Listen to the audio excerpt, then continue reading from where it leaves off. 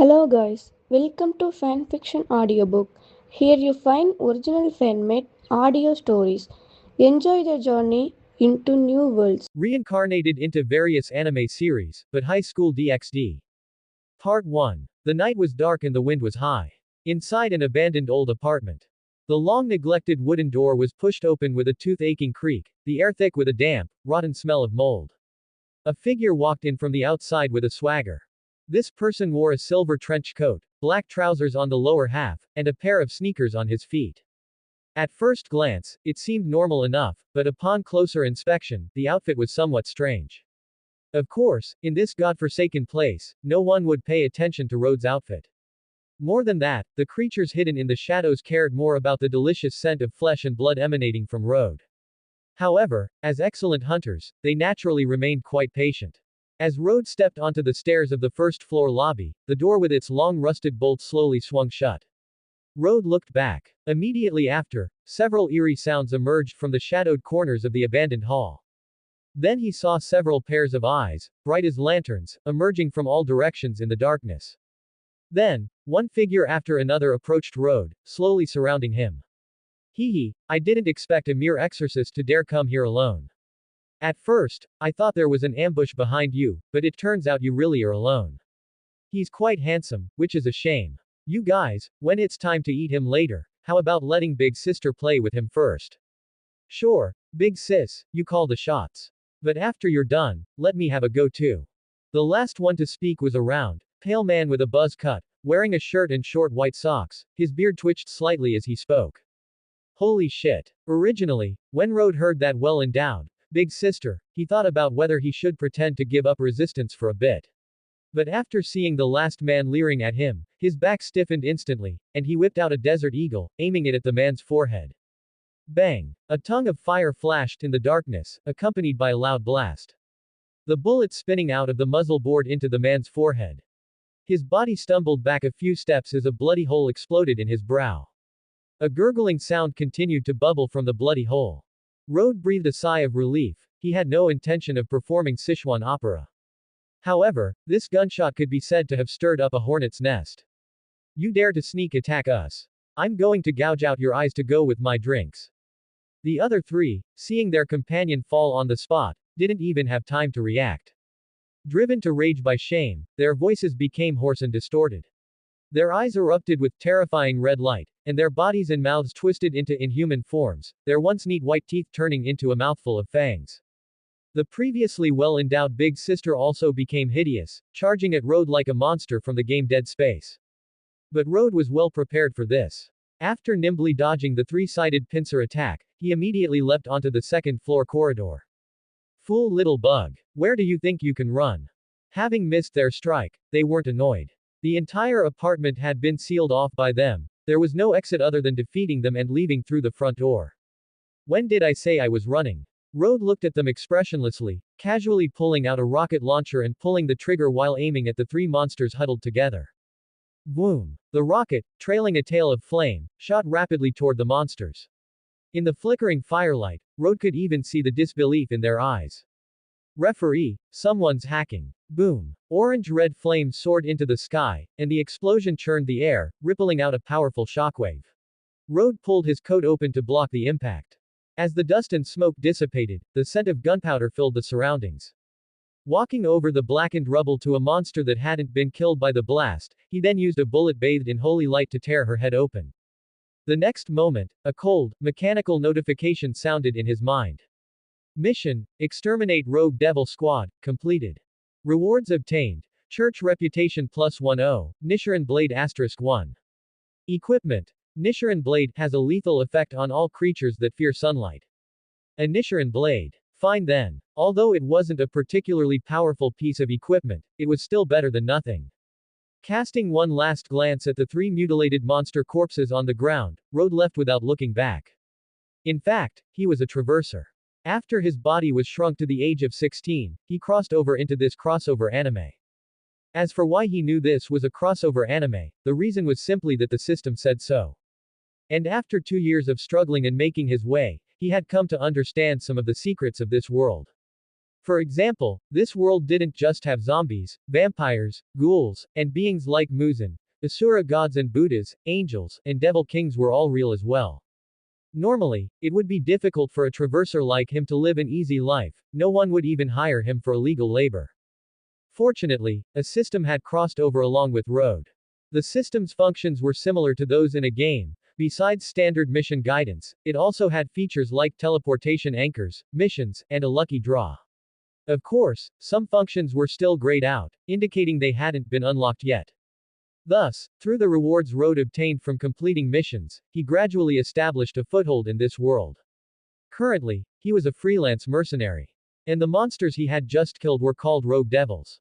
They are beings who have betrayed their contracts with high-class devils and defected. Generally, rogue devils have cruel personalities and cannot easily control their demonic power, making it difficult for them to maintain human form and humanity for long. The setting of rogue devils originates from the underworld in DXD. Road had come this time because he had received an extermination mission from the church. Time to wrap things up.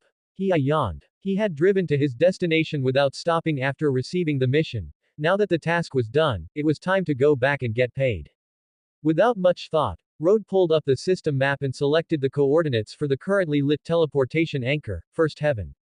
Click. Teleport. The first heaven of the celestial realm. Grassroots office. At this moment, Sister Griselda was sitting behind a large desk, reviewing one document after another. Longinus Investigation Report. A voice rang out unexpectedly. Griselda, who was focused on the documents, looked up sharply, only to see a familiar figure leaning in to peek at the file in her hand. Griselda. She was startled, but just as she was about to react, she recognized his identity. She rubbed her temples helplessly and said, "Haven't I told you? You need to knock before coming to see me." "Sorry, let me try that again." Road nodded, then walked out of the room and closed the door, after which Griselda heard a knock. "Come in." Faced with Road's antics, even though Griselda had experienced them many times, her habitually serious nature still couldn't get used to it. She was about to lecture Road again that this was the celestial realm, her private office. While Griselda herself didn't mind, there were other angels, sisters, and priests present, and being seen would be bad for her reputation, and so on. However, Road clearly didn't give her a chance to educate him, pointing at the stack of documents on the desk and asking, "Are you guys investigating Longinus?" "Yes." Griselda nodded, not hiding anything. After all, documents that could be viewed on a desk weren't considered top secret. "Currently, we are actively investigating all humans who possess Longinus. If we find suitable candidates, we strive to bring them under the protection of the celestial realm. After all, not only our celestial realm, but also the Grigori and the underworld have their eyes on those humans holding Longinus. Longinus are powers unique to humans. Every human has a chance to be born with a Longinus residing within them. Once awakened, they gain immense power. Among them, the most powerful Longinus are the Longinus that house the souls of Asura gods and Buddhas. Most of the potential candidates the three great factions look for are Longinus wielders. Griselda also suspected that Road possessed a Longinus. After all, she had known Road for a long time, and he had demonstrated very special powers in front of her multiple times. For instance, the ability to suddenly pull various weapons and equipment from the void, a strange hand sanitizer that could instantly heal wounds, even reattaching severed limbs, and the unique ability to teleport to the celestial realm. All of this led Griselda to believe that Road possessed a brand new Longinus that was not in the records. After all, Road was human, and it was normal for humans to possess Longinus. Road's Longinus was naturally the system, but he was happy to let it be mistaken for one. At least it saved him a lot of trouble explaining things. "By the way, is the mission complete?" Griselda asked. "All 4 rogue devils have been dealt with." Road nodded. "Fine, the money will be transferred to your bank card immediately." Following that, Griselda operated on the computer for a while, and the two of them immediately heard the notification sound. "You have received a deposit of $200,000. The corner of Griselda's mouth began to twitch slightly again. "Road, don't you think you should turn off the message notifications? That won't do. Having money come in keeps me in a good mood, and only when I'm in a good mood will I take my mission seriously." "Fine then." Griselda didn't want to say anything more. She knew that no matter how much she said, Road wouldn't change. After all, he was just a freelance exorcist, not a full-time exorcist of the church. By the way, you didn't refuse to join the church because you thought the salary for an official exorcist was too low, did you?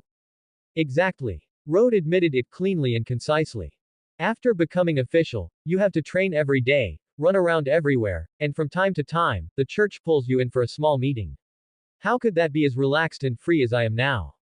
When I want to slack off, I can sleep in my 300 square meter bed until I wake up naturally.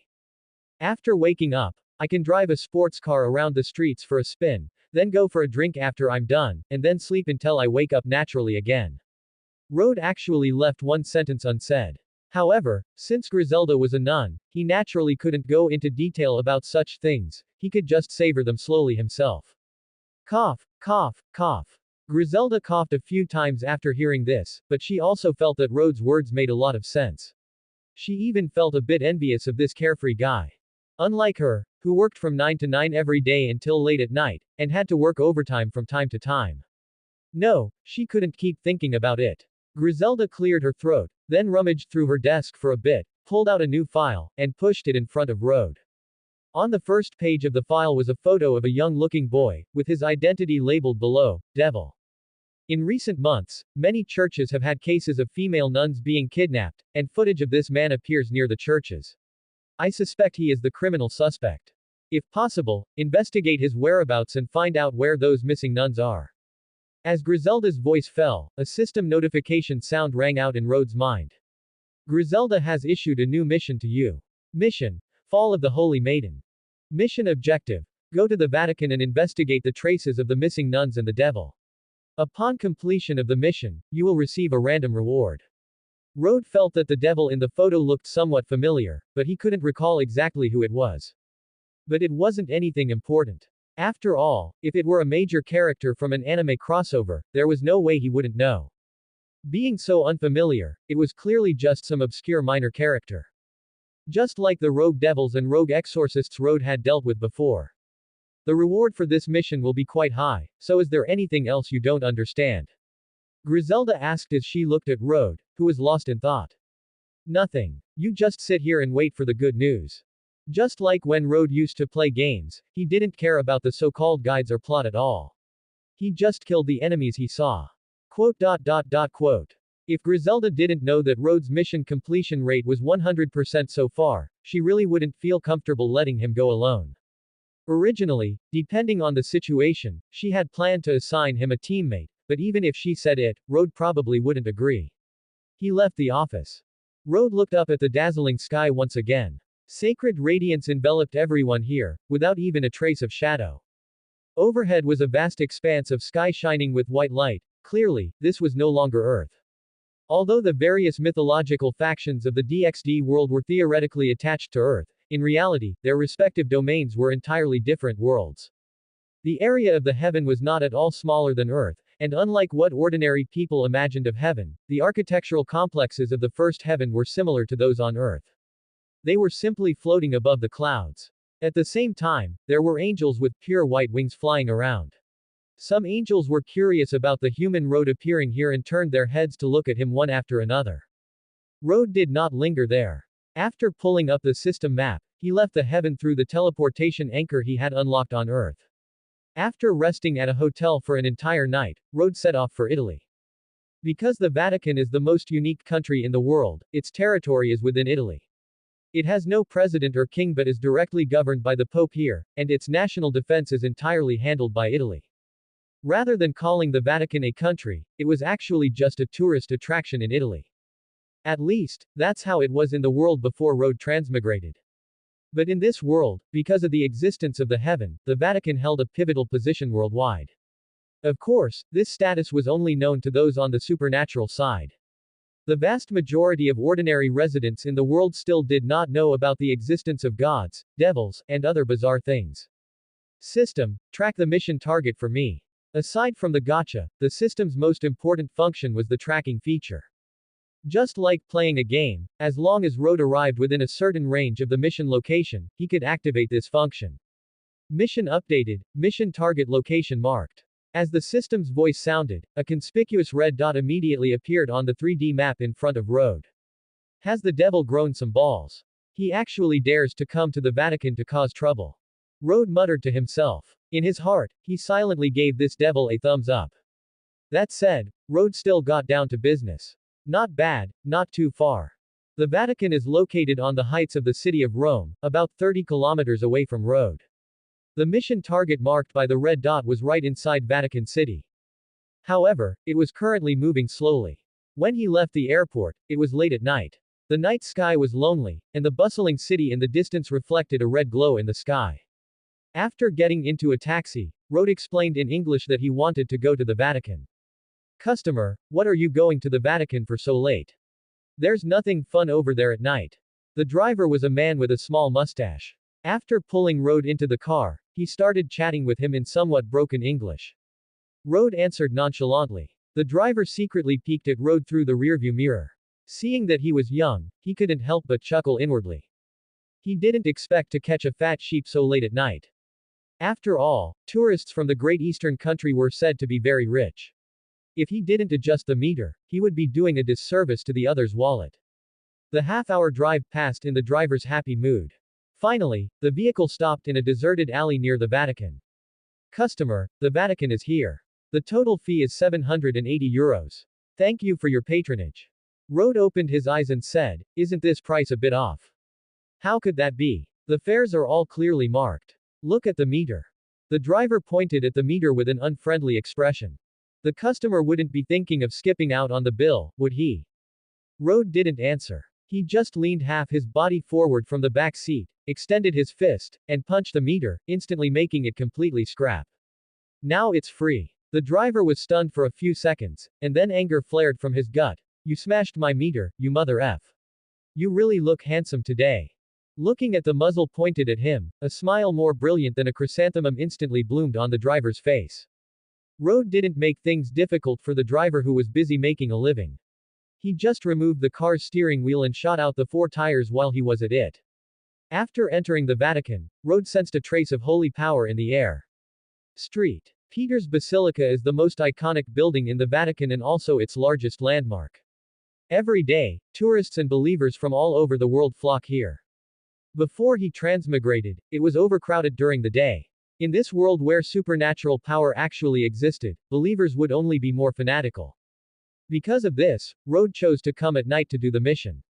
As for investigating, it wasn't needed at all. After entering the Vatican, the system mission had already pointed out all the clues and even thoughtfully drew a conspicuous red guiding line on the ground. If it added auto pathfinding later, Rode feared he could just idle his way to leveling up. Following the guidance of the red line, Rode soon arrived at a residential house furthest from St. Peter's Basilica. With no one around, Rode silently jumped over the wall and entered the house. Finding a window left ajar, Rode soon heard voices coming from inside the room. Hee. I really didn't expect it to be so easy to succeed. This way, even if she is a holy maiden, if she's found helping a devil, she definitely won't be able to clear her name, right? What do you guys think?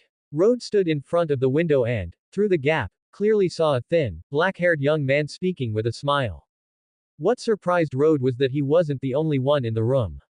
There were also several figures wrapped from head to toe in black robes, with even their cheeks and the lower half of their faces completely covered by headscarves. Judging by Rode's long-trained keen eyes, the black-robed people were clearly female. During this time, stay with me and keep a close eye on everyone entering and leaving St. Peter's Basilica who is related to the church.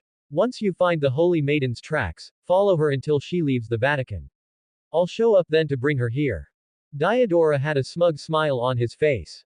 As a devil whose fetish was church nuns and holy maidens, he only needed to make a slight move to ruin the reputation of Ossia Argento, who was regarded as a holy maiden.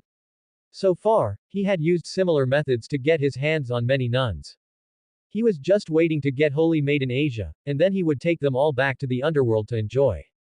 Oh, so it's this guy. No wonder he looked so familiar before.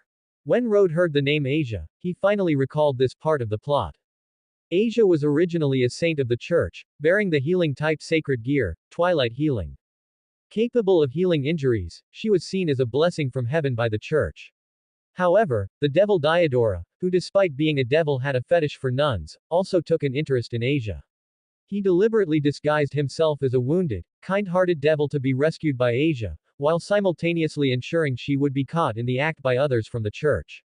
Once the fact that the church's saint could even heal a devil was exposed, Asia's reputation would surely be ruined. Then, Diodora would take away those nuns who had been excommunicated by the church. Although not all nuns possessed sacred gears, the process was similar and quite effective. In other words, is the plot about to begin? Rode pondered. He had visited Kuo town once before. But nothing had been triggered. To his surprise, the original protagonist, Issei Hyodo, was nowhere to be found. Although strange, Rode temporarily left because no new quests could be triggered. Rode estimated that after completing this quest, he could take another trip to Kuo town. Perhaps he could trigger those major plot points from the original story, the rewards would surely be quite generous. Who's out there? Diodora, who was getting carried away with his own scheme, suddenly turned around when he heard a noise by the window. He saw a half-shadow reflected on the window pane. A thief. Diodora didn't sense the presence of any clergymen or exorcists, so he relaxed slightly. However, there was a high probability the person had heard his monologue just now. To be safe, it was better to eliminate them. Diodora suddenly lunged toward the window, reaching out to grab the shadow. He was, after all, a pure-blooded high-class devil, possessing a physique and strength incomparable to ordinary humans. However, what greeted Diodora was a silver bullet. In an instant, the supersonic bullet blossomed like a snowflake between Diodora's eyebrows. His body jerked, and he stumbled back a few steps but did not fall. As expected, when facing a somewhat powerful devil, weapons like firearms become difficult to use effectively. Rode felt somewhat helpless. He was actually quite interested in firearms. Unfortunately, in a mythological worldview, power without the enhancement of special supernatural forces struggles to cause effective damage to mid to high-class beings. Otherwise, the various mythological factions wouldn't bother with melee weapons and would just blast each other with guns and missiles. Diodora recovered. Feeling the sharp pain from his forehead, his originally gentle expression instantly became as hideous as a monster's. When he tasted his own blood at the corner of his mouth, his rage ignited instantly. You dare wound me. Even my uncle has never hit me. Purple demonic power rose from Diodora's body. With his speed exploding once again, he released a powerful blast of energy from his right hand. The outer wall was instantly pulverized, and the residual force continued on to blow up several nearby vacant buildings. So impatient. This is the Vatican, exorcists and even angels will be coming for you shortly. You little. Diodora was nearly driven mad by Rode's calm and indifferent attitude. You have the nerve to say that. No martial honor. Right from the start, you used a gun to deceive and ambush me. If he hadn't been wounded, how could he have chosen to take action here? However, this guy was right. Diodora already had the intention to retreat. He only wanted to take the saint home to play with, not to provoke those fanatical angels. If he attracted a high-class angel, his situation would become difficult. Diodora entertained the thought of running away. However, once the intent to retreat arises, one's fighting spirit immediately fades. Seizing this opening, Rode's figure abruptly vanished from before Diodora's eyes. Skill. Clock up. Effect. Upon activation, the user enters clock up, significantly speeding up the particles flowing around them to allow free movement within the flow of time. Before he could even react, Diodora's hands and feet were severed. Clock up stopped. The world in Rode's eyes returned to normal, and Rode, who had disappeared in the eyes of others, reappeared. Ah! My hands. My feet. Diodora, having been reduced to a human torso, fell heavily to the ground. The intense pain instantly flooded his entire body after Rode's clock up ended. The agony made his face pale, his body break into a sweat, and his eyes turn bloodshot. The blood beneath him stained the floor red. The pampered Diodora had never felt such pain before, and he lay on the ground screaming incessantly. A normal person would have passed out from such pain long ago, but as a devil, Diodora's vitality was extremely tenacious, though at this moment, it had become a burden. He wasn't like the pure-blooded devils of the Phoenix family, who possessed powerful self-healing abilities that could even restore a pulverized head instantly. However, as long as the treatment was proper, limbs could be reattached without affecting daily life or combat. But this was not the underworld. Having snuck out without telling anyone, no one in Diodora's family knew where he had gone. Stop screaming, it's noisy. Rode picked at his ear, this fool's voice was shriller than a woman's. Presumably, it wouldn't be long before people arrived. I'm going to kill you. Diodora temporarily regained some clarity, staring at Road with bloodshot eyes. If looks could kill, Road would have died billions of times over. So much nonsense. Time is tight. I ask, you answer. If you speak well, I might just let you go. Hearing this, the other black-robed girls in the room couldn't help but want to speak, but seeing Road's god of death-like demeanor, they were too terrified to make a sound. Hearing there was a chance to live, Diodora calmed down slightly, but his eyes were still filled with deep hatred and intense fear. He was clearly a pure-blooded high-class devil. Why had he met his downfall at the hands of a mere exorcist? Where are the nuns you kidnapped? They are all here. What is the name of the saint you deceived tonight? Did she use a sacred gear to heal your injuries? Hearing this, Diodora's eyes lit up. That's right. He could totally wait for this guy to release him, then go find the saint and have her use the sacred gear to heal his wounds. Yes, she is Asia Argento. However, her sacred gear can heal devils. It's the first time I've seen such a thing. When Diodora was receiving treatment, he could clearly feel that the thing was holy light. Normally, holy light should be lethal poison to a devil, but the wounds he had self-inflicted were indeed healed by the holy light. It was extremely miraculous. However, Diodora hadn't thought much of it at the time, leaving in the chaos after being discovered by other church members. Can you let me go now? I am a pure-blooded high-class devil of the underworld, the successor to the current Astaroth family. If you let me go, I will give you many benefits. Diodora spoke while enduring the pain. Sure, but you still need to answer one last question. What question? A glimmer of hope ignited in Diodora's eyes. He decided that as soon as he could return to the underworld, he would immediately use all his influence to put a bounty on this fooled guy. But first, he had to survive. It's simple. You just need to prove Goldbach's conjecture. What on earth was Goldbach's conjecture? Diodora was completely bewildered, he had no idea. Sorry, since you can't answer, then you can only die. Road raised his Nichiren blade. Although this thing's effect was targeted at dark-type creatures, the version produced by the system was much better than the original. At the very least, it was harder than average weapons, otherwise, it really wouldn't be able to cut through the body of a high-class devil. Wait, my blood relative is the current Beelzebub demon king of the underworld. Ajuka Astaroth is my uncle, you can't kill me. If you kill me, he will definitely avenge me. Are you finished? Road gave him a flat look. As he prepared to act, he pulled out a handgun and emptied an entire magazine into Diodora's lower body. Instantly, a scream of agony, arguably the most miserable in the world, pierced his eardrums. After doing so, Road pierced through Diodora's forehead in one go. Quest. The Disqualified Saint. Settlement complete. Rewards gained. Church reputation +10. Holy Sword, Excalibur. Holy Sword, Excalibur, also known as Excalibur, this sword was forged by spirits in Avalon. The cross guard is cast from gold, the hilt is inlaid with jewels, and its blade cuts through iron like butter. Comes with the noble phantasm, Excalibur, which consumes mana in the body, converts it into light, and releases it. Excalibur. Road raised an eyebrow. Isn't this the exclusive weapon of the King of Knights? How did it end up with him? It even came with a noble phantasm function, though it required mana to release. He just didn't know how much it would consume. If it was too much, it could only be used as a trump card. However, he could finally replace the Nichiren blade. After all, using a Nichiren blade to deal with enemies above the high-class devil level was somewhat forced. If it weren't for Road's high stats, he probably wouldn't have been able to break through their defense. Checking the system map and finding no red dots appearing for the moment, Road put the newly received equipment back into his storage space. He then looked toward the black-robed women in the room. By now, they had removed their veils and headscarves, revealing faces of various exotic styles. The beauty of each one, even if placed in the 2D world filled with beauties, was above average. Coupled with the classic 2D blonde waves and soft Eastern facial features, along with the simplicity and elegance of being a nun, it was no wonder a devil like Diodora would have such special ideas. Well, they are devils, it's normal for their moral values to be a bit low.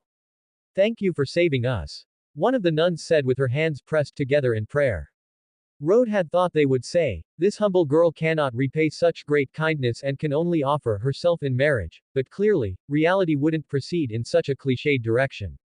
These girls had just escaped from a tiger's den, and naturally, all they could think about was returning to the church as soon as possible.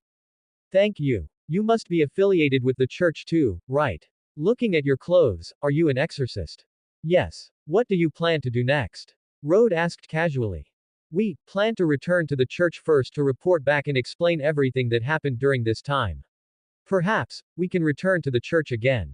The nuns sounded a bit uncertain as they said this. After all, they had only been targeted by Diodora because they had made mistakes in the first place. Then I wish you good luck. Rode nodded, and seeing that there was nothing else for him to do, he left directly. After Rode left, the Vatican gendarmerie and the church's guard units arrived nearby to rescue the nuns. At the same time, seeing Diodora's corpse, they immediately cordoned off the area. A starved camel is still bigger than a horse. Even though Diodora was dead, the lingering aura from his body was enough to let the exorcists know that the opponent was a high-class devil. A high-class devil infiltrating the Holy Land of the Vatican was no small matter. They had to report to their superiors as soon as possible. Rode watched from elsewhere for a while before leaving. However, he didn't return to heaven to turn in the mission. Instead, he made a trip to St. Peter's Basilica, lit the teleportation anchor there, and then took a look for Asia. But perhaps because it involved classified information, Rode couldn't see her from the outside. With nothing left to do, Rode could only return to heaven. Griselda was staring at some documents when she noticed a head leaning in next to her again. Still researching sacred gears, Rode's voice drifted over. This gave Griselda a jolt once more, and the waves, hidden beneath her nun's habit, trembled violently. Rode sat back down, feeling satisfied. Griselda gave him a reproachful look. She still hadn't figured out how Rode managed to slip into her office so silently. And looking at his eyes, he clearly looked a bit improper. Griselda began to suspect whether he was doing this on purpose. However, she didn't scold Rode. Seeing him come over, she asked, "Did any problems arise during the mission?" "No, it's already finished." Rode leaned back in his ergonomic chair and stretched. Although his physique was already very strong, using clock up with his physical body still put a heavy burden on him. He only felt a bit of soreness in his waist right now. Finished. Griselda's reaction was initially flat, but after processing it, her beautiful eyes widened in disbelief. "It's been less than 24 hours, and you've already finished. Are you doubting my ability?" Rode glanced at her. "No, I just wonder if you have some inside information. Otherwise, how could you complete the mission so quickly?" Griselda was extremely surprised. The church had actually been eyeing this mission for a long time, but they hadn't found anything conclusive in several months. Yet this guy, Rode, finished it in 24 hours. If she hadn't seen the photo of the primary suspect, Griselda would have wondered if Rode had done it himself. Or rather, was he using cheats? To confirm the truth of the news, Griselda made a phone call to the Vatican. Rode was very curious. How did a phone call from heaven connect to the human world? A few minutes later, Griselda confirmed that an attack had occurred just a few minutes ago near the outskirts of the Vatican. The deceased was a high-class devil, and the nuns who had been missing for months were also found. They were currently being received into the cathedral to await processing. Is this a coincidence or what? Griselda found it somewhat unbelievable. That devil actually dared to appear within the borders of the Vatican. And how was the Vatican's barrier maintained, that no one knew even after a high-class devil had infiltrated? Although Griselda knew the church was currently short-staffed, she hadn't expected the defenses of St. Peter's Basilica to be weak to this extent.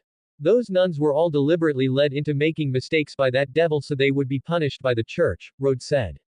Griselda nodded. I see. I'll send someone to escort them back later. There's one more thing. The saintess of your street, Peter's Basilica, Asia Argento, was also involved this time. What will happen to her? Rode was very curious about how the plot would go now that he had thwarted Diodora's plot. If she was framed, then naturally nothing will happen. However, this matter is of significant impact, so it's no longer something I can decide. Griselda sighed. I'll report to my superiors first. If there's a result, I'll notify you. All right then. Rode nodded and stood up to leave. Don't forget to transfer the money to my card. Don't worry, at least heaven won't withhold your wages.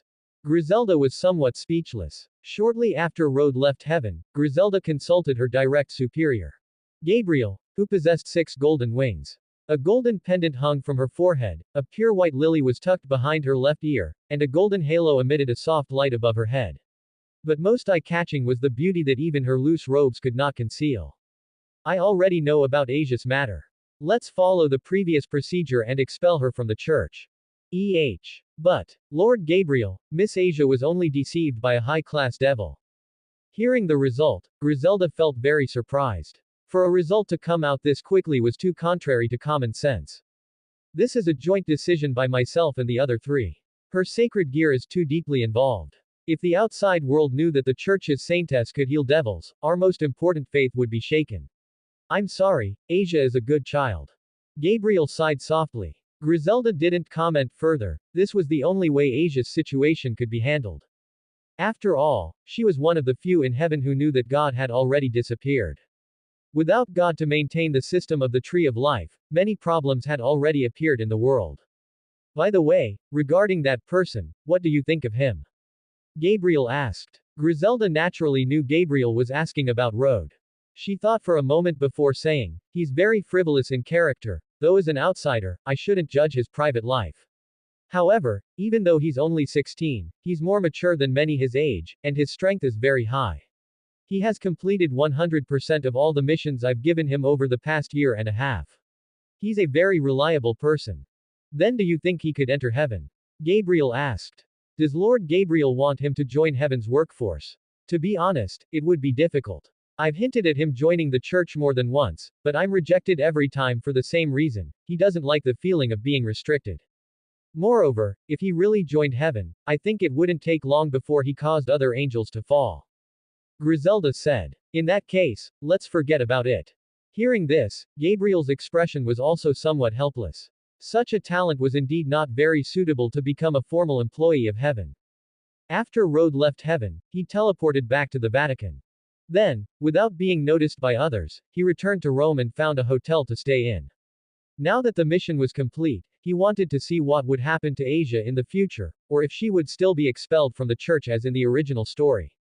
But that wasn't something for him to consider right now. After a beautiful sleep, Rode rose from the large bed, yawning. Actually, according to his vision before transmigrating, as a transmigrator, even if he didn't have 100 or so maids, at the very least, he should have 1 or 2 big-chested beauties by his side every morning when he woke up. It was just that since he met Griselda, he had become busy and had no extra time to pick up girls.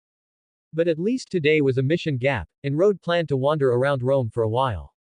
Not only could he relax, but he could also see if there were any hidden missions. After all, it was just like how in some games, the shitty developers liked to deliberately stuff treasure chests into corners that were hard for characters to reach, making players curse while searching for them. He couldn't say this world didn't have any at all, he could only say that he hadn't discovered them yet. After getting up, he had a casual breakfast at a Roman morning market and began to wander around the urban area of Rome. Rome was a good place. Whenever this place was mentioned, Rode would think of several famous emperors in history.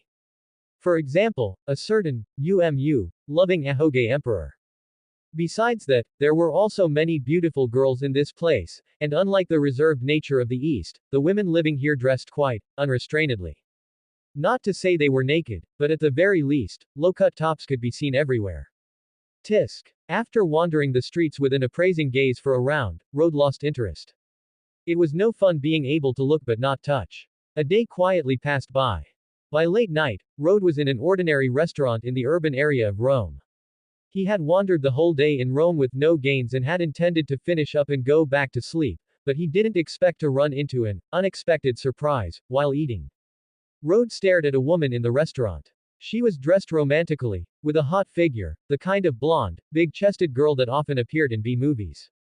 It wasn't that he was thirsty, it was purely because the system had labeled her identity as vampire.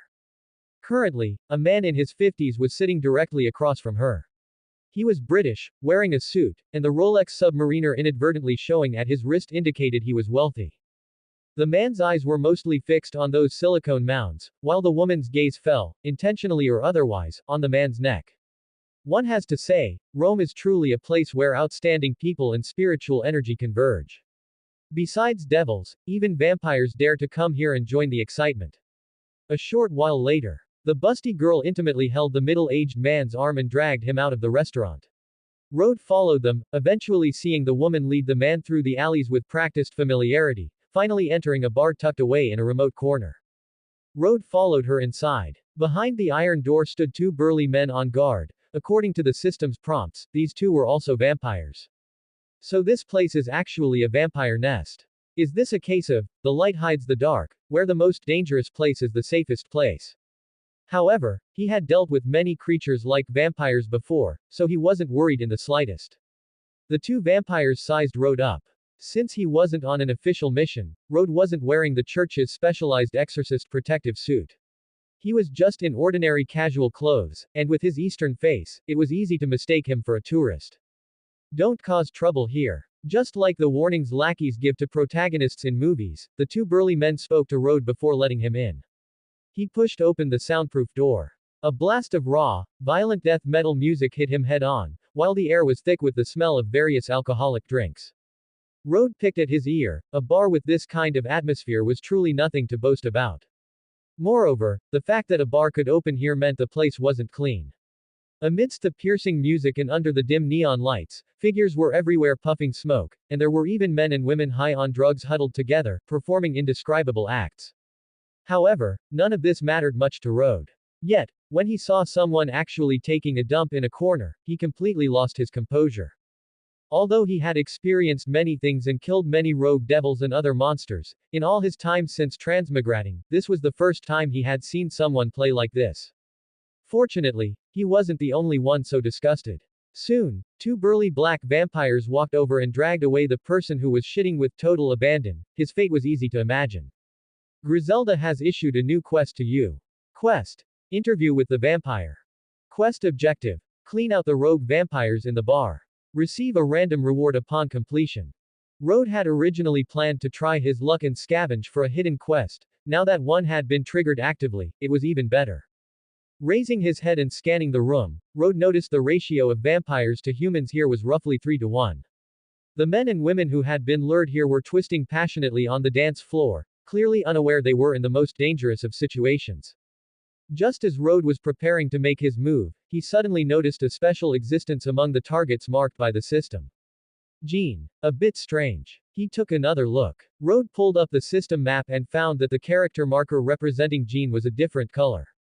Combining this with the fact that this world was based on the DXD worldview, that young girl was indeed likely a member of the hero faction within the Chaos Brigade. He just didn't know why she was here. Because Rode was standing alone at the entrance, he was quite conspicuous, and with his exceptional looks, he was very attractive to the vampires. Soon, a woman with wavy brown hair and a large bust approached him, swaying her hips. Hey handsome, are you all alone? The woman, her voice dripping with charm, blew a breath mixed with the sense of alcohol and perfume toward Rode. Do you want Big Sister to take you to experience a whole new world? Just as Rode was about to agree, a blonde figure squeezed through from somewhere. Cousin, why are you here? It was that Jean. Why did you just get here? I've been waiting for you for so long. Jean walked over and grabbed Rode's arm, her tone carrying a bit of an elder's authority. The blonde woman who had arrived first darkened her expression, her gaze darting back and forth between the two. She really found it hard to imagine how one with black hair and yellow skin and another with blonde hair and white skin could be cousins. Are you two really cousins? She obviously didn't believe it. Of course, he and I are distant cousins. If you don't believe me, ask him. Jean pushed Rode to the front. Yes. Although Rode wasn't sure what this woman was up to, based on the faction divisions, Jean was clearly not on the vampires' side. The busty blonde snorted coldly. As she turned around, an almost imperceptible flash of crimson flickered in her eyes. Whatever. It wouldn't be long before both of them were dead anyway. Afterward, Jean pulled Rode to an inconspicuous corner of the bar. I really didn't expect to run into you here. Are we that close? Rode glanced at Jean subtly. She was slightly different from the vague impression in his memory. Currently, Jean was dressed like a delinquent girl, in black leather pants with many jangling accessories hanging from her clothes.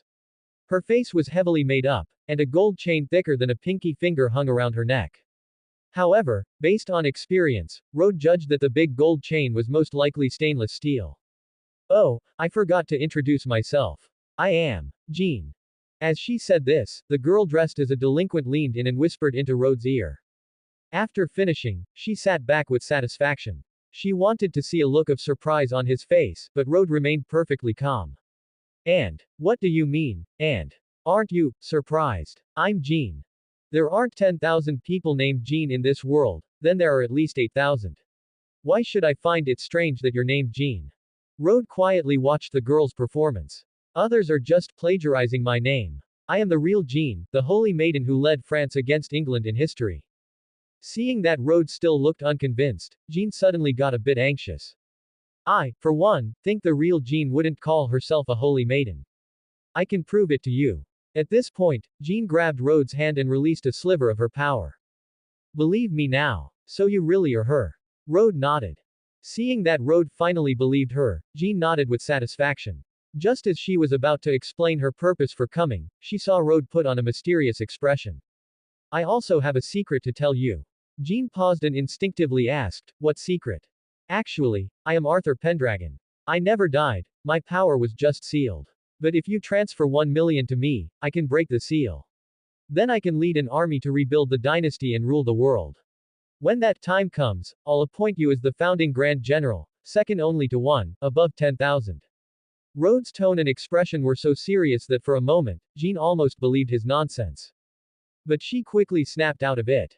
Setting aside why King Arthur would be Asian, her hero faction had already found King Arthur's descendants and was planning to send someone to communicate and invite them to join the hero faction. So Rode was definitely lying to mess with her.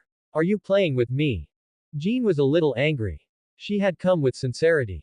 Fine, the reason I looked for you was because I wanted to. Before she could finish, a piercing scream suddenly rang out from the bar's dance floor. Ah! Murder! Rode and Jean instinctively looked up. In the center of the dance floor, a scantily clad woman with wavy hair was pounced on a middle-aged man, biting him savagely. Sharp teeth tore open the man's neck, and hot blood gushed continuously from his arteries. The man's body twitched incessantly, but he clearly wasn't going to survive. When the other humans on the dance floor saw this scene, screams erupted one after another. However, this pounce was like a battle horn. The vampires, who had been restraining themselves for a long time, swarmed the surrounding humans. The scene looked exactly like students rushing to the cafeteria right after school let out. In an instant, countless shrill screams and the sound of flesh being torn apart echoed through the bar, even drowning out the loud music playing from the speakers. Ordinary people simply couldn't withstand the strength of vampires. In just a few seconds, a dozen people had their throats bitten open. Oh no! Seeing this, Jean was startled. She hadn't expected this group of vampires to lose their patience so quickly. But she didn't think much further. Her figure instantly turned into an afterimage as she rushed out. The group of vampires, already blinded by blood, had long since lost their reason. Seeing Jean approach of her own accord, the nearest vampire couldn't wait to bare his fangs, wanting to tear open the girl's throat and taste her blood. However, in the next second, a cold light flashed, and the vampire's head and body were separated. The falling corpse didn't even have time to spray blood before it turned into ash and vanished. One had to say, this way of dying for a vampire was quite environmentally friendly. The other vampires' movements came to a sudden halt. The death of their companion was fresh in their minds, and the hot ash scattered on their faces cleared their consciousness a bit. However, very quickly, a genius among the vampires shouted, she's only one person. There are so many of us, we have nothing to fear. As the saying goes, alcohol emboldens the coward. Added to the fact that there were quite a few vampires in the bar, the other frightened vampires felt their blood surge again upon hearing this and charged at Jean with bared fangs. Jean was momentarily surrounded and attacked by a group of vampires. Furthermore, because she had stepped in, the other human survivors in the bar all ran over to stand by her side, making it impossible for Jean to strike freely. Although she had left the church to join the hero faction, she still couldn't ignore the lives of ordinary people. What's more, a few of these vampires weren't weak. They used the low-level vampires as meat shields, hiding in the shadows to wait for an opportunity to ambush her with special abilities. However, their good days soon came to an end. Bullets flying from nowhere tore through their heads. The vampires hiding in the shadows were instantly shocked. How could there be accomplices? Jean, who was surrounded, was also stunned when she heard the gunshots. Raising her eyes, she saw tongues of fire continuously spitting from the two pistols in Rhode's hands. Every gunshot pierced through the head of a vampire. Before long, the dance floor of the bar was covered in a thick layer of ash. Are those bullets bathed in holy water? Jean was somewhat surprised. After all, generally speaking, ordinary firearms cannot deal with vampires. Even the lowest level vampires are difficult to kill with ordinary bullets. But once dipped in holy water, even a pencil could kill a vampire. The bullets in the two desert eagles were exhausted. The vampires, getting a moment to breathe, looked at Road in terror. In just a few seconds, they had lost nearly 20 companions. Because the bullets this guy fired could sometimes even pierce through two at once. Don't be afraid. He's out of bullets. Everyone, charge. At the very back, several mid-level vampires shouted fiercely. Low-level vampires cannot disobey orders from superiors and could only brace themselves to rush forward. But they saw the desert eagles in Rhodes' hands suddenly disappear, and then, as if performing a magic trick, two more appeared. Tongues of fire erupted once more, and the number of vampires on the dance floor rapidly decreased. Although some quick-witted vampires reacted and immediately hid behind cover, the flying bullets seemed to have auto-aim, directly bypassing the cover to blow their heads right through. Gun kata. By accelerating the shaking of the wrist, the fired bullets are made to curve, allegedly. This skill came from a reward Road obtained after completing an ordinary mission long ago. It seemed mystical, and it worked just as mystically. However, in a worldview where gods and demons exist, it's quite normal for unscientific skills like making bullets curve to appear. After 2 rounds of volleys, only a few vampires were left standing. But this terrified the remaining vampires to the core. Getting headshotted even while hiding behind a pillar. What the hell? Coach, this guy is cheating. Although bullets bathed in holy light were violent, they couldn't cause much damage to vampires above mid-level. The upper limit for firearms and other thermal weapons in a fantasy worldview is still too low. Basically, a mid-level vampire using a shield can block them from all angles. You monster. Looking at Road, who killed vampires without blinking, the remaining few surviving vampires couldn't help but feel terrified. In just 10 seconds, he had killed all the subordinates they had developed over the years. Is this even a human? Jean hadn't made a move since Road intervened, merely standing in front of the survivors and observing Road's every action. Seeing that only those few leading vampires remained, she asked, "Do you need help?" No need. Road stored the Desert Eagles back into his storage space and took out the Nisharan blade, the reward from his last mission. There are only 2 of them, let's take them on together. Otherwise, we'll all die here. One of the vampires suppressed his inner fear and roared. The remaining 3 mid-level vampires thought it made sense and pulled out their trump cards one after another, revealing their savage, clawed forms. Aha! The vampire who had just spoken charged out. His speed even left an afterimage in place. Compared to other races, a vampire's physique is generally better than a devil's, but their attainments in magic are inferior to devils.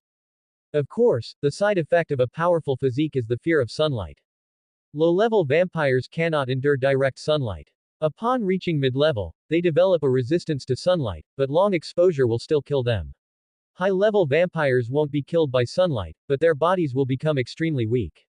You take the left, I'll take the right. Surround him from all sides. The vampire shouted loudly. However, when he rushed to the designated position, he found that there wasn't a single soul beside him. Looking back, his 3 companions were charging straight for the bar's kitchen. There was a back door for exit there. You 3 campers. The vampire was filled with grief and indignation. Seeing a murderous Road smiling at him, his legs couldn't help but go weak, and he slid into a kneel right in front of him. Let's make a deal, don't kill me, okay? The vampire looked up, a fierce expression on his hideous face. Okay. Having said that, Road's blade fell, his eyes not blinking once. After the vampire's head was separated, blood splashed 3 meters away, but Road had already dodged and looked toward the bar's kitchen. The 3 vampires had already run far and were about to exit. They decided to run into the crowd. No matter how strong an exorcist was, they would never dare to act in public. As for what happened after, who cared? The main thing was to survive first. Clock up. Road entered a state of clock up.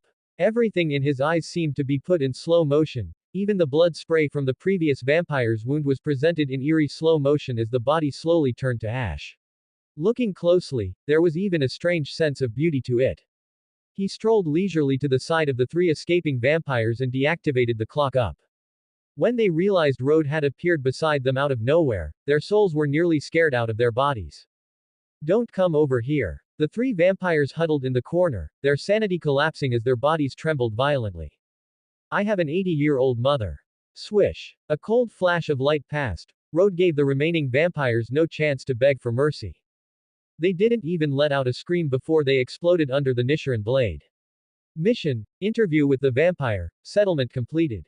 Obtained reward: sacred gear, dragon hand *1.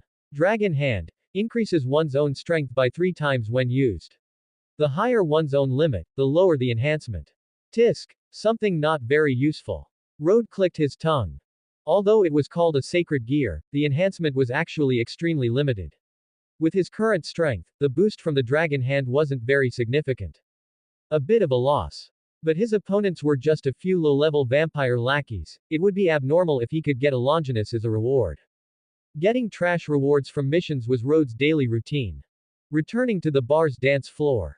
The group of survivors was still gathered around Jean, not daring to leave.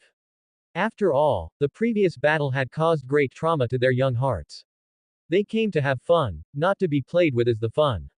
What happened tonight was something they would need a lifetime to forget.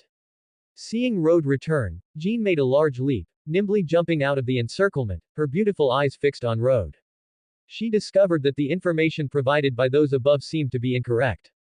According to the information, Road should just be an ordinary hero suspected of possessing a sacred gear. But she didn't expect him to take care of all the vampires in this bar so easily. And what surprised Jean the most was that she couldn't even see how Road disappeared at the end. Was that the ability of the sacred gear you possess just now? The speed was too fast, even I couldn't see it clearly. Her body possessed the soul of the true Jeanne d'Arc. Whether it was physical fitness or strength, she was far beyond ordinary people. Furthermore, she also possessed a sacred gear named Blade Brave, and had successfully developed the power of a subspecies Bankai, allowing her to fight even against high-level races. If the accelerated Road had been targeting her just now, she might not have been able to react. Want to learn? Huh? Can this actually be learned? Jean became increasingly curious. If it could be learned, her strength would increase significantly. No. Jean stared at Road with an expression of disbelief. How can you say something like that with such a straight face?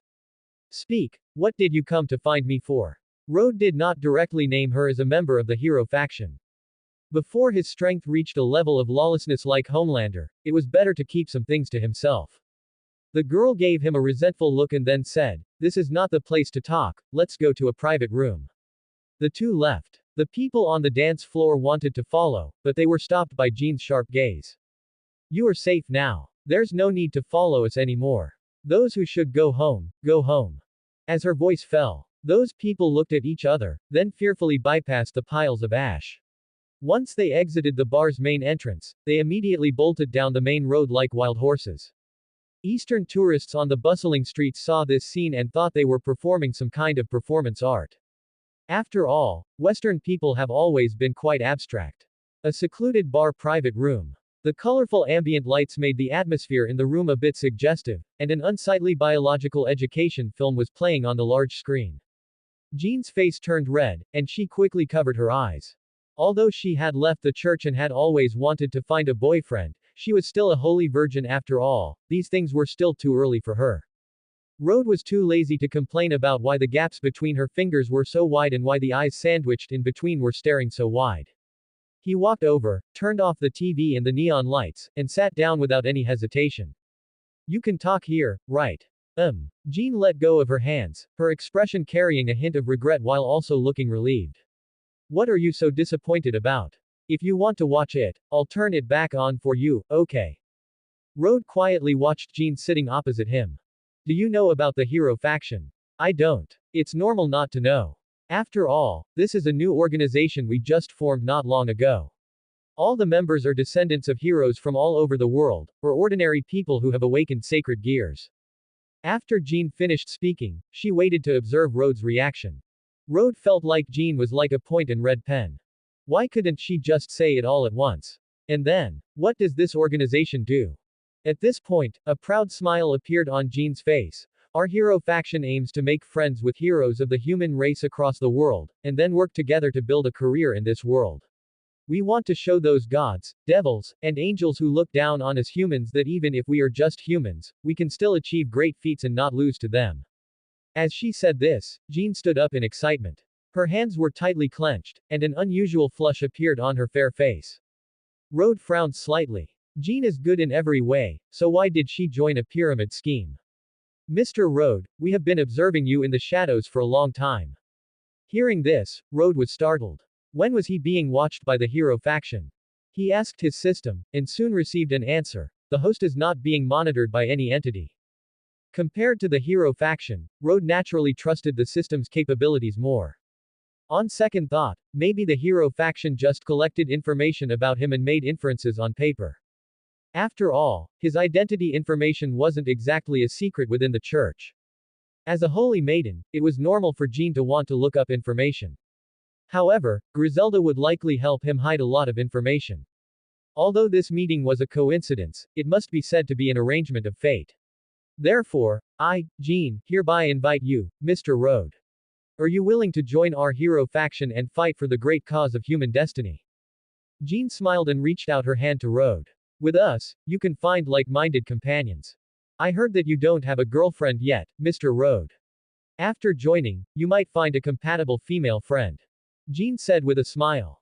The hero faction sounds like a pyramid scheme. Road's first reaction was to refuse. Our hero faction isn't a pyramid scheme. The talents inside are all elites who are descendants of famous heroes in human history. Jean explained with a face full of embarrassment. Although her behavior just now indeed looked like someone brainwashed by a pyramid scheme to outsiders, the hero faction's purpose was indeed this. Besides me, there's also Cao Cao, Heracles, Siegfried, and Leonardo. Your explanation makes it sound more and more like a pyramid scheme. Road looked troubled. However, a quest panel soon popped up in front of him. Quest. Join the hero faction. Goal. Successfully join the hero faction. Reward. Random. Even if it's a pyramid scheme, then again. I can join, but I want to maintain a high degree of freedom. I have the right to not participate in missions I don't want to. Road gave a relatively harsh answer. If joining the hero faction meant his personal freedom would be controlled and he had to participate in certain missions, then he would have to give up on this quest. No problem. Jean immediately agreed. Our hero faction is a very open organization. We will never force members to do this or that. After all, most members of the hero faction are descendants of historical heroes or have directly inherited the souls of their ancestors. It's inevitable that they are arrogant.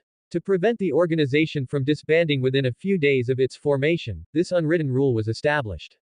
However, most people who are willing to join the organization are very sociable. Otherwise, the hero faction wouldn't be growing larger and larger. Then it's no problem. Road nodded. Quest. Join the hero faction, completed. Reward obtained. Hand sanitizer *10. The quest was simple, so the reward was also simple. Road collected the hand sanitizer and put it into his storage space. Does the hero faction have a headquarters or something? Currently under construction. So there isn't one.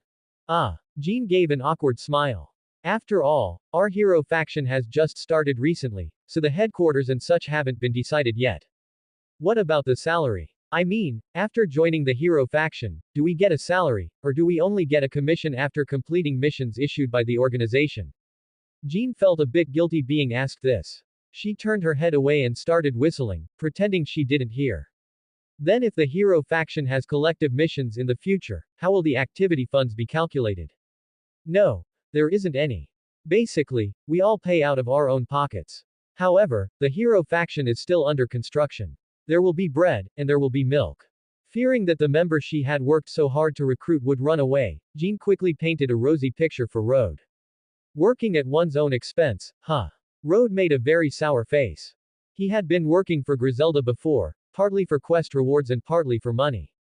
Now that he was actively recruited into the hero faction, he actually had to pay his own way. Don't tell me I'll have to pay membership fees regularly in the future. Well, just do what you can. Just do what you can. Jean was practically sweating buckets. She used to think the hero faction was a pretty high-end organization, so why did it sound so pathetic when Road put it that way? Then how can I confirm someone is from the hero faction? Like a special magic badge, or even just an ID card.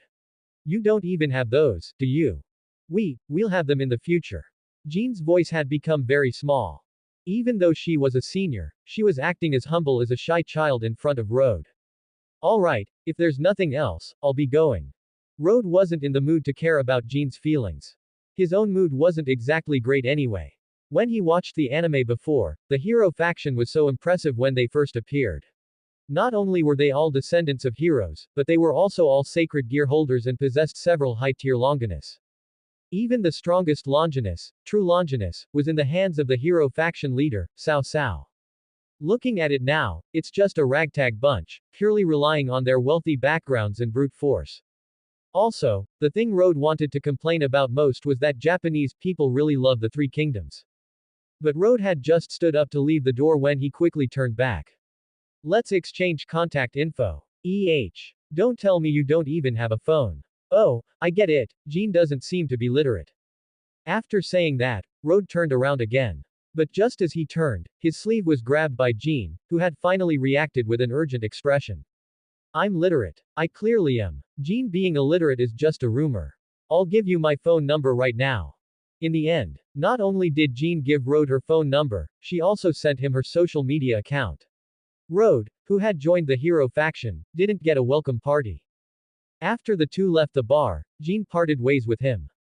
As a cadre in the hero faction, she had many things to do.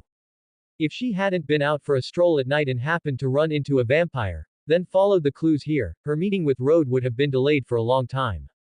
After leaving the bar, Road found a legitimate restaurant in Chinatown named Authentic Hebei Anhui Beef Plate Noodles. Although Road found it hard to keep a straight face when he saw the name, he still went in and had a delicious taste of home. To be fair, the taste was indeed authentic. Afterwards, Road went to a hotel, booked a room, and fell fast asleep. By the time he woke up, it was already noon the next day. Habitually checking his phone, Road found that someone had sent him a message. One was a transfer notification for $200,000. The other was a message from a communication app. Looking at the chibi nun avatar, Road knew it was Griselda. After clicking it, he only saw two words, meet me. Road rolled out of bed, tidied himself up a bit, then opened the system map and teleported to the Heaven teleportation anchor. It was the same familiar office. Road pushed the door open to find Griselda had been waiting for a long time. She showed no sign of reproach for Road's tardiness. I heard about last night. I didn't expect there to be a vampire stronghold right in the city of Rome, but fortunately, you discovered and cleared it out in time. Even though it wasn't a formal mission, that is still your well-deserved reward. Those vampires must have thought the darkest place is under the lamp. Did the investigation afterward turn up anything? No, those vampires didn't have much contact with the outside world. They were most likely renegade stray vampires, so I didn't bother looking for trouble with the vampire side. Hearing this, Road nodded. So, I assume you didn't have me come here specifically just for something like that. Since she hadn't mentioned Jean, it meant Griselda didn't know about the existence of the hero faction yet. The current hero faction was basically a pyramid scheme plus a potential terrorist group. Once the official plot started, they would begin causing trouble everywhere. Moreover, there was a high probability that the hero faction didn't know he was involved with Heaven either. Yes. Actually, it's about that matter you settled last time. That dead devil was likely a pureblood high-class devil from a high-ranking family in the underworld. If the underworld finds out you killed him, there might be trouble. However, I have already warned those nuns not to leak your existence. Additionally, the decision regarding the Holy Maiden Asia's treatment has come down. Speaking of this, Griselda's tone became somewhat dejected and raspy. Because her act of healing a devil was witnessed by many church members, including several bishops and nuns, the higher-ups have decided to excommunicate the Holy Maiden Asia from the church. Road thought to himself, as expected. Even if he had killed Diodora, as long as the fact that Asia could heal devils was leaked, her fate of being excommunicated wouldn't change. After all, everything Heaven did was for the normal operation of Theosystem. Griselda watched Road's reaction. In truth, she felt helpless too, but since it was a unanimous decision by her superiors, she couldn't change anything. Asia was a good child. But unfortunately, in this world, just being a good person doesn't guarantee survival. However, there was more than just this one thing she could do. Road, can I ask a favor of you? Griselda's voice carried a hint of hesitation. Road was a bit surprised by her reaction. We're so close, is there anything you can't say? Don't tell me you want to rob the cradle. This sentence was actually just a joke. If I weren't a nun, it wouldn't be impossible. Hearing this, Griselda leaned somewhat languidly against the desk. Her charming face beneath the hood looked at Road with a smile. Rode looked at Griselda in shock upon hearing those words. I always treated you as a friend, but you want to treat me as a mount. When Rode first met Griselda, as a young virgin, he hadn't been without his fantasies about her. But while the world of DXD was filled with big-breasted beauties everywhere, and the original protagonist often received fan service from them, that was only the protagonist treatment. If you weren't the protagonist, you'd probably end up just like that otaku in the anime. Want to get close to a beautiful girl? No chance. After all, don't forget that Rias's setting at Kuo Academy was that of an unreachable flower from a foreign land. Ordinary students couldn't even dream of getting close, and even speaking a word to her was difficult. Furthermore, being a devil, she naturally carried an aura that kept people at a distance. Ordinary students would feel inferior just standing before such a being. This was the conclusion Rode reached after the hard days following his initial transmigration. If you really wanted to enjoy protagonist treatment, there was no other way except to become strong and make others look up to you. Of course, the prerequisite was that you also needed a handsome face. If you looked like a mutant, even if you performed a hero saves the beauty act, you'd only get, this humble girl wishes to serve you as a beast of burden in the next life, instead of the popular, this humble girl wishes to give herself to you, plotline. Fortunately, Rode didn't have to worry about his looks, otherwise, when Griselda first saw him, she probably would have been quite hesitant. It was just a joke, don't take it seriously. Rode didn't say anything. However, he truly felt that Griselda wasn't lying. If she weren't a nun with religious precepts to follow, he feared he really might have been propositioned. Thinking about Griselda potentially saying, you wouldn't want to find yourself with no more missions to take, would you? Rode felt a bit of a thrill. Wait, what was that about? While he was lost in thought, Griselda's voice rang out again. She sat up straight, the serious expression on her face making it seem as if everything before had been a facade. It's still about Asia. I have a private mission for you. Could you please take care of Asia for a while? Her faith in God is quite devout. Even though she now knows she has been excommunicated from the church, she hasn't given up her faith. Oh, are you sure doing this won't get you in trouble with your superiors? Rode was somewhat curious. At the very least, this event had not happened in the original story. So a chain reaction had occurred here. Griselda didn't respond directly but shook her head. The higher-ups don't know about this, it's just my private request.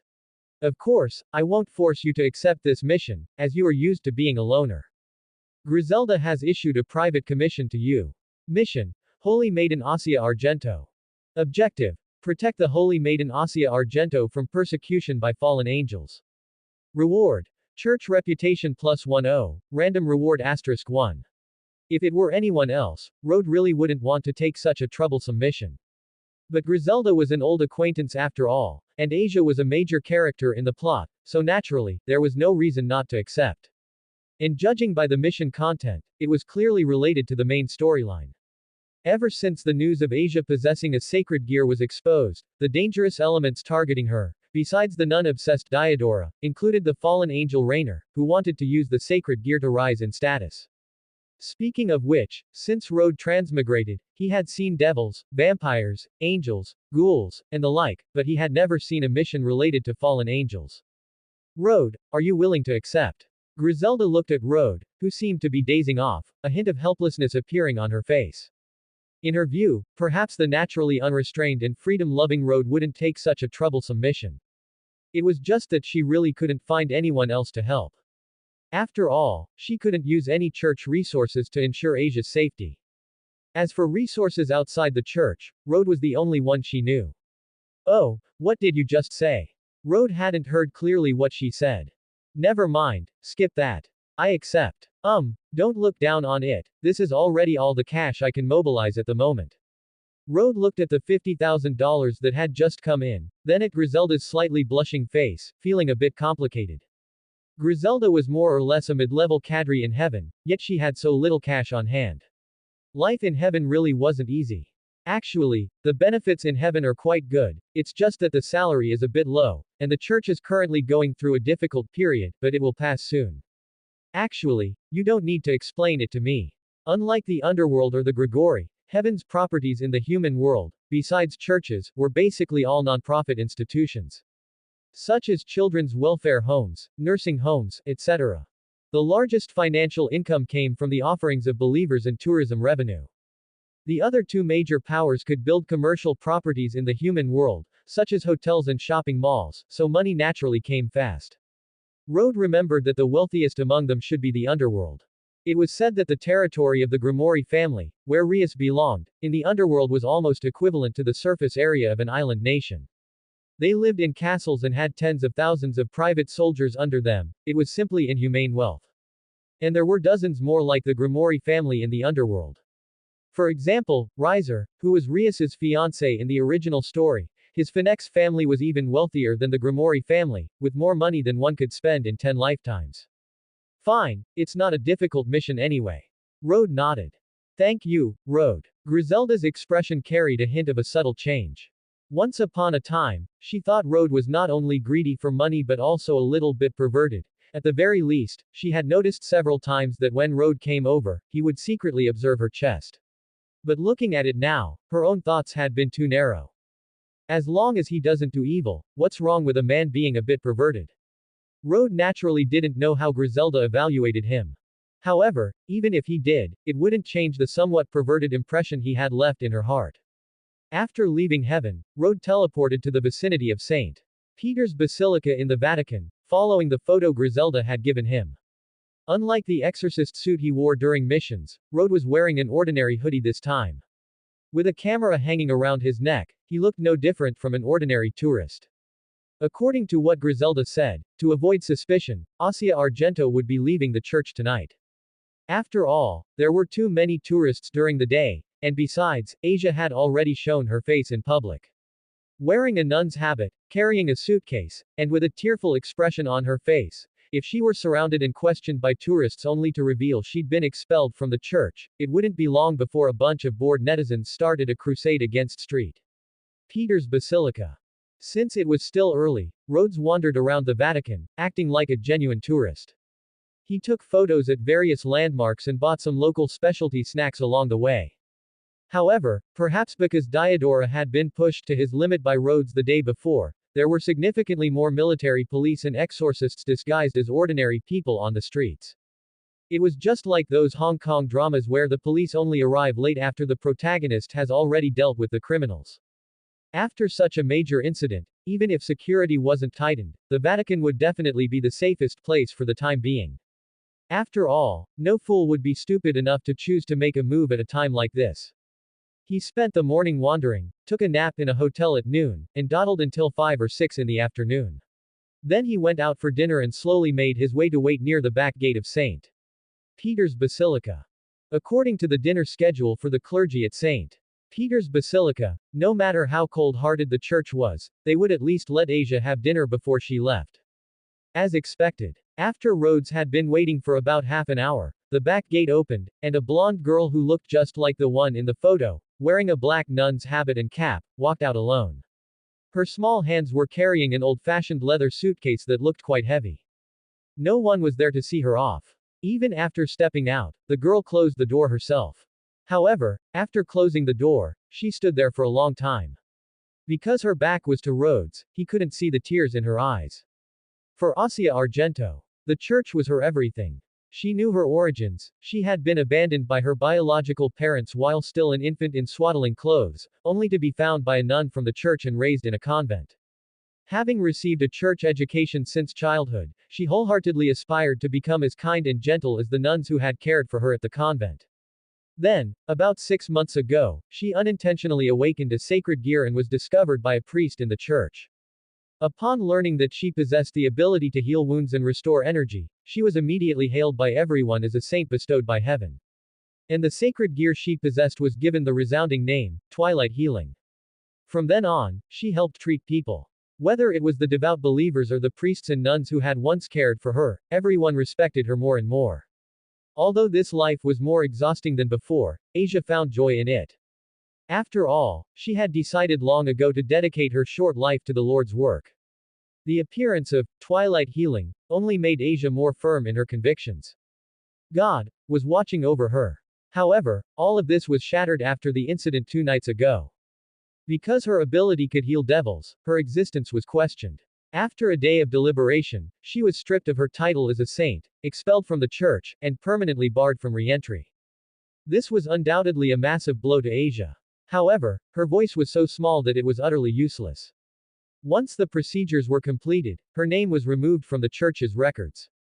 What also made Asia feel sad was that none of the colleagues who had taken such good care of her in the past came to say goodbye. Even though before this, they were all such good people. At the thought of where she would go from here, Asia's tears welled up uncontrollably. But she didn't hate anyone. Whether it was the church that expelled her or the colleagues who treated her like a stranger, Asia didn't have a single thought of complaint in her heart. I'm sorry. If it weren't for me, the church wouldn't be in such a difficult position. But I'm not a witch. She talked to herself, crying more and more sorrowfully. Then, Asia couldn't help but fold her hands together, kneeling on the ground as she sobbed and prayed. This must be a trial sent by God. It must be, it must be. Her weeping was desolate, drifting into the misty distance with the light breeze. Rhodes watched from a short distance away, not disturbing her. If it were him, he'd probably have only one thought. Whoever wants to stay in this dump can stay, I'm out. But Asia would only take all the problems upon herself. In all fairness, he couldn't do that. Besides, Asia hadn't done anything wrong in this matter. The reason Twilight Healing could heal devils was also due to the negative effects of system errors after God disappeared. My turn to move. Rhodes let out a yawn. Despite all those thoughts, he didn't actually have much of an opinion on the matter. And whatever, as someone who knew the plot, he didn't need to think so much. Skip it all. Rhodes walked up behind the kneeling Asia. If one listened closely, they could hear various prayers being whispered from the girl's mouth. He didn't care what she was saying. He walked over and patted the girl on the shoulder. Asia, whose prayer was interrupted, was suddenly patted on the shoulder. She jumped like a startled rabbit, her slender body trembling slightly. Then, Asia saw a handsome black-haired man standing behind her. The other person was holding a photo, staring at her face. Is this you in the photo? Rhodes confirmed once more. It's me. Asia looked up, glancing at the person in the photo with some trepidation. It was a front-facing photo of herself. She seemed to be doing chores at the time, but for some reason, someone had taken a picture of her. A beautiful blonde girl with a pair of very pretty green eyes. In the world Rhodes came from, she would definitely be a rare type. But compared to her cute face, those eyes revealed confusion and a faint sense of fear. Even though they were near the church, she had just been expelled, only to see someone holding a photo to identify her. Anyone with a strong imagination would probably think they were here for revenge. Of course, Asia's personality meant she would never make enemies with anyone. Her current emotions were mostly the anxiety of being expelled by the church. Excuse me, who are you? Is there something you need from me? When she was at the church, most people who sought her out wanted her to heal the injured. But Rhodes didn't seem to have any injuries on him. Furthermore, Asia now felt a slight resistance toward her, Twilight Healing. Even she sometimes thought it was this a sacred gear that caused her misfortune, but this also made Asia even more certain that this might be a trial bestowed upon her by God. That's right then. Come with me. Rhodes put away the photo and grabbed her suitcase from the ground. It wasn't very heavy, or rather, it was quite light, but the weight of this large leather suitcase alone was still considered heavy for a girl of her age. Excuse me, what do you mean by, come with me? Although Asia had grown up in the church since she was a child, she still understood some common sense. For example, don't just go with strangers, don't take things from strangers, and don't eat food given by strangers. Someone asked me to take care of you for a while. As for who it is, you don't need to ask, but you can rest assured. But, Asia was just about to ask who it was, but she saw Rhodes shake his head. But just then, the girl saw his finger point slightly upward. Some things shouldn't be said too clearly. I understand. After realizing what he meant, Asia, no matter how silly, guessed part of the truth. Consequently, a flush of excitement appeared on her face. As she had guessed, this must be a trial given to her by the Lord, and this man was the Lord's guide. Asia smiled at Rhodes with tears in her eyes. This is too easy to trick. Rhodes couldn't help but find it a bit funny looking at the girl, who had already concocted a whole drama in her head. No wonder she was so easily lured away by a fallen angel in the original story. No proof was needed, just a few words could lead her around in circles. Of course, this was also one of Asia's traits. However, believing in others so unreservedly wasn't necessarily a good thing. Let's go. Rhodes turned to leave, carrying the girl's suitcase. Seeing this, Asia immediately jogged to keep up. However, because of the significant height difference, the girl's short legs had to work quite hard to keep pace. Rhodes noticed Asia's pace was still a bit fast and slowed down. Phew. Asia breathed a sigh of relief, a gentle smile appearing on her face. She also realized Rhodes was accommodating her. She was about to thank him but realized she didn't even know his name.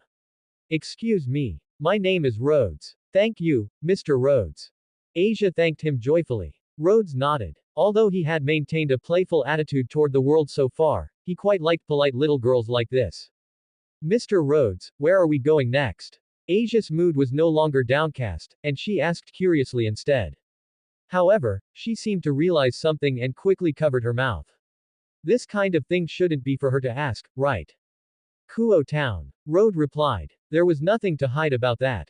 In fact, neither Griselda nor the system's mission had any strict requirements for where he had to take Asia.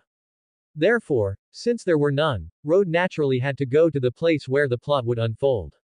Kuo Town was a good place. Most of the original story's plot would unfold there, and all the named heroines were gathered there. Having finally transmigrated to the DXD world, it was unlikely that Rhodes, as a transmigrator, wouldn't have some ideas. If it were those serious other worlds, that would be one thing, but for an ecchi anime full of fan service, almost completely nude, it would be a disservice to the system that sent him here if he didn't experience it properly. Asia was wondering what Kuo Town was, but having never left the Vatican in her entire life, she had no idea what the outside world was like. Therefore, after a brief moment of thought, the young girl's attention was quickly captivated by the colorful world. The bustling nightlife, heavy traffic, the colorful signs on shops lining both sides of the street, and even the fashionable clothes worn by pedestrians on the road, all caught Asia's eye. For someone who had lived her entire life in the pure environment of a church, the outside world held an immense allure. Just then, a fragrant aroma wafted over. It instantly drew Asia's attention. What greeted the young girl's eyes was roasted meat skewered on a large iron pole, its surface a golden brown color. A staff member was using a knife to slice off pieces of cooked meat, and the scent of oil and sauce instantly drifted away with the breeze. Asia couldn't help but swallow. Want to eat? Rhodes asked. He was a little hungry himself. Hearing this, Asia subconsciously nodded, but then quickly shook her head. However, a little drool that had already escaped the corner of her mouth betrayed her. Rhodes didn't say anything more. Instead, he walked to the roasted meat stall and ordered 2 meat wraps. The roasted meat was evenly and generously spread on a white tortilla, then drizzled with sauce and a little cheese, with some tomato slices and onions added, and finally wrapped up in the tortilla. It was a simple, common food, but as soon as Asia took a bite, tears welled up in her eyes. Churches do not forbid nuns from eating meat, but Asia had always lived a frugal life in the church. Her daily meals consisted of bread and milk, vegetable soup and spaghetti for lunch, and similar fare for dinner. Opportunities to eat meat were rare, and she only ever saw these foods on television. Of course, this didn't mean Asia had never eaten meat. It was just that the meat dishes prepared in the church usually tasted extremely bland, leaving little flavor in the mouth. Therefore, eating outside food for the first time moved Asia to tears. For a moment, the young girl even forgot the worries of being expelled. What she held in her hand felt like true happiness. But soon, she choked because she ate too quickly. Rhodes had to give her a big gulp of soda before she recovered. After tasting the fruit-flavored soda, Asia stared intently at the plastic bottle in Rhodes's hand again, stammering, Mr. R.O. Rhodes, I feel like something is fighting in my mouth. What's going on? It's soda, it's not something fighting in your mouth, but the sensation of bubbles bursting. Facing such an adorable and silly girl, Rhodes could only patiently explain.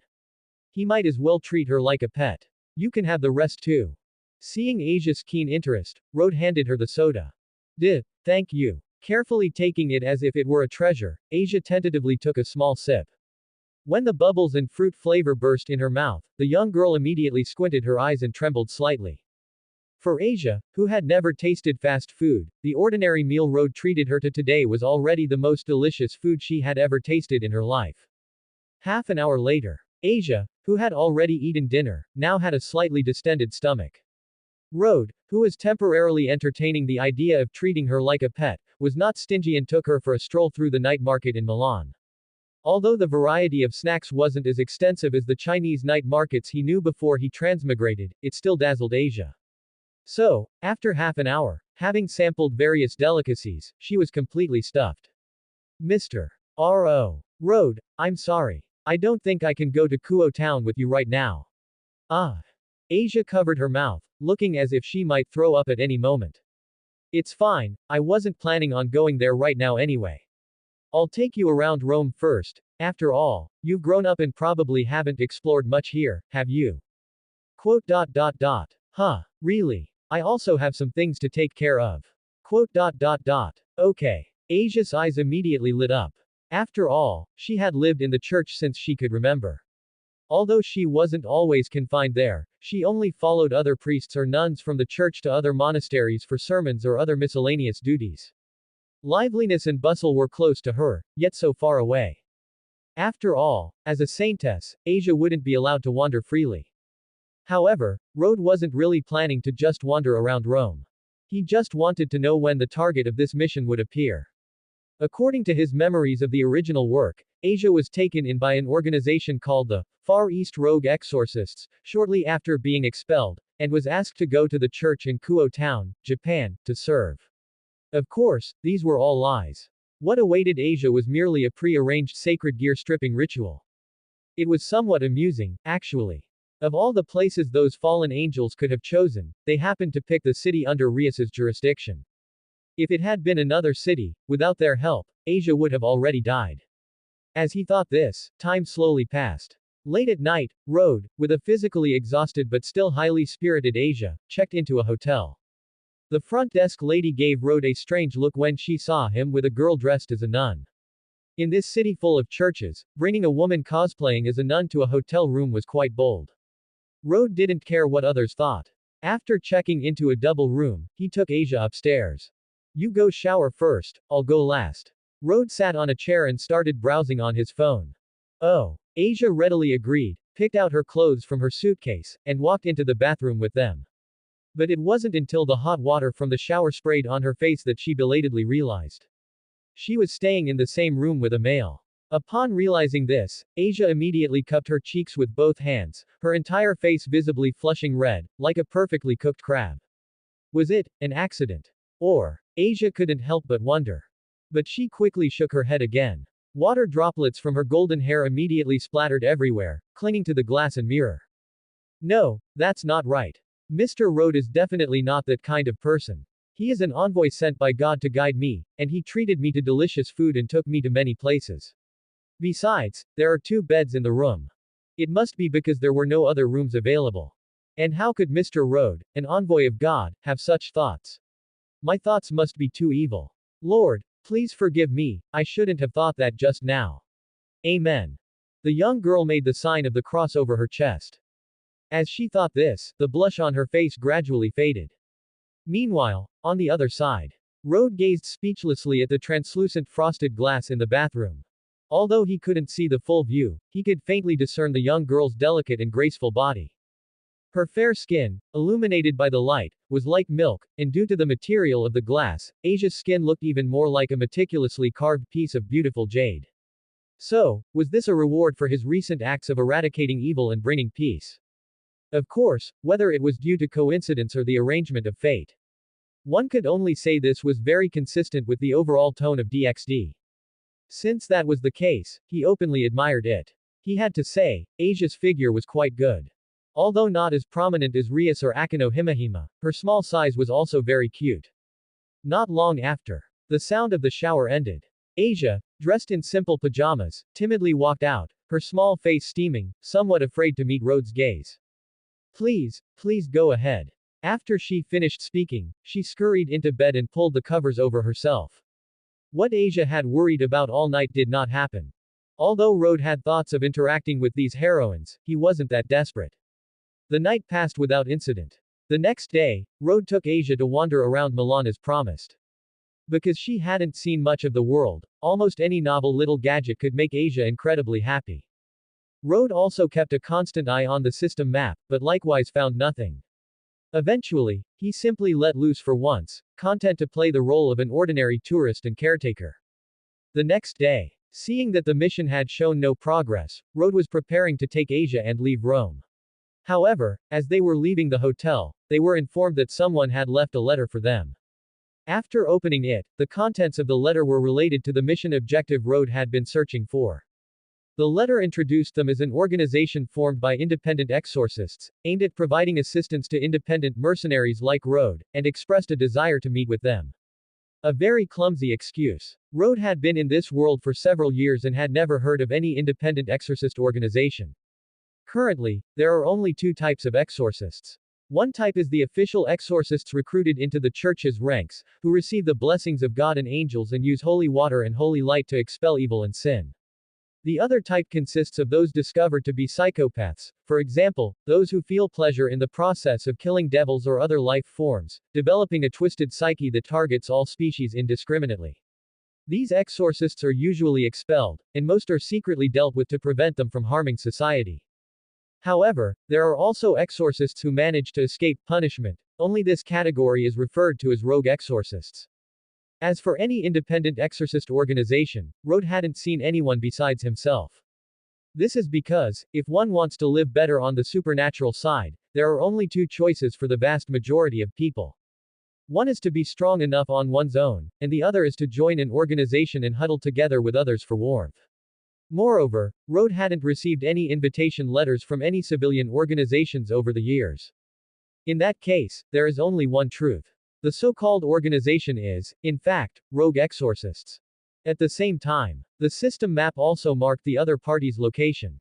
It didn't appear when I checked yesterday. Is it because these people hadn't arrived yet? Thinking of this, Rode didn't have much to ponder and planned to head to the meeting directly. However, looking at Asia, he thought for a moment and decided it would be better to keep her by his side. Since the other party sent a letter, it already explained the situation quite clearly. If he left her here, the moment Rode stepped out, someone might come to kidnap her immediately after. It was better to keep her by his side and watch over her. Even if an emergency occurred, he had ways to handle it. Rode found a spot and explained the contents of the letter to Asia.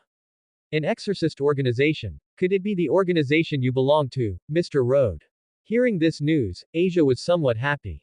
In her eyes, she didn't seem to know the difference between an exorcist and a rogue exorcist. She probably wasn't very clear about what kind of existences fallen angels were either. If she knew, she, who believed in God, would certainly not willingly follow a rogue exorcist to Kuo town. Rode also explained the stakes involved to her and directly pointed out that someone had their eyes on her sacred gear. But why? I'm not the only person in this world with healing abilities. Asia was very puzzled. But you're the only one who can heal devils and fallen angels. Rode said with a light smile. So you should know how important you are now, right? To get you, those fallen angels won't give up easily. Then what should we do? Hearing this, Asia suddenly panicked. It's simple, you just need to stay right behind me at all times. Okay. Asia had no strong opinions on this matter and could only leave everything to Rode's discretion. Rode's plan was also very simple. First, head to the rogue exorcists' stronghold in Italy, and then adapt to the situation. It could be said to be a very rigorous plan. After all, any plan is prone to unexpected changes, so Rode simply decided to meet all changes with his own constancy. A short while later, Rode followed the guidance of the system map to an abandoned factory in the suburbs. The perimeter walls and nearby roads had long been in disrepair, the abandoned buildings were full of holes, and the factory was overgrown with weeds. One could only say that a legitimate organization wouldn't likely come to such a place. Just as Asia was wondering how to get in, Rode directly picked her up by the waist, cleared the 3-meter-high wall with a light leap, made a few more jumps, and then easily reached the roof of the factory building. Looking down through the dilapidated ceiling, several rogue exorcists were lazily leaning against various spots to rest. Stay here. After glancing at the system map and confirming there were no hidden red dots, Rode instructed Asia to stay put. The girl stood there very obediently and covered her mouth. Because before this, Rode had told her that a battle would break out here. Although her wish was for world peace, she also knew that certain things could not be stopped. Having settled the girl, Rode jumped down from the roof, which was over 10 meters high. The rogue exorcists, who were resting with their eyes closed because they had been stationed here by the fallen angel's orders, heard the sound of the wind from the descent. When they looked up and saw Rode jumping down from a height, everyone was instantly stunned. Can someone really jump from several stories high and not die? Then, before they could react, Rode pulled out his Desert Eagle in midair and fired continuously. In an instant, several rogue exorcists had holes opened in their heads, collapsing to the ground with stunned expressions. When Rode landed, only one rogue exorcist remained in the entire abandoned factory. He wore a silver-white church exorcist uniform, with cross patterns engraved on the collar and the back. The white-haired man, not very old and about the same age as Rode, had a look of surprise on his face. He was also the only survivor on the field. The moment Rode pulled out his handgun, he had drawn a holy light sword to block the bullet aimed at him. Although his companions had all been killed, there wasn't a hint of sadness on the man's face. Instead, he burst out laughing. Amazing, truly amazing. It looks like you're the exorcist who took the saint away, aren't you? An excited expression appeared on the white-haired priest's face. We originally intended to invite you, but I didn't expect you to just kill them all directly. It seems you're more like a rogue exorcist than we are. What a pity, we originally had a chance to become colleagues, but I'm getting more and more interested in you. After all, someone as strong as you has the value of being killed. So, please enlighten me, don't look at me as being at the same level as those trash exorcists, I'm actually very strong. An astonishing killing intent erupted from his body. Rode felt he looked somewhat familiar, so he didn't choose to strike immediately. Seeing Rode seemingly dazed, the white-haired priest suddenly raised his hand from under his trench coat and gave Rode a shot out of the blue. A regular exorcist's handgun is similar to the laser weapons in sci-fi movies. However, compared to weapons in sci-fi movies that use lasers as energy, an exorcist's handgun's energy comes from the holy light of angels or fallen angels. Of course, although it's called light, the bullets fired are about the same as normal firearms. Rode's current constitution was already superhuman. Even at a distance like the fire cloud evil god, he could easily dodge. However, after Rode dodged a few shots, a dark object suddenly exploded at the white-haired priest's feet. Thick smoke instantly diffused, obscuring the field of vision. From within the thick smoke came the white-haired priest's voice, growing more distant. This is my escape route. Remember to brush your teeth. The white-haired priest moved as fast as a rabbit. In less than 3 seconds, he had already used the thick smoke as cover to flee the abandoned factory. After plunging into the woods, he let out a slight sigh of relief and cursed under his breath, "Who wants to fight a monster like you? I only joined because this organization allows me to kill people as I please. I don't even get any benefits on normal days, why would I risk my life?" Shua. Before he could finish his sentence, a cold, chilling flash of light sliced through space, interrupting his escape declaration. Before the white-haired priest could even react to what was happening, he noticed his vision suddenly tumbling up and down. At the same time, in his tumbling vision, he saw a headless body with blood geysering from the neck like a fountain. It wasn't until his head rolled onto the ground that he realized that was actually his own body. And so, his consciousness went black, and he stopped thinking forever. Rode sheathed his Nichiren blade expressionlessly and shook his head, saying, "Did you really think you were a perfect being?" Asia, hiding on the roof, witnessed the entire scene. After seeing Rode take the priest's head with her own eyes, she was so frightened she covered her mouth. Although she already knew from Rode that these priests were people who had been expelled from the church for committing crimes of abuse and murder due to their psychopathy, her heart still hoped for a more peaceful world. Rode returned to her side silently. Seeing Asia kneeling on the ground with her hands clasped in prayer, he asked curiously, "What are you doing?" Ending with an Amen, Asia stood up and looked at Rode. "I am praying for those lost souls, hoping they can repent in the cycle of reincarnation. Why can't they just be good people? Will God forgive them?" Facing Asia's question, Rode answered without hesitation, "God will certainly forgive them, so all I can do is send them to see God." Hearing this sentence, it took Asia a few seconds to react, then she spoke with a complicated expression, "Mr. Rode, wouldn't it be wonderful if people could understand each other? God must have been working hard for that too." As a transmigrator, Rode felt nothing for any god. It wasn't quite respect or contempt. However, the one true God in the DXD worldview truly fit the ideal image in Asia's heart. Unlike other works where the biblical God often appears as a villain or a conspirator, the reason the God of the DXD world died was because he sealed the trihexa alone. The trihexa is an ancient beast born from the Bible. When God discovered it, he felt that its existence would inevitably threaten the fate of the entire world. Humans, being the most numerous, would surely bear the brunt of it. After all, the number representing the trihexa in the Bible is 666, and this number symbolizes human flaws as opposed to God's perfect value of 7. Therefore, once the trihexa awoke, it would inevitably run rampant in the human world.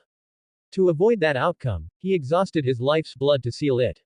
At the same time, likely realizing his time was short, he initiated a war against the fallen angels and devils, taking down the 4 original great devil kings of the underworld and a large number of fallen angel cadres, and even conveniently dismembered the 2 heavenly dragons during the war to craft them into Longinus before passing away. It can be said that for the sake of humanity, the god here truly worried himself to death. Maybe. Regarding a god who would do such a thing, Rode couldn't bring himself to feel any resentment. After all, there's an old saying, one who carries firewood for others should not be allowed to freeze to death in the wind and snow. Although Rode was a transmigrator, he was more or less sheltered by his influence. Afterward, Rode took Asia away from the abandoned factory and headed straight for the airport, preparing to go to Kuo town to complete his system mission. However, before boarding, Rode received a phone call from Griselda. How is the situation on your end? I'm preparing to take the young lady out of Italy. By the way, I killed a few rogue exorcists in an abandoned factory. You can send someone to collect their bodies. Even if they don't scare passers-by, it wouldn't be good to scare the flowers and grass. Griselda was silent on the other end of the phone. However, she quickly guessed that it must be related to Asia. With an apologetic look on her face, she said, I'm sorry. Regarding this matter, I can't give you any official support. It's fine. You've already paid the money anyway. Rhodes' tone was casual. If you really feel bad for me, send me more main storyline missions in the future. But don't come looking for me for those petty squabbles. This was the point Griselda understood the least. She had already expressed her apologies, shouldn't he be asking for some rewards? Why did he still look so enthusiastic about missions? Others would wish for a 7-day holiday every week. Are you rushing to get to work? After hanging up the phone, she sighed slightly. He could have clearly made other requests. But soon, she realized a problem. Oh no, I forgot to ask him where he's going. Rode wasn't clear about what Griselda was thinking. After boarding the first-class cabin of the plane, he reclined his seat, put on an eye mask, and began to sleep. After all, a direct flight from Rome to the island nation would take at least 10+ hours. Since he couldn't run around on the plane, naturally, he could only sleep. However, for Asia, who was flying for the first time, she was quite excited. She stayed pressed against the window, looking at the clouds, the distant cities, and the peaceful countryside. At first, she kept asking Rode questions, but after seeing him fall asleep, she lowered her voice and focused on the scenery outside. Eventually, she also drifted into a dreamland. Wake up, we've arrived. Time always slips away quickly while sleeping. Asia felt as if she had only just laid down for a short while before having to get up. However, since she didn't have the habit of sleeping in, she regained her alertness after a moment of daze. After leaving the airport and reaching the city center, Asia was momentarily lost for words as she gazed at the bustling city before her. Compared to Rome, the young girl's first impression of Tokyo was one of shock. As the lights flickered on and the neon glowed, the streets between skyscrapers were packed with people, and the traffic flowed like rivers of light. The streets were perpetually surging with a hurried and dense crowd. Every time the pedestrian signal at a crosswalk turned green, it seemed as if a floodgate had opened, releasing a torrent of people. Asia looked at the passing crowd with a shocked expression, her heart filled with immense wonder. There are so many people here, too many.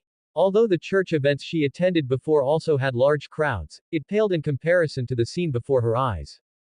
Rode agreed as well. In his memory, this place had only 2 major characteristics. One was being hot. Regarding the impression of hot, there were 2 types, both familiar to people worldwide. The other was the extreme population density. In an actual area of less than 2,200 square kilometers, over 14 million people lived. If you included the surrounding Kanagawa, Saitama, Chiba, and so on, the total population reached over 37 million, accounting for a third of the entire island nation's population despite only being a few % of its land area. Although Rode liked watching it, he didn't particularly like this place. However, there were no direct flights from Rome to Kuo town, so he could only choose this place as his destination.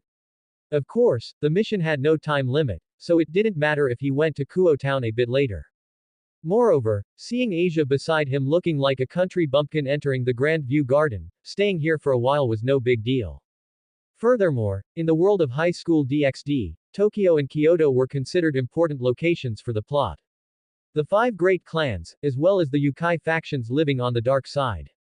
According to Rhodes' memory, the Yukai in charge of that area was a big-breasted beast-eared girl. If he had the chance, Rhodes really wanted to see for himself. The first thing to do upon arriving in Tokyo was to check into a hotel. And compared to the receptionists in Rome, the ones in Tokyo seemed much more professional. They didn't show any strange expressions just because Asia was wearing a nun's habit.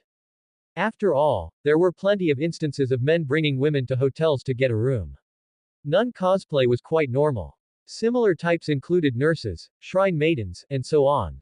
There were even those wearing monks' robes.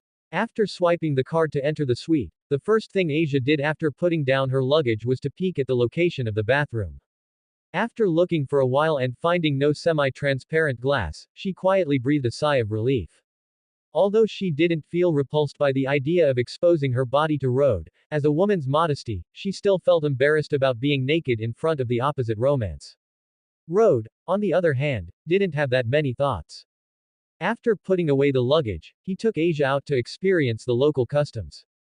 After wandering for about 20 minutes, he could only say that the relationships between people in Tokyo were quite pure.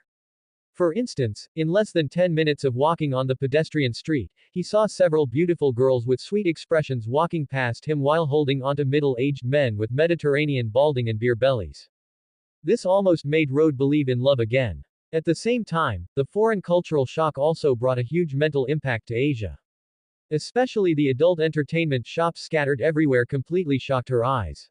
Girls wearing skimpy or anime-themed outfits were openly soliciting customers on the sidewalk, with all sorts of seductive titles and advertisements that could make one's imagination run wild with just a glance. However, Rhodes knew well that these advertisements were purely to trick people into the shop to be fleeced like locals. If you really wanted to experience something different, it was better to find a local guide. Of course, Rhodes didn't deign to go to such places.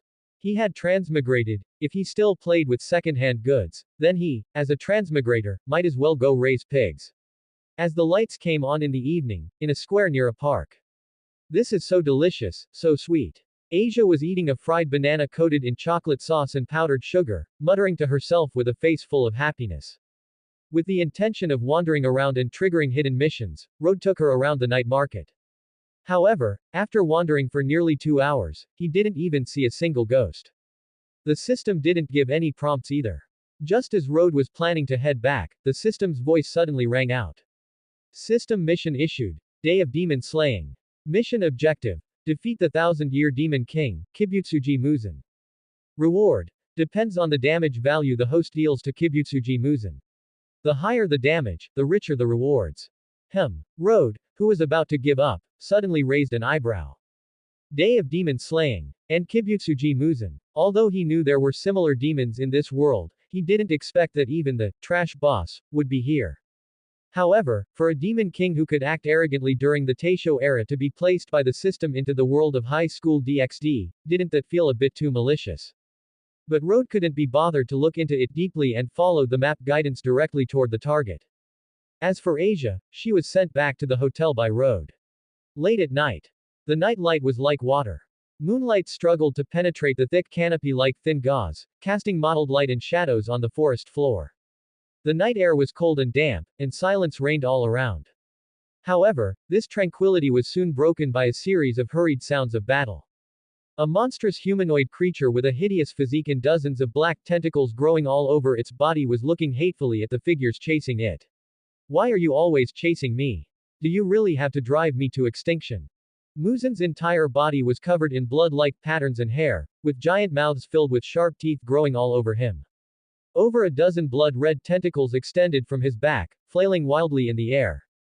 His whole body was permeated with a thick killing intent, emitting a pressure that made ordinary people tremble with fear. Confronting him was an exorcist squad from the 5 great clans. They didn't give any response to Muzin's roar, only heartlessly throwing the talismans in their hands toward him. Muzin was filled with extreme indignation. He had only just awakened from a thousand-year slumber and, feeling an unbearable hunger, decided to randomly pick a lucky victim at this night market. After eating his fill, Muzin planned to first understand the current era before deciding whether to continue sleeping or to carve out a place for himself in this world. To his surprise, before he could travel far, he was discovered by a group of exorcists from Tokyo's 5 great clans. Muzin fled in a panic, putting all his effort into escaping. He didn't have the slightest intention of fighting, even though his heart was filled with intense hatred at this moment. A dense barrage of talismans flew toward Muzin, but his speed was immense. The talismans, which were supposed to explode upon contact with his body, were all dodged one after another. Muzin bore many scars from the initial ambush, but with his monstrous healing factor, he had already fully recovered. Get out of my way. Muzin, his path blocked, let out a piercing roar as dozens of tentacles shot out toward the exorcists simultaneously. He could see it clearly now. These exorcists were all fighting with the sole intention of killing him. If he showed any sign of cowardice, he might be torn apart and divided up in the next second. Relying on his advantages in strength and speed, Muzin launched a fierce counterattack. A lunging tentacle wrapped around a demon slayer's body. Before the person could react, the tentacle tore open their chest, and blood sprayed out like a fountain in an instant. The blood that dripped onto the tentacles was quickly absorbed by Muzin, causing him to wear an exquisite expression. Muzin hadn't expected that absorbing the flesh and blood of these exorcists would be much sweeter than that of ordinary humans. It could even enhance his power. Faced with such an overwhelming gap, the remaining exorcists realized they had bitten off more than they could chew and retreated several steps. However, Muzin had clearly been pushed to his limit. At this thought, Muzin couldn't help but recall the scenes of him lording over a small city in Japan back in the day. But then, beings like gods and demons had appeared one after another. Even among humans, many had awakened sacred gears. All of this had forced Muzin to live in endless fear every single day. To adjust his mindset and avoid being discovered by those entities, Kibutsuji Muzin had dug a grave in the middle of nowhere and lay inside to sleep until now. But how could he have known? He had only just woken up when he was cornered here by exorcists. All of you, die. Kibutsuji Muzin cursed viciously. Then, his entire being charged forward like a cannonball. Although he didn't know magic or spells, he could use blood demon arts, which were similar in nature. But compared to those things, his powerful body was the capital that had allowed Muzin to survive until today. Muzin leapt into the air. The exorcists thought he was going for close quarters combat, but to their surprise, Muzin's right leg muscles instantly bulged and became covered in veins. In the next moment, 8 bone whips lashed out. The force was so great that they tore through the atmosphere the moment they were swung, creating a piercing sonic boom. The impact on the ground was even more terrifying. Just the blast of wind caused the earth along the path to crack. These few exorcists failed to react in time and were instantly sent flying as if hit by a car. They smashed heavily into trees or the ground, with no telling how many bones they had broken. Their consciousness faded to black, their fates unknown. Of course, as a price, several explosion talismans were stuck to Muzin's body, blowing him away. Even though his entire body was on fire, ordinary flames could not kill him given his tenacious vitality. Instead, they made him look even more like a monster. I didn't intend to expose myself. But you forced my hand.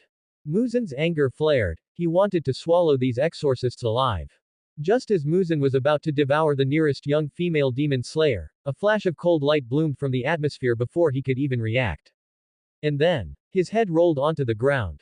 His extraordinary vitality kept him from dying. Muzin's expression was one of shock as he locked eyes with Road, having no idea where this guy had come from. His strength isn't much, but as expected, he's just as hard to kill as ever, Road muttered to himself. And wasn't that the truth? Although there were countless races in this world stronger than Muzin, most of them wouldn't be able to act as if nothing happened after having their heads cut off. Muzin's head, rolling on the ground, was instantly enraged upon hearing this.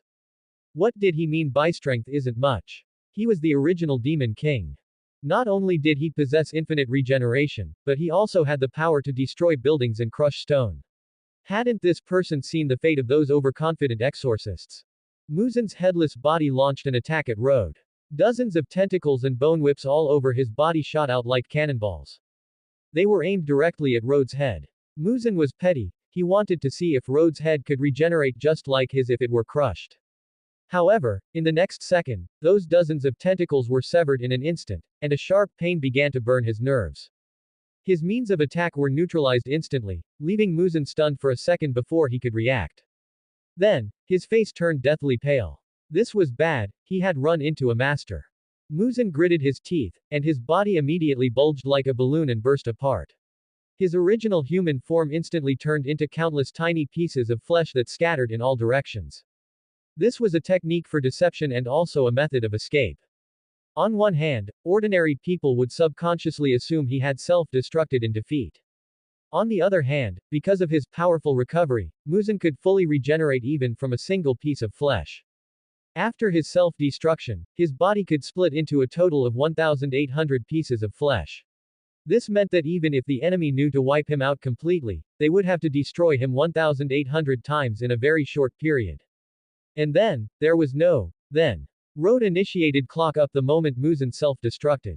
This resulted in Road seeing Muzan's body not yet fully shattered, with some pieces still attached to the bloody bones. In this state, it was easy for Road to destroy all of Kibutsuji Muzan's flesh pieces.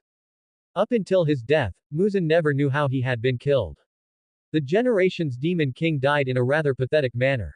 But to be honest, he didn't really count as a Demon King.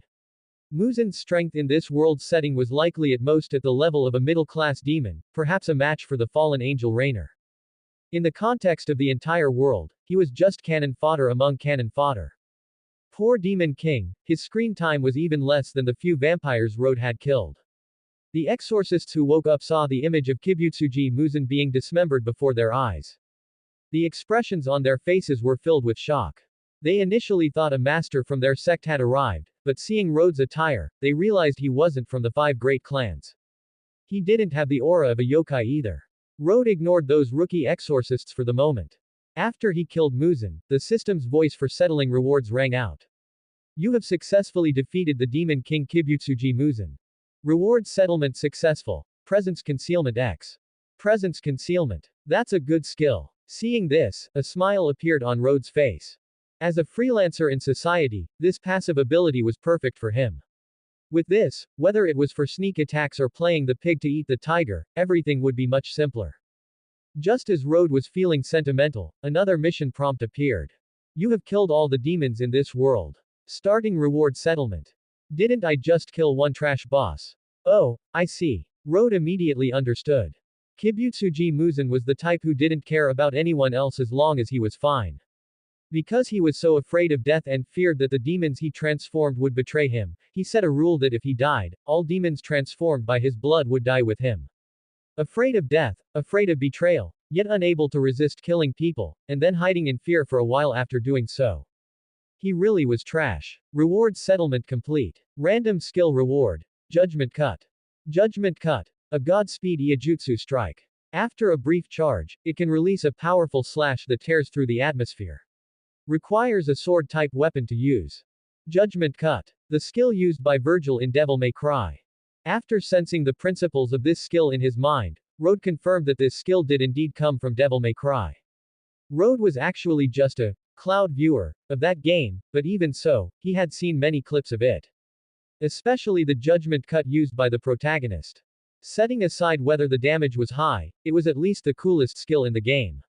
Road was very satisfied. Strength is temporary, but coolness is forever. Having gained 2 useful skills, Road was in a very pleasant mood. The trip wasn't in vain. While thinking, Road noticed a sound nearby. Those rookie exorcists who had been driven to a corner by Kibutsuji Muzan earlier were walking over, supporting each other. Thank you for saving us. If not for you, not only would we have failed to escape death today, but that cunning demon would have brought disaster to the world once again. The speaker was a young girl with a childish face, looking to be about the same age as Road. Road looked at her face carefully and found he had no impression of her at all. She was likely just a minor background character from the anime. Are you people from the 5 great clans? Road asked. The girl was taken aback, and the expressions of her companions behind her also changed slightly. It wasn't for any special reason, but simply because Road had seen through where they came from at a glance.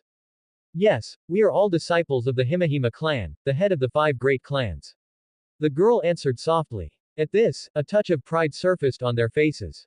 I didn't expect it to really be Himahima. Road just said it offhandedly, but he hadn't expected to directly encounter a faction that had quite a bit of screen time in the original work. That's the end of part 1. Part 2 is coming soon. Thanks for watching. Please subscribe and support our channel for more stories. Hello guys, welcome to Fanfiction Audiobook. Here you find original fan-made audio stories.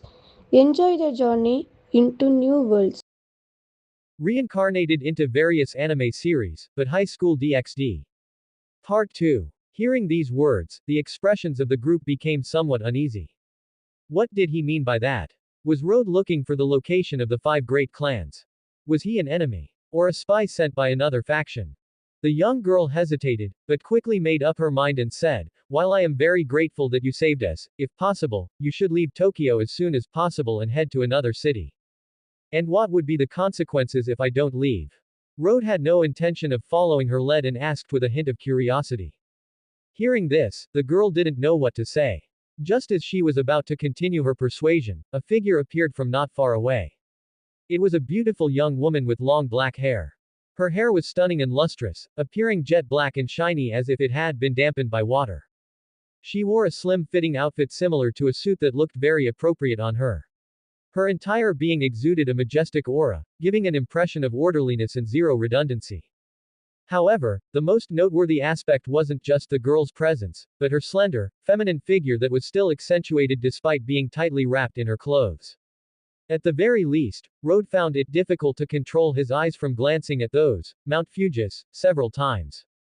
There was no other reason, they were simply too massive. Even though this world was High School DxD, Road couldn't help but marvel in his heart when he saw a scale that normal women could never hope to achieve in a lifetime. Just what did these women eat growing up? The expressions of those rookie exorcists changed instantly upon seeing the woman. They quickly lowered their heads and whispered in a respectful tone, Lady Suzaku. Suzaku Himahima. Road struggled to shift his gaze away and focus on the woman's face. No wonder she looked so familiar at first glance, she was Akano Himahima's cousin. This character didn't seem to appear in the anime and was only mentioned as a character in the side stories. However, her looks were 70 to 80% similar to Akano Himahima, just with a bit more composure and calmness. I am indeed the successor to the Himahima clan, Suzaku Himahima. The beautiful girl spoke slowly, then gave Road a soft smile.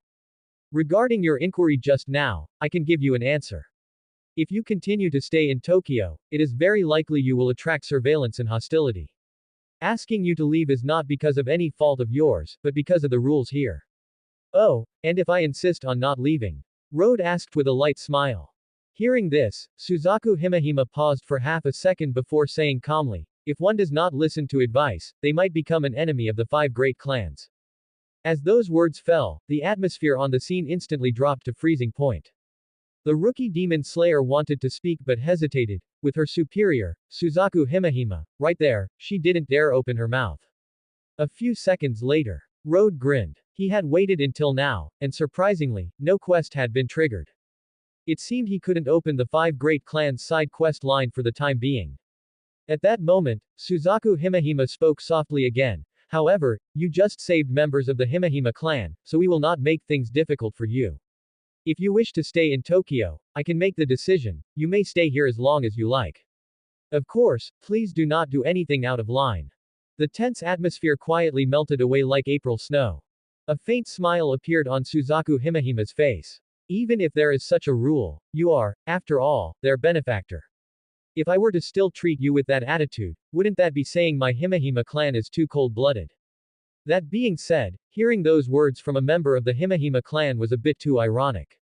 After all, up until now, there have been hundreds, if not thousands, of persecuted Himahima clan members. The most typical example was Akano Himahima's mother, Akari Himahima. After the fallen angel Kadri left for official business, she was hounded to death by the Himahima clan. The young Akano Himahima was hunted all the way to Kuo town, only stopping when Rias intervened to save her. Of course, Road wouldn't say such things to her face right now. The dark side of forcing clan members to commit suicide or handling things internally was, after all, a secret that the 5 great clans could not let out, even if everyone knew it in their hearts. However, Suzaku Himehima was one of the few decent ones. At least, it could be seen from the fact that Akino Himehima was willing to call her cousin. Do you have any other questions? Seeing Road staring at her, Suzaku Himehima asked in confusion. No, I'm just looking. Road masked his thoughts.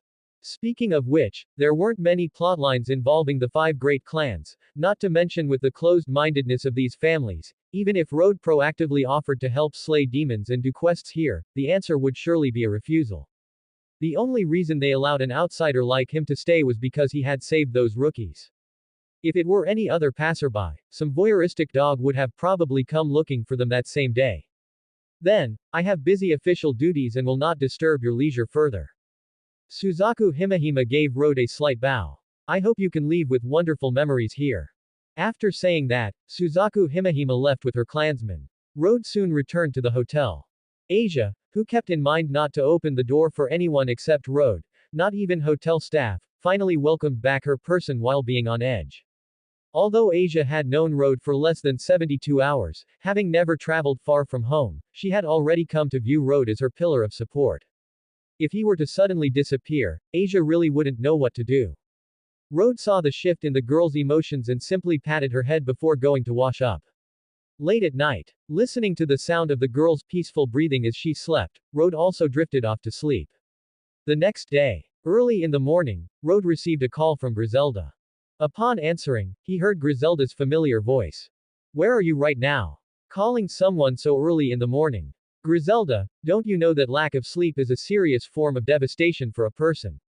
Hearing the lazy voice coming from the receiver, Griselda found it a bit hard to keep her composure.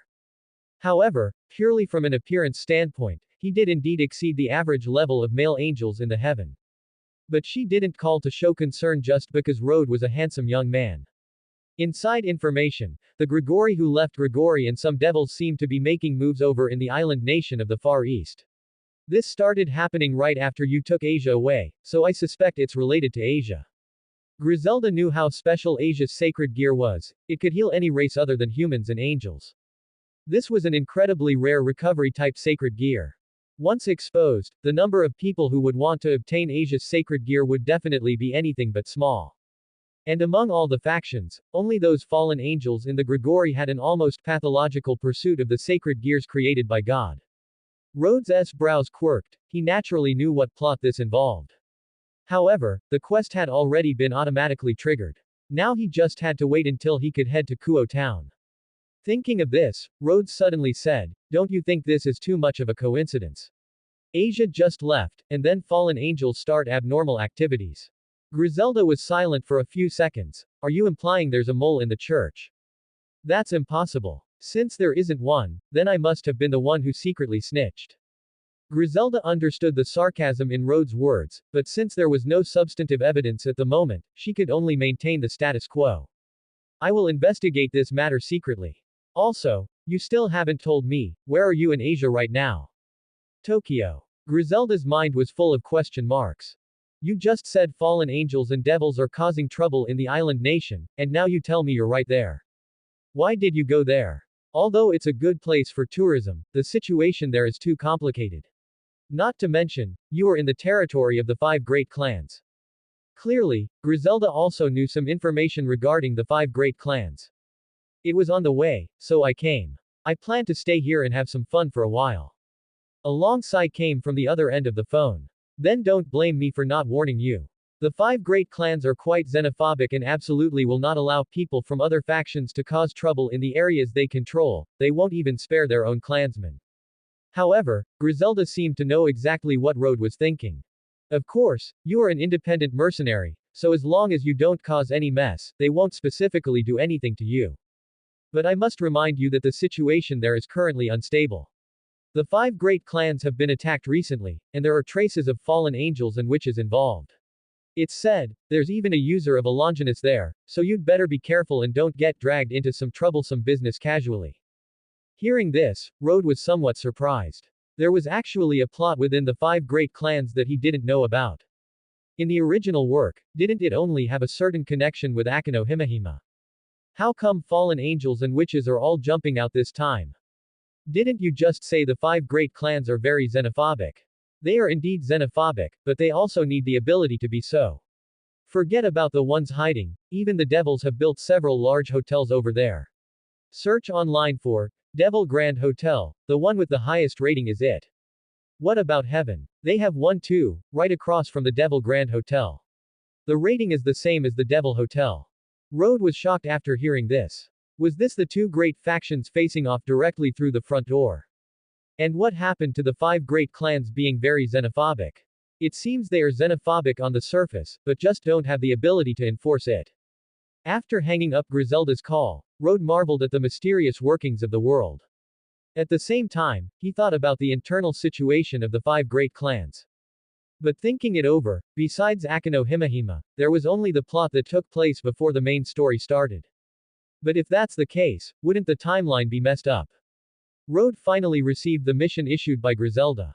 Mission: Kyoto Turmoil. Objective: investigate information regarding the Grigori, witches, etc., and hand it over to Griselda after obtaining it.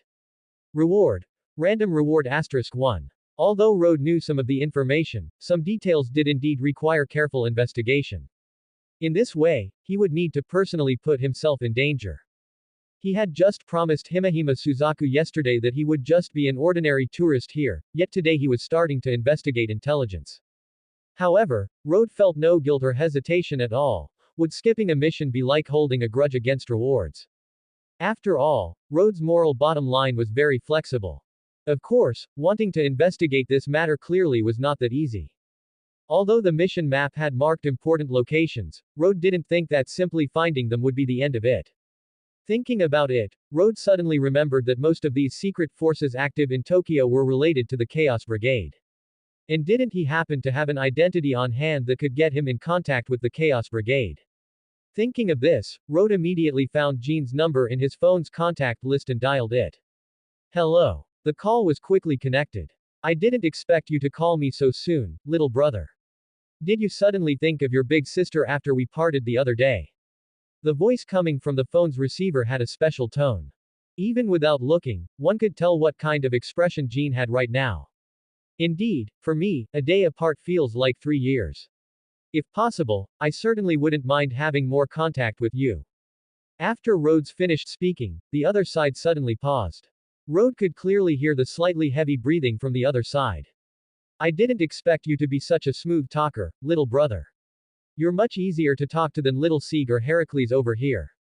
Speaking of Siegfried, Rode couldn't help but think of the male protagonist in the Type Moon FA anime. To sum it up, he starts with a pair of white briefs, and all his equipment depends on scavenging. After Jean entered the fray, she also developed feelings of admiration for the male protagonist. However, in the script of the FGO game, Jean made a lightning-fast cut with Sieg, stating that the two were not familiar with each other. It just so happens that I have a mission on hand. Although I don't know if you'll take it, it wouldn't hurt to listen, right? Go ahead then. Rode nodded. There is an organization called the Abyssal Fallen Ones that we have been inquiring about for a long time. We had a brief contact before, and now we've learned they are currently operating in the Far East. Since we need to negotiate with them, we plan to send someone over to meet them in person. Jean said patiently. Last time in that vampire bar in Rome, she thought Rode was relatively strong, but she didn't expect him to actually be quite a bit stronger than she imagined. Although those few middle-class vampires weren't very powerful themselves, the whole process was very clean and efficient. After returning, she also mentioned this matter to Cao Cao and the others. Cao Cao, who organized the hero faction, naturally welcomed the joining of capable people like Rode. Of course, according to your requirements at the time, you also have the right to choose whether to accept or not. If you don't, we will send someone else. Jean has issued a new mission to you. Mission: Abyssal Fallen Ones. Objective: you will act as the representative of the hero faction to meet with the secret forces active here and investigate relevant intelligence. Reward: random reward *1 upon success. Rode immediately felt that the effect of having multiple identities was very useful. One event could produce 2 missions and rewards. If he joined the 5 great clans as well, he might even be able to refresh another one. However, Rode thought about the last one and felt it was unlikely. The 5 great clans were heavily xenophobic, just like those aristocratic clans in Shanja novels, where everyone from the inside out shared the same ancestor. It was impossible for outsiders to blend in. Not to mention some outer disciple. After arranging things for Asia, Road arrived at a remote abandoned factory building according to the system map. Road didn't complain about why villains always liked to choose such places as bases, but what was certain was that if the authorities could reconstruct abandoned areas in time, there probably wouldn't be so many problems. There was no one guarding the outside. Looking from the outside, it just seemed like a deserted place. However, Road could sense several layers of magical barriers set up nearby. As long as one approached within a certain range, they would be detected by the mages controlling the barriers. That's why Road didn't like mages very much. After all, if he wanted to sneak in, he would have to go on a killing spree. Of course, Road carried the title of the hero faction, so this time he could enter openly. When he was 50 meters from the gate, Road felt a wave of magical fluctuation sweep over him, and then several figures in cloaks popped their heads out from the corner. They were witches dressed in dark colors, with the upper half of their faces almost completely hidden under their drooping hoods. When Road approached, the decaying gate slowly opened under the influence of magic, and then he was met by several figures with special attire. One of them wore a purple magic robe that was more vibrant than the other mages, and her entire face was exposed, revealing a foreign woman in her 40s or 50s. Blonde hair, blue eyes, and the signature aquiline nose of Westerners, which made the woman's gaze seem even sharper. Standing behind her was a short-haired girl in a gothic Lolita dress. Her seemingly innocent face was curiously watching Road, her outfit and temperament appearing out of place with the surroundings. I heard from Satinel that someone claiming to be from the hero faction might want to cooperate with us recently. It seems it's you. The purple-robed mage looked at Road arrogantly, her eyes sizing him up. Road had changed into a suit of combat gear, with a Nichiren blade and a handgun hanging from his waist. Although he was here to negotiate, he couldn't exactly come in boxers and slippers.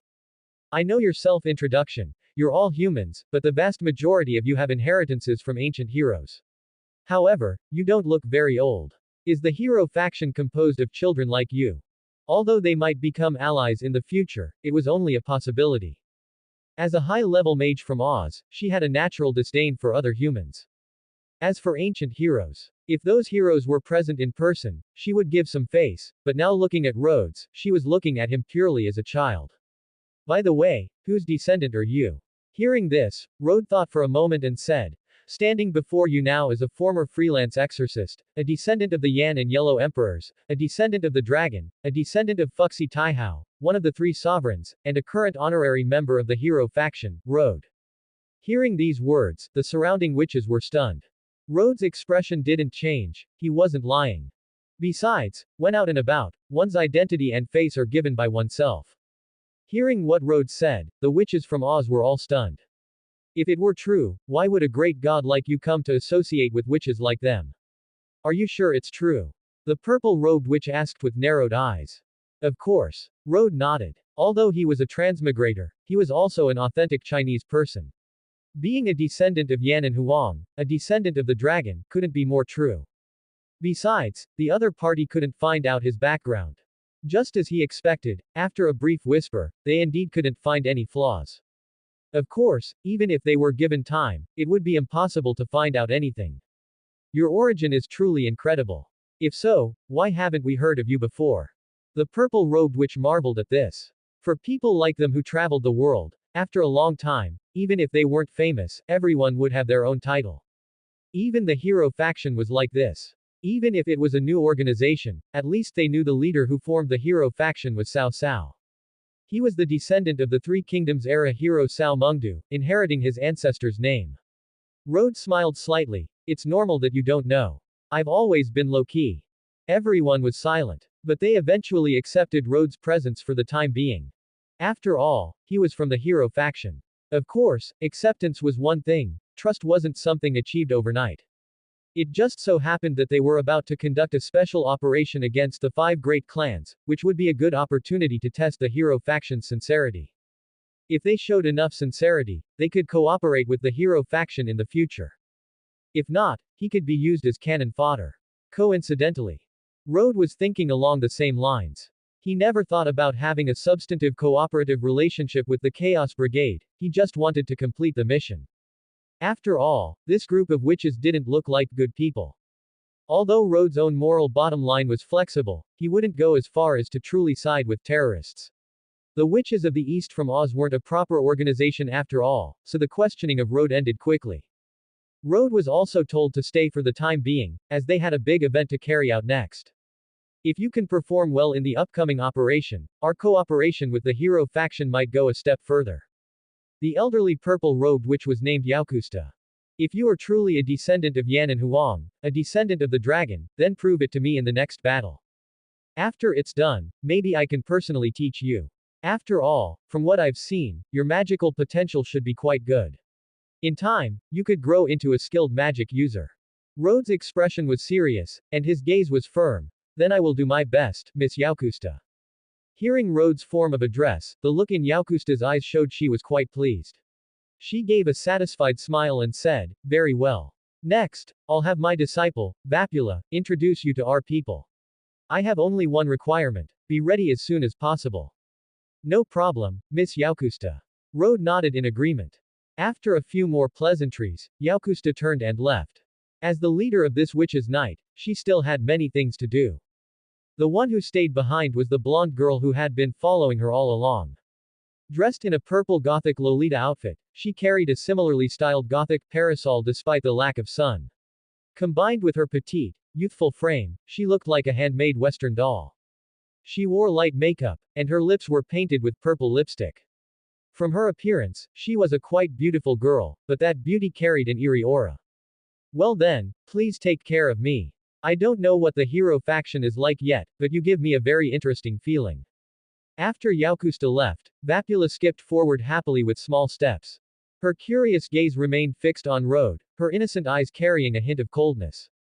Clearly, the girl's personality was definitely not as simple as her appearance suggested. However, this didn't affect Road at all. He had seen plenty of lunatics and fools and had long since become immune to them. Once he used clock up on them, they would all behave. Next, I'll introduce you around, so we don't end up attacking allies when the fighting starts. How do you know I won't be attacking allies on purpose? Road nodded silently. It's indeed better to get familiarized first. Under Vapula's guidance and introduction, Road finally understood why these witches, who usually operated in Europe and America, had come to the island nation. Vapula's master, Yakusta, had one goal, to study the sacred gears appearing here, and another, to recreate the three great demonic beasts of the land of Oz. The three demonic beasts were the lion who lost his courage, the tin man who lost his heart, and the scarecrow without a head. Hearing this, Road realized he hadn't actually seen these things appear in the original work. But on second thought, weren't these three demonic beasts from the novel, The Wonderful Wizard of Oz? In short, Master's goal is those three demonic beasts, and while she's at it, she'll research methods for sacred gear development. That's why she chose to cooperate with the Grigori __. Vapula's voice had a cheerful tone, as if she were talking about something that had nothing to do with her. Of course, to be precise, they are fallen angels who betrayed the Grigori __. It had to be said, Griselda's intelligence was truly timely. She even knew the traitors from the Grigori had fled here. So, did the heavens plant spies among the fallen angels? I think his name is Satanel or something. It's not a very easy name to remember. Road wasn't very familiar with Satanel, but the name Satan was known to everyone. As the most famous demon in hell, before his fall, he had the resounding name of Lucifer. However, Lucifer was one of the chief devil kings of the underworld, so there was a high probability he wasn't the same person as Satanel. Of course, even so, Satanel's strength was not to be underestimated. Road speculated that he had at least the strength of a fallen angel Kadri, roughly on par with the power of Barakil, Azazel, Kokabeel, and the others. Add to that the leader of the witches, Yakusta, who was also the wielder of the Longinus, the scourging altar of the purple flame master. If a conflict broke out, Road would be hard-pressed to fight them all alone. But just then. Quest. Abyssal Fallen One's settlement complete. Reward obtained. Hero Faction Reputation +10. Item. Ro Ayaz. Equipment. Ro Ayaz, also known as the Chrysanthemum Shield, a defensive noble phantasm used by the archer Emiya projection. Shaped like flower petals, there are 7 in total. The strength of each layer is enough to rival an ancient city wall. It is said to be a noble phantasm with absolute defense against throwing weapons. Note. Remove the absolute Chrysanthemum Shield. This is a good item. In the original work, Emiya used this noble phantasm to block Cu Chalane's Guy Bulb, and in FGO, it even blocked Jean d'Arc's strongest noble phantasm, Luminosité Eternelle. Rode had always lacked defensive measures. With the chrysanthemum shield, he could more or less make up for some of his shortcomings. After all, the reputation of a Longinus was quite significant. In short, the reward this time was quite good and easily obtained. What are you thinking about? Suddenly, Vapula's pretty face appeared in front of Rode. Just thinking about the future. You're probably going to have a conflict with the 5 great clans. I need to be prepared for the upcoming battle. Rode explained without changing his expression. Oh, so that's how it is tilde tilde tilde. Still in that cheerful tone, Vapula seemed to sniff Rode, but she didn't say anything. She then skipped ahead happily with her hands behind her back. By the way, there's something I've always been curious about. Since you call yourselves the hero faction and are all descendants of ancient heroes, why are you getting involved in our business? After all, according to common sense, we, who are planning to attack the 5 great clans and have kidnapped ordinary people, are thoroughbred terrorists. This woman really spoke the words in Rode's heart. As an outsider, Rode didn't understand why the hero faction would do this either. They clearly wanted to make a name for themselves in this era, to let the name of heroes reappear and let the world see their spirit and courage, but look at the hero faction's performance in the original work. They teamed up with the Chaos Brigade to attack mythological factions all over the world to stir up trouble, kidnapped the great yokai Yasaka of Tokyo, and wanted to use her magic as a sacrifice to summon Great Red. They also cooperated with Hades, the god of the underworld, to attack the DXD team where the protagonist was.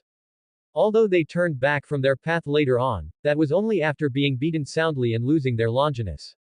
So, since you are heroes, you should be standing on the opposite side of us.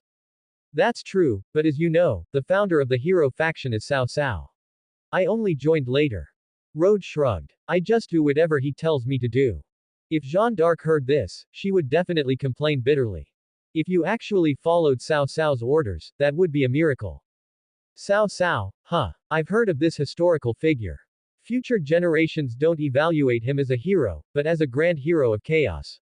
Vapula nodded slightly. A grand hero of chaos, someone powerful and ambitious. It wasn't strange for him to do anything. Rode, why don't you leave the hero faction and join our Witches' Night instead? The sudden invitation left Rode bewildered. After all, Vapula's appearance rate was extremely low, he had almost no impression of her. Not interested. Rode shook his head. What a pity. Seeing Rode's firm attitude, Vapula didn't say anything more. During this time, Rode made an excuse to leave for a while and went back to the hotel to have Asia stay there for a bit longer. Since it was Tokyo, Rode was relatively at ease regarding the security here. After all, he knew exactly where all the major villains in Tokyo were currently located. The Witches of Witches' Night, the traitor from the Grigori, Satanel, and the local Shuchen organization were all gathered together to discuss how to deal with the 5 great clans. So, at least until the incident ended, Asia was absolutely safe. As for the outcome, Rode didn't care. At the same time, Rode reported the information he had investigated to Griselda. After listening, the other side was silent for a while. A cadre of the Grigori actually teamed up with witches to deal with the 5 great clans. I really don't know what they're thinking. The witches are after reviving the 3 demonic beasts of Oz. As for the Grigori, they're researching sacred gears. And the Shuchen organization probably just wants revenge on the 5 great clans. After all, they are all people who were persecuted and expelled by the 5 great clans because they lack talent. Rode said. Setting the Shuchen organization aside for now, can you stop the actions of the witches and the Grigori, Rode? Do you want me to help the 5 great clans deal with them? No, our relationship with the 5 great clans isn't that good either. So you just need to prevent them from succeeding. You can decide on everything else. Griselda said in a deep voice. Although the current situation was a bit messy, whatever. As a member of the heavens, she had to stop whatever the fallen angels wanted to do anyway. Rode soon received 2 quest prompts. Quest. Kyoto Turmoil. Reward. Church Reputation +10, item a Superman's glasses. Equipment. Superman's glasses, wear them, and ensure no one can recognize who you are. Griselda has issued you a new quest. Quest. Stop the Abyssal Fallen Ones. Objective. No matter what the Abyssal Fallen Ones want to do, stop them from completing their goal. Reward. Church reputation plus 20, random reward asterisk 1. Don't force yourself. After all, it might be difficult to do such a thing with just your strength alone. If you encounter any danger, leave immediately. Griselda said. Okay. Rode immediately agreed. As long as a reward was triggered, everything was fine. As for not being able to do it, sorry, a man can't say he can't. After taking the new quest, Rode settled Asia and soon left the hotel to return to where the witches were located. What did you go out for? Vapula asked upon seeing Rode. Before the big battle, one must buy supplies. Rhodes patted his pistol and brushed the matter off. Ordinary firearms can hardly damage members of the 5 great clans, and they are even less effective against disciples of elite rank or higher. Vapula reminded him. It's fine, at least it can provide some interference. Rhodes pulled out a rocket launcher from behind his back. Seeing this big guy, Vapula and the surrounding witches fell into a brief silence. Although they didn't know where Rhodes had pulled it from, this thing was indeed effective. When do we start the fight? Rhodes asked. Seeing Rhodes' high spirits, Vapula was silent for a moment. As Yaukusta's chief disciple, she had seen many people, but someone as special as Rhodes was a first in her life. She didn't quite understand. Could it be that the people in the hero faction were all war fanatics like Rhodes? At midnight, we will launch an attack on the inner sanctuary of the 5 great clans. My master, Yaukusta, has also contacted the local yokai. They will lead the attack, and we'll follow behind to deal with the powerhouses of the 5 great clans. As a member of the hero faction, although Rhodes had come into contact with the mages of Oz, he could also feel that he was being treated as cannon fodder. Whether he could survive next depended entirely on his own strength. Of course, Rhodes wouldn't actually act as cannon fodder, he would only wait until both sides were locked in a heated battle to stir up some trouble. In any case, during the chaotic battle, it was unlikely anyone would notice him. Night fell. The mages of Oz arrived at Nara Prefecture through a teleportation array. Because within the borders of Nara Prefecture, there existed a special place called the Inner Sanctuary. Although the headquarters of the 5 great clans were all in Tokyo, the origin of their ancestors was in Nara. Therefore, an important stronghold jointly established by the 5 great clans existed here. Many important relevant figures lived here. Members of the Shuchen organization were already lying in wait nearby, and the yokai had also finished assembling.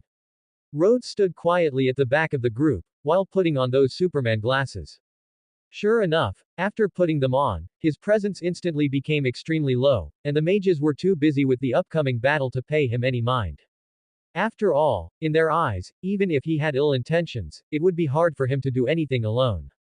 The geographical location of the inner sanctuary was not particularly special.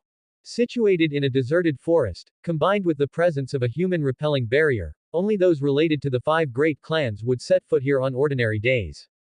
The reason this stronghold was known was due to information leaked by Shuchen organization members who had been expelled from the 5 great clans. Rhodes stayed at the very back of the group.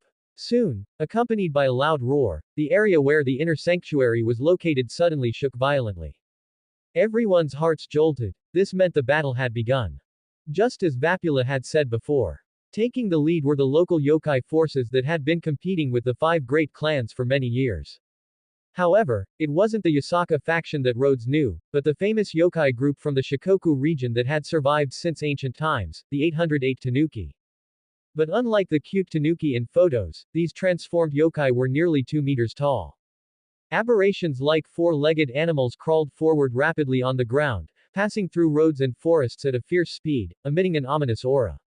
However, the yokai charging like ancient soldiers in a suicide mission crashed into an invisible wall one after another. That wall was the barrier set up by the inner sanctuary. According to what Rhodes knew, there were 5 layers of barriers protecting the inner sanctuary, and each layer was stronger than the last. Even a fallen angel Kadri would find it difficult to break through the barrier easily. But the yokai were clearly not the intellectual type. Upon realizing the small fry were blocked by the first layer of the barrier, a giant monster about 10 times larger than the demon Tanuki appeared with a massive roar. It stood over 20 meters tall, covered in short hair with bulging muscles, and its whole body released a flame-like demonic energy that made one shiver. Then, the monster spat a huge ball of fire from its mouth, and the first layer of the barrier soon cracked and shattered in the scorching heat. The flames even reached the second layer of the barrier, causing it to shake continuously. Just then, another yokai force rushed out of the forest, looking like hairless gorillas. Their bodies were taller than the demon tanuki, standing 3 meters tall, with blue or red skin, full of muscles, wearing simple armor or cloth clothes, and holding crude weapons. Leading them was a monster nearly 6 or 7 meters tall with 2 horns on its head, holding a club that emitted an ominous demonic energy. The appearance of this yokai helped the demon tanuki general, Inagami Gyobu, shatter the second layer of the inner sanctuary's barrier. Accompanied by shrill screams, several exorcists were sent flying by the terrifying force, crashing heavily into distant buildings and losing their lives instantly. The war had fully begun. At the same time, the system's voice rang in Rhodes' mind. Optional quest. Defeat the great yokai Inagami Gyobu and Onryo. The reward will depend on the damage the host deals to them. The higher the damage, the richer the rewards. Optional quest. Assist the yokai in breaking the 5 layers of the inner sanctuary's barrier. Random reward *1. At this moment, all the exorcists of the inner sanctuary were firmly attracted by these 2 formidable yokai forces. The exorcists immediately chanted incantations, made hand seals, or used monk staffs to launch spells at the approaching yokai. Attacks like fire, water columns, and earth walls hit those yokai one after another. Although many yokai were blown away, there were many of them, so it wasn't a big deal. Rhodes had been watching the battle from the very back. After all, he noticed that the mages of Oz and the members of the Shuchen organization hadn't moved for the time being, and the traitors of the Grigori were nowhere to be seen. The yokai forces soon engaged in close combat with the exorcists of the inner sanctuary. Although the yokai were unstoppable at first, when several successor heads of the inner sanctuary holding the power of spirit beasts and several people with sacred gears joined the battlefield, the scales of victory gradually tilted toward the inner sanctuary. The high-level combat power of the inner sanctuary included not only the spirit beast hosts known as the 4 gods, but also 4 sacred gear users hosting the 4 fiends, sacred gears. Although he didn't know why these 4 sacred gear users hadn't been expelled by the 5 great clans, their presence was clearly not good news for the yokai. Rhodes wasn't particularly familiar with the side characters in the spin-off, but since even a piece of trash like Muzan existed in this world, some minor changes to the details were harmless. The number of yokai small fry rapidly decreased under the joint efforts of the 4 gods and 4 fiends. Seeing this, the mages of Oz and the members of the Shuchen organization finally couldn't sit still. They appeared from their hiding places one after another and joined the massive melee. Inagami Gyobu, and Onryo, why are great yokai of your caliber attempting to attack this place? I want to know the reason. Himehime Suzaku, whom Rhodes had met once before, said coldly. This attack was premeditated. Outside the private land of the inner sanctuary, there was a layer of barrier that cut off any means of communication, likely the work of the witches who had been causing trouble recently. Hearing this, the tall demon tanuki leader laughed loudly. You dare ask why? There are more yokai holding grudges against the 5 great clans than can be counted. How many monsters have had their homes destroyed and clans exterminated by you, or have been sealed? It's just that we didn't act before because it was inconvenient to attack in this era, but now that we've found an opportunity, we will strike out like I have. Rumble. The great battle continued. The conversation between Himehime Suzaku and Inagami Gyobu didn't last long. Both sides had long-standing grievances and were mortal enemies. It was impossible to convince either side to retreat with words. Inagami Gyobu's demonic energy surged, and he alone held back most of the high-end combat power of the inner sanctuary. The 4 god spirit beasts led by Himehime Suzaku and the hosts of the 4 fiends sacred gears were respectively dealing with the 2 generals, Inagami Gyobu and Onryo. At the same time, the mages of Oz who joined the battlefield also forced out another opponent appearing in the 5 great clans. A woman wearing a pure white magic robe.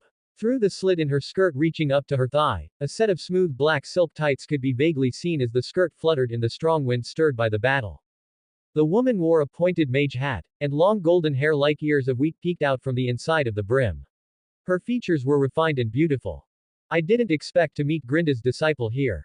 The elderly mage Yakusta narrowed her eyes, her tone somewhat pleasant.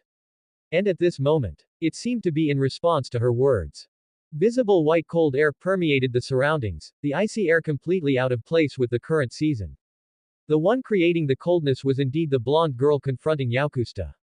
Her name was Lavinia Rennie. Her parents had unfortunately died in an accident when she was young.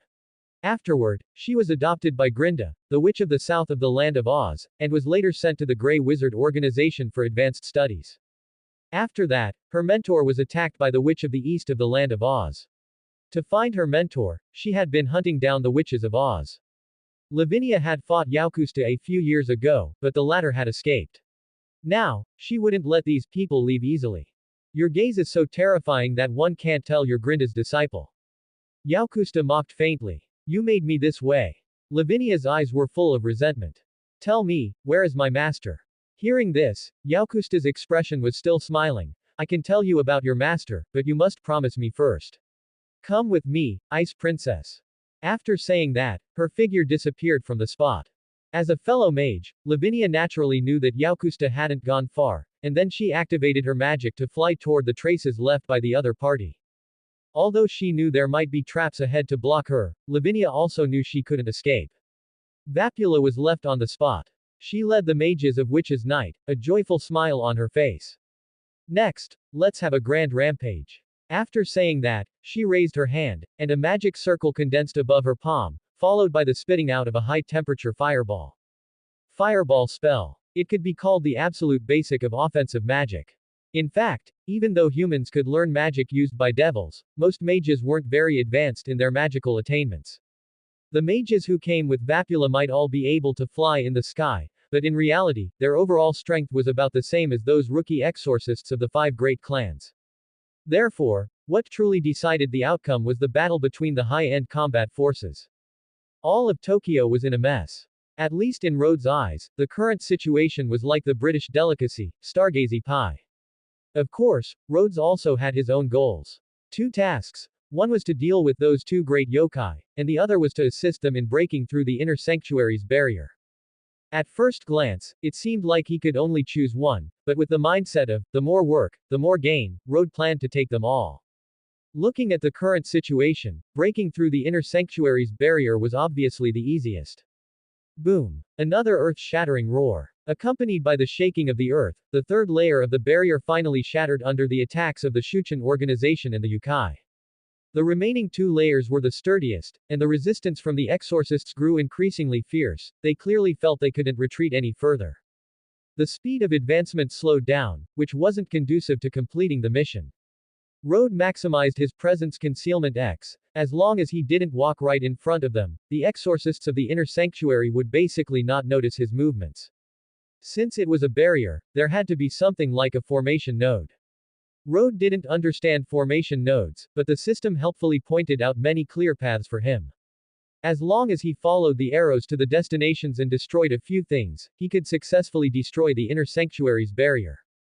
Since it was something that could be solved with action, there was no need to use his brain. Guided by the system mission and using his presence concealment X skill, Rhodes quickly destroyed several formation nodes of the 4th layer barrier. With the roar of a building collapsing, the 4th layer barrier shattered. This left the casters responsible for the barrier completely unable to understand what had happened. But before they could take any remedial measures, the 5th layer barrier surrounding the inner sanctuary mansion flickered from transparent to blurry. Finally, under the astonished eyes of everyone in the inner sanctuary, it shattered completely. The 5th layer barrier has also been destroyed. What on earth is going on? Himehime Suzaku, who was fighting Inagami Gyobu, couldn't hide the shock in her heart. It was precisely because of the protection of the barrier that she had left it to fight outside. But now that the final layer was destroyed, it directly unsettled the emotions of everyone associated with the 5 great clans. Oh no, that thing sealed in the inner sanctuary, we absolutely cannot let them get it. Himehime Suzaku suddenly realized. All that talk about long-standing grudges and an endless fight was just an act by this old Yukai. The true purpose of these thieves was the treasure of Uji. That was the secret treasure sealed within the entire inner sanctuary, containing the heads of the island nation's 3 great Yukai and demon gods, Shuden Doji and Otakemaru, as well as a part of the remains of the golden-faced 9-tailed fox. Besides those, there were also many relics of legendary high monks, and precious books and treasures like the Kumogakure chapter of the Tale of Genji. Inagami Gyobu and Onryo first pretended to be the main force and launched a massive attack to draw away most of the inner sanctuary's main strength. Then let the mages of Oz and Shuchen organization members harass the remaining forces, and finally sent a small group specifically to break the inner sanctuary's barriers and sneak in to steal the treasure of Uji. She should have thought of it sooner. Although the inner sanctuary's barriers were very strong, if the opponents were mages from the land of Ozu, combined with information brought out by traders of the 5 great clans within the Shuchen organization, breaking through the 5 layers of barriers wouldn't be difficult. Himehime Suzaku felt the urge to retreat, letting 3 others take over while she quickly flew toward the inner sanctuary headquarters. Meanwhile, the culprit, Road, knew nothing about the treasure of Uji. After breaking the 5th layer barrier, the second mission was prompted as complete. Mission: assist in breaking the inner sanctuary's 5-layer barrier, completed. Rewards obtained: Walpurgisnacht, Tokyo Spirit World, Abyssal Fallen Ones, and Empty Cicada Reputation +10 each. Item: Senzu Bean, 50. Item: Senzu Bean instantly restores all physical strength, energy, and external injuries upon consumption, but cannot cure diseases. This thing is even more useful than hand sanitizer. Rhodes' eyes lit up. As far as he knew, there was a pure-blooded devil family in the underworld called the Phoenix family, who became the wealthiest in the underworld by selling phoenix tears that could heal any injury. Just a single drop of phoenix tears could sell for an astronomical price. It was a treasure that was hard to find even with money. It would definitely be sold out as soon as it hit the market, and many phoenix tears were pre-ordered by other pure-blooded devil families, making it impossible for ordinary devils to buy them. And Senzu beans could not only heal injuries but also instantly replenish physical strength, making them the ultimate support item in Dragon Ball. The protagonist group used them to defeat many enemies. But because the Senzu beans ability was too IMBA, the anime simply gave a reason about reduced production, so the protagonist group couldn't use them anymore. Of course, thinking about it carefully, the existence of this thing was indeed unbalanced. After all, as long as you had enough Senzu beans, it was like others were playing on normal mode while you were playing infinite firepower mode with auto heal. Keeping a Senzu bean in his mouth for emergencies, Road glanced at the system map and suddenly noticed something marked at the lowest level of the inner sanctuary mansion. Seeing this, Road's heart grew hot with excitement. Basically, anything marked on the system map was either a mission objective or a valuable lootable item. Although this was the heart of the 5 great clans and could reluctantly be considered a neutral power, Road, as a transmigrator, naturally didn't have such high moral standards. Unless necessary, good things belonged to whoever found them. Besides, can you call what a transmigrator does stealing? It's just that auto loot wasn't turned off. Surprisingly, the guards for the marked item were quite weak. Perhaps because they were confident that no one could break through the inner sanctuary's 5-layer barrier, Road successfully reached the marked location after knocking out 2 exorcists. This was a place resembling an altar. The walls and floor were inscribed with formations Road couldn't understand using cinnabar, and many yellow talismans were pasted around. As soon as he entered the altar room, Road felt a chill envelop him. The source of the chill was 3 wooden boxes placed in the center of the altar. Made of rosewood and looking quite old, the talismans and formations were already aged. As he approached, Road seemed to hear some kind of whispering in his ear, enough to disturb one's mind. However, Road was strong enough to remain unaffected. But if an ordinary person or those rookie exorcists stayed here for a long time, their minds would surely be affected, and even their consciousness would be controlled by these whispers. And things placed here were either rare items or something sealed away. After all, these big families loved doing this. But Road only knew that it was enough if it was a treasure. After peeling off the talisman and opening one of the wooden boxes, a hideous and terrifying head stared back at Road. Good grief, you're telling me this is a treasure. Road almost threw the box in his hand. At first glance, it was completely the head of a monster, eyes tightly closed, skin crimson, with a head of red hair hanging like flames. Road didn't know what it was, but the system helpfully provided an introduction. Head of the Yukai King, Shuten Doji. Status: sealed. Shuten Doji. Isn't that the famous great Yukai from Japan? Road was surprised. However, he didn't think much of it. After all, since even Onryo and Inagami Gyobu could appear, it wasn't surprising for Shuten Doji to pop up. Although he didn't know why the 5 great clans didn't destroy these great Yukai but instead sealed them here, Road didn't hesitate. He directly turned on the auto-loot function and collected everything in the altar into his storage space. Seeing that there was nothing left to pick up, he also planned to leave to avoid being cornered. However, just as Road was about to move, he noticed a red dot on the system map rapidly approaching. By the time he reacted, the red dot had already appeared above the altar. Caught up so fast. Rode was a bit surprised. Those exorcists were certainly quick to return for defense. He tried the teleportation anchor on the map, only to find a prompt saying the teleportation function was unavailable. Forced combat. Unless it was for a mission, Rode rarely had conflicts with others, but he didn't lose his head. Instead, he continued to maintain his presence concealment state. The altar room was not small, and there were many places to hide. Rode found a spot near the door to hide, preparing to act when that person came in. Or he could just slip away when they weren't looking. Anyway, wearing his Superman glasses, no one would recognize who he was. So Rode had absolutely no psychological burden when it came to ambushing people he didn't know. Soon, accompanied by a strong wind that blew open the ajar door, an aura that would make one's skin feel a bone-chilling cold poured in from the entrance. This aura was clearly not that of an exorcist. Then, with heavy footsteps, a lean man appeared from the shadows, wearing a black coat with a high collar and a standard European aquiline nose. He was very tall, about 2 meters. Long brown hair hung over his shoulders, and his silver eyes in the dim environment emitted a strange glow.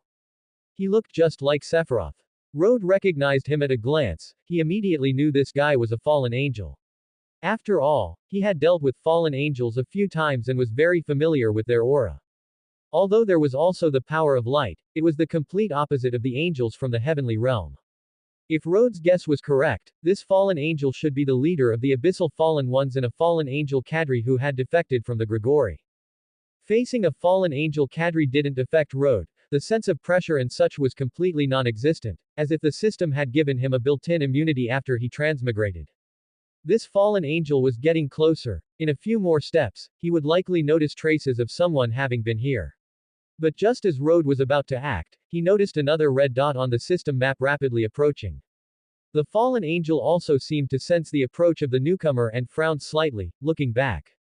Like Rode, it was clearly too late to leave now. However, the fallen angel did not choose to hide like Rode. His aura was particularly powerful, and he didn't have Rode's skill to hide his aura. Staying inside was as conspicuous as a searchlight at midnight. After Himehime Suzaku arrived at the main hall of the inner sanctuary, she frowned at the sight of the guards lying scattered and unconscious, her face immediately darkening. Continuing deeper, the seal of the basement altar had indeed been broken by force, making Himehime Suzaku's expression even grimmer. Upon entering the altar, she also noticed the only man in the room with silver eyes. The aura emanating from the opponent made Himehime Suzaku heighten her vigilance. Even as the host of the spirit beast Suzaku, she felt a powerful sense of pressure from this tall man. It was even greater than the great Yukai Inagami Gyobu outside. Knowing the newcomer meant no good, Himehime Suzaku's expression was cold, and her slender body gradually emitted a strong flame and aura.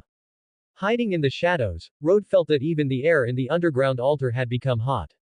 Sensing Himehime Suzaku's approach, the fallen angel cadre cast an interested gaze at the young girl with his silver eyes.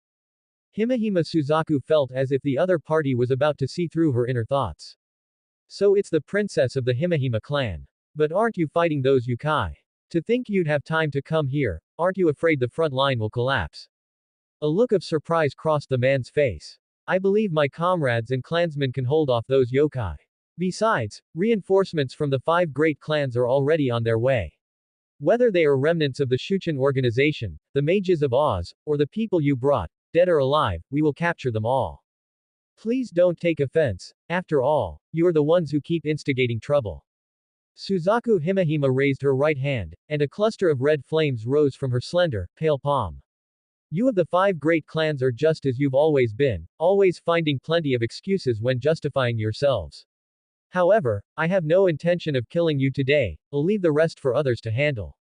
As the words fell, a magic circle for teleportation emerged beneath the feet of the fallen angel Satanel. Trying to teleport. I won't let you have your way. Suzaku Himehime had long been on guard, and the flames in her hand swiftly shot toward Satanel's figure. Seeing the girl's attack, Satanel merely waved his hand casually to disperse the fireball. However, Suzaku Himehime's true intention was not to attack Satanel, but to dismantle the teleportation magic circle beneath his feet. Crack! The magic circle was instantly destroyed under the scorching heat of the flames, and Satanel, who should have departed, was forced to remain where he was. TCH, humans really do resort to such petty tricks.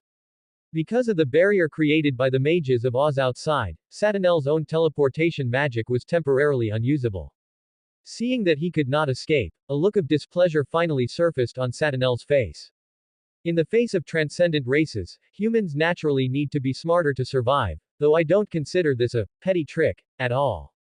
Suzaku Himehime spoke fearlessly. In fact, judging by the current situation, letting Satinel leave would clearly have been the best decision.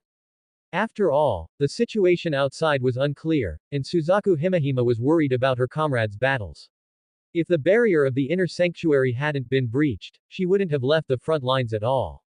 However, the treasure of Uji, sealed in the inner sanctuary, along with various other important treasures, had been stolen. If only ordinary treasures, historical artifacts, or ancient records had been taken, Suzaku Himehime wouldn't have been so reckless as to force Satinel to stay. But the most important items, the remains of the three great yokai, were missing. As the successor to the head of the Himehime clan, she knew very well that the three great yokai were not completely dead. As long as the seals were undone and they were granted power once more, they could be resurrected. While they might not destroy the world, destroying the land of this island nation would be no problem at all. The five great clans had also had some dealings in the past with the Abyssal Fallen Ones group led by the Fallen Angels. They paid an extraordinary amount of attention to sacred gears. Combined with the fact that the Grigori had even established an institution to research sacred gears, this gave Suzaku Himehime a bad premonition. Perhaps this fallen angel Kadri wanted to take the heads of those three great yokai and use his knowledge of sacred gears to do something special. Though she didn't know exactly what it was, it certainly wouldn't be anything good. Suzaku Himehime was the first to attack. The aura that was previously just drifting around her body suddenly surged in an instant, turning into a raging fire that enveloped the girl. The temperature in the air rose sharply, even breathing it into the lungs caused a burning sensation. She then swept her right arm toward Satinel. A wave of fire instantly shot out. Boom! A scorching pillar of fire blasted toward Satinel's position. The terrifying heat even ignited substances along the path that it didn't touch, leaving a long, charred trail on the ground. As the princess of the Himehime clan, your strength is decent. You truly are the youngest standout of the five great clans. Within the flames, Satinel was protected by a powerful force of light. Suzaku Himehime's attack was completely ineffective, failing to leave even a single burn mark on him. Suzaku Himehime's expression remained unchanged. Next, she turned her right palm upward, and the flames she formed quickly condensed into the shape of a vermilion bird. Accompanied by the cry of a living creature, the vermilion bird made of fire flew straight at Satinel. Its speed was as fast as a gale. Satinel finally stopped intentionally posturing. Although the gap between them was still obvious, Suzaku Himehime was, after all, the host of the spirit beast, the vermilion bird. Satinel could look down on Suzaku Himehime, but he could not ignore the power of the vermilion bird. Vroom! The atmosphere vibrated as a thick spear of light condensed in Satinel's hand. Suzaku Himehime's face changed slightly. Without a second thought, she exerted herself to move far away from where she had just been standing. Rumble. In the next second, the spear of light, carrying fast and violent power, crushed the flaming vermilion bird and also shattered the spot where Suzaku Himehime had just been. If she hadn't dodged in time, she would have been blown to pieces by now. After Suzaku Himehime landed, her own aura had been pushed to its limit, but her eyes were filled with unprecedented solemnity. The terrifying strength Satinel displayed was fearsome. If anyone else from the inner sanctuary had come to face Satinel, they might have already been defeated in that exchange. How could she win? For Suzaku Himehime alone, she could see no dawn of victory with just her own strength. But if she could hold out until reinforcements arrived, there might be a way. Yet upon second thought, the plan for this attack on the inner sanctuary was quite sophisticated. Every one of them had an opponent they had to deal with. The fallen angel Kadri Satinel was instead an enemy outside of that expected situation. Satinel also knew very well that his power was stronger than Suzaku Himehime's. Thus, having no intention of staying for a chat, he decided to kill the woman obstructing him or simply take her away. After all, the spirit beast residing in her body was also of great research value. In the next second, Satinel suddenly lunged forward. His body turned into a black blur, making the air let out a piercing hiss as he moved at high speed, throwing a punch towards Suzaku Himehime's chest. Bang! Suzaku Himehima's body was immediately sent flying, but fortunately, she had condensed a flame barrier in time. Otherwise, just taking this hit would have caused her to lose all combat capability. The weakness of humans compared to other races was too obvious, their physical fitness was simply too weak. Suzaku Himehime struggled to prop herself up. Although she had blocked the nearly fatal blow just now, her body was still injured by the shock. If she hadn't been training her body on a daily basis, it would have been difficult for her to get back up. Even though she had recognized the gap between herself and Satinel, her status meant she couldn't just stand by and let Satinel leave. The moment she rose, several more firebirds in the shape of the vermilion bird shot out, but Satinel used holy light to forge a sword of light and, with a few slashes, tore the flames to shreds. Truly a princess of the Himehime clan, your courage is commendable. But that is the only thing I can praise you for. Satinel's voice made no attempt to hide his amusement and mockery. Even though he didn't know where the heads of the three great yokai had been put, capturing one of the four gods who was alone was a stroke of good fortune. If the vermilion bird could be extracted from her body and placed into an artificial sacred gear, would it create a sacred gear comparable to a Longinus? With such thoughts, the corners of Satinel's mouth curled even more. However, at that moment, a massive pressure suddenly descended upon Satinel. It was as if a mountain were pressing down on his head, causing Satinel's feet to sink several inches into the ground. Looking closely, a crimson five elements magic circle had appeared beneath his feet. Suzaku Himehime gritted her teeth, chanting obscure incantations. By the power of the nine purple fire star, turn into the flames of Yingha. A powerful aura steamed up from Suzaku Himehime's body. And that aura quickly formed the shape of the spirit beast vermilion bird behind the girl. Compared to when it was condensed in her palm, the vermilion bird's size was far larger, and one could faintly hear its loud, clear cry. Satinel felt a flicker of trepidation. The gravity suppression was nothing much, but the magic circle beneath his feet gave him a very bad feeling. In the very next second, a giant pillar of fire erupted from the magic circle that covered more than half of the room. The scorching heat constantly baked the surrounding environment. With nowhere to retreat, Satinel was hit instantly, and a violent explosion and deafening roar broke out on the scene. The pillar of fire even shattered the ceiling of the underground altar and pierced through the traditional roof of the inner sanctuary's main hall. Is that the main hall? What happened? That's Lady Suzaku's spirit beast fire. Have enemies already appeared in the main hall? The battle that erupted at the very center of the inner sanctuary made the group of exorcists look grim, while the yokai and the mages of Oz grew more excited as they fought. The situation was in their favor. Once their respective bosses finished off the four gods and the four fiends, the five great clans would face their destruction today. Explosions and screams rose one after another, and panic quickly spread throughout the entire area. Fortunately, amidst the chaos, the sacred gear holders of the four fiends, who had been accepted by the five great clans, stabilized the situation, but no one knew what the outcome would be. Meanwhile, in the underground altar of the inner sanctuary, Satinel, who had been outwitted by Suzaku Himehime, was now charred all over. The combat suit under his black coat was covered in melted spots, and smoke rose from his pale skin. Even his hair, which originally resembled Sephiroth's, had turned into a black afro. Rhodes watched from the side, holding back a laugh. But then again, he hadn't expected that even Suzaku Himehime's full power strike failed to kill Satinel. Was the strength of this fallen angel cadre a bit too ridiculous?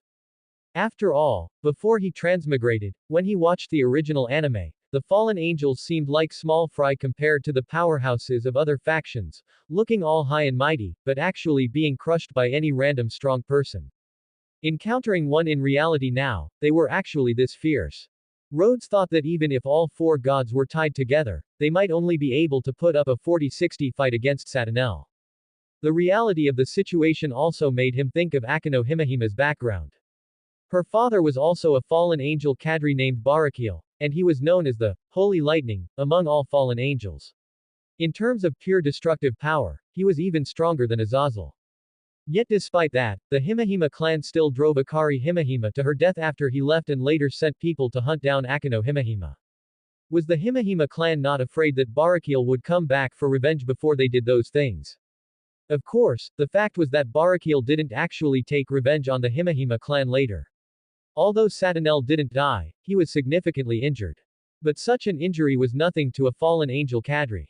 More than the injuries on his body, he was now even more shocked and enraged that he had been outwitted by a little brat. A dangerous expression appeared on Satanel's face. He looked at the solitary Suzaku Himehime and let out a cruel smile.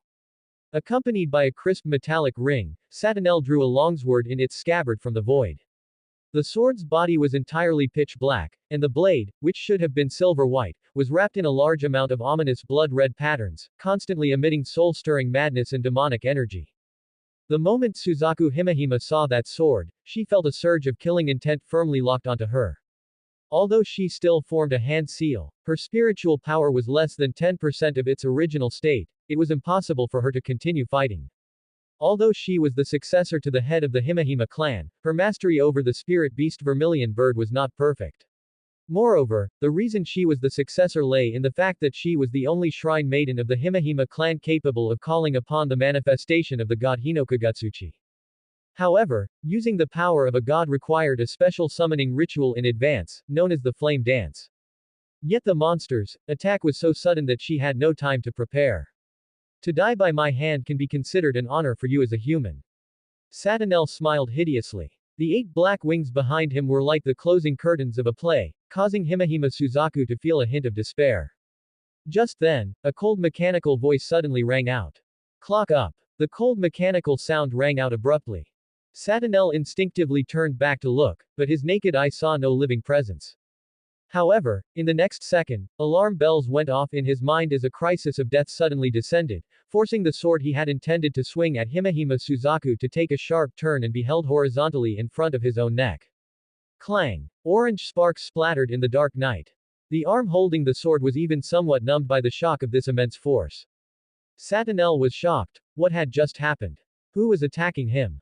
But before he could think further, the same sense of mortal danger descended again, and this time, the target was his heart. Satanel swung his sword again, narrowly blocking the invisible attack, but the attacker remained nowhere to be seen, leaving only a shower of sparks. Uploaded wrong. If he hadn't been able to sense a specific aura, Satanel would have thought it was a ghost. But ghosts were completely beneath him, let alone fighting him. Even if one stood before Satanel, its soul would be instantly obliterated. Buzz. Sensing danger from behind, Satanel instinctively swung his sword backward. The pitch-black demonic sword instantly unleashed a massive crescent-shaped shockwave, destroying everything behind him. The crescent shockwave continued unabated, even slicing the entire inner sanctuary mansion in half, dealing a devastating blow to this building that had stood for centuries. But Satanel knew he hadn't hit the thing that was hiding. Boom! A sound of breaking air came from Satanel's side. Due to the impact of the explosion and the opponent's excessive speed, he failed to react in time. Accompanied by a loud noise, Satanel's side was struck by a massive force, sending him flying instantly and crashing into the ruins. Himehime Suzaku stood up by leaning against the ruins, her eyes somewhat blank as she watched Satanel being blown away. What exactly just happened? In her perception, all of this had occurred in just an instant. Could it be that reinforcements from the 5 great clans had arrived? But no matter how she imagined it, she couldn't guess who in the 5 great clans could push a fallen angel cadre to such an extent. Even more bewildered than Himehime Suzaku was Satanel. He was well aware of the strength composition of the 5 great clans.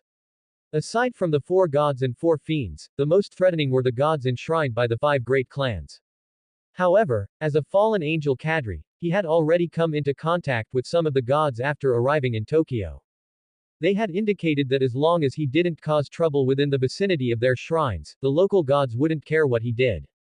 In contrast, it was the 5 great clans who enshrined the gods that were incredibly harsh towards outsiders. Satanel stood up. Although the hit to his side was painful and perhaps broke 2 ribs, it wasn't a particularly severe injury. Compared to his current injury, the wounds he sustained during the Great War of the 3 factions he once participated in were far more serious. He had been on the verge of death but survived. Come out. Hiding your head and showing your tail like a rat in a gutter. Although the injury wasn't heavy, Satanel felt he had lost all face. As a dignified fallen angel cadre, he was actually beaten so miserably by a fellow who wouldn't even show his face. That being said, Rode, who had succeeded several times, wouldn't be so foolish as to actually show himself. The opponent was, after all, a high-ranking member of the fallen angels, perhaps an old monster who had survived the war with heaven. Facing such an enemy head-on was clearly not a good habit. Therefore, Road continued to use Clock Up to constantly add injuries to Satanel's body. And the course of the battle was much as he had anticipated. Even though he had entered the Clock Up state, a fallen angel of Satanel's level could still make corresponding counterattacks based solely on battle instinct and aura perception, even if he couldn't see Road's figure clearly. Although Road had succeeded several times, he had basically only caused minor injuries. Of course, Road didn't think Satanel was truly that strong. After all, the battle had only just begun. With his current physical fitness, he could sustain Clock Up for a longer period. The time for thought was but an instant. In Road's vision, the world before him was still in a slowed down state. Satanel had also just stood up, but those eyes had turned blood red, seemingly looking toward the position where he was standing.